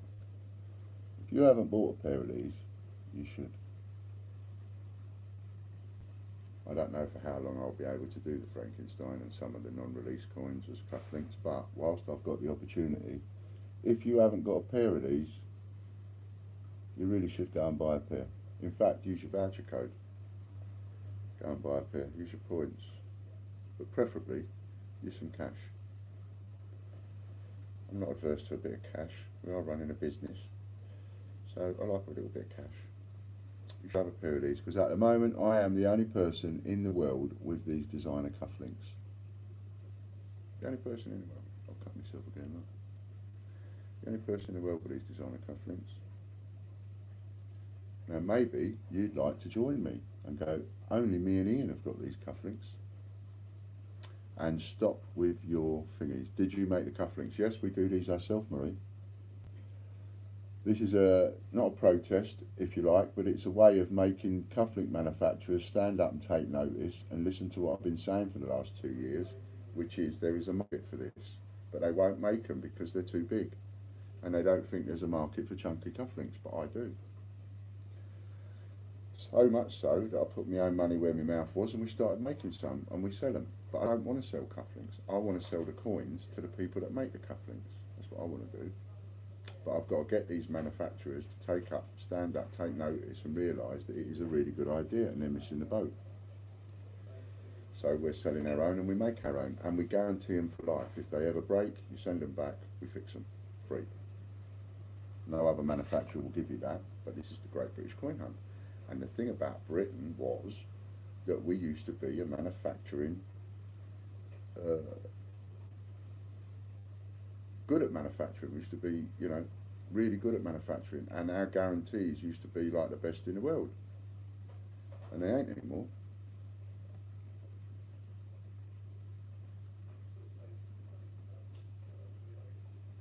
Okay, so that's Amy, that's Joe Longhurst, who won the 50 quid. Well done, Joe. Joe Longhurst won the 50 quid. So that'll probably be in your account in 10 minutes, Joe. And then you can use it. And Amy will do one for the database as well. And no doubt there'll be a voucher code coming out. So, you know. So if you'd like to join me, and like maybe I might wear another pair tomorrow. Oh no, I can't. I've only got the one shirt. So I've got to get another shirt. So if you want to wear a pair of these, so that you are the only person in the world apart from me that's got a pair, get a pair. Order available.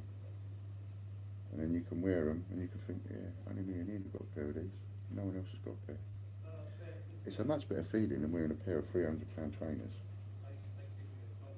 I can't see myself ever paying Stinky dog. 300 quid for a pair of shoes that I'm going to walk around dirty streets on. Mate, you stink. I'd rather pay 300 quid for something that's going to last. These ain't 300 quid. They should be. One day they'll be worth it. A whole new collectible market. That's another commodity we invented. The chunky coin cufflinks that no one else makes. Collectible market all of its own. We're probably selling about... We started off selling a pair of cufflinks a week. We're now selling probably 6 pairs a week. And I think it will go up from there. I think at the moment 50p's or more sell more than the £2.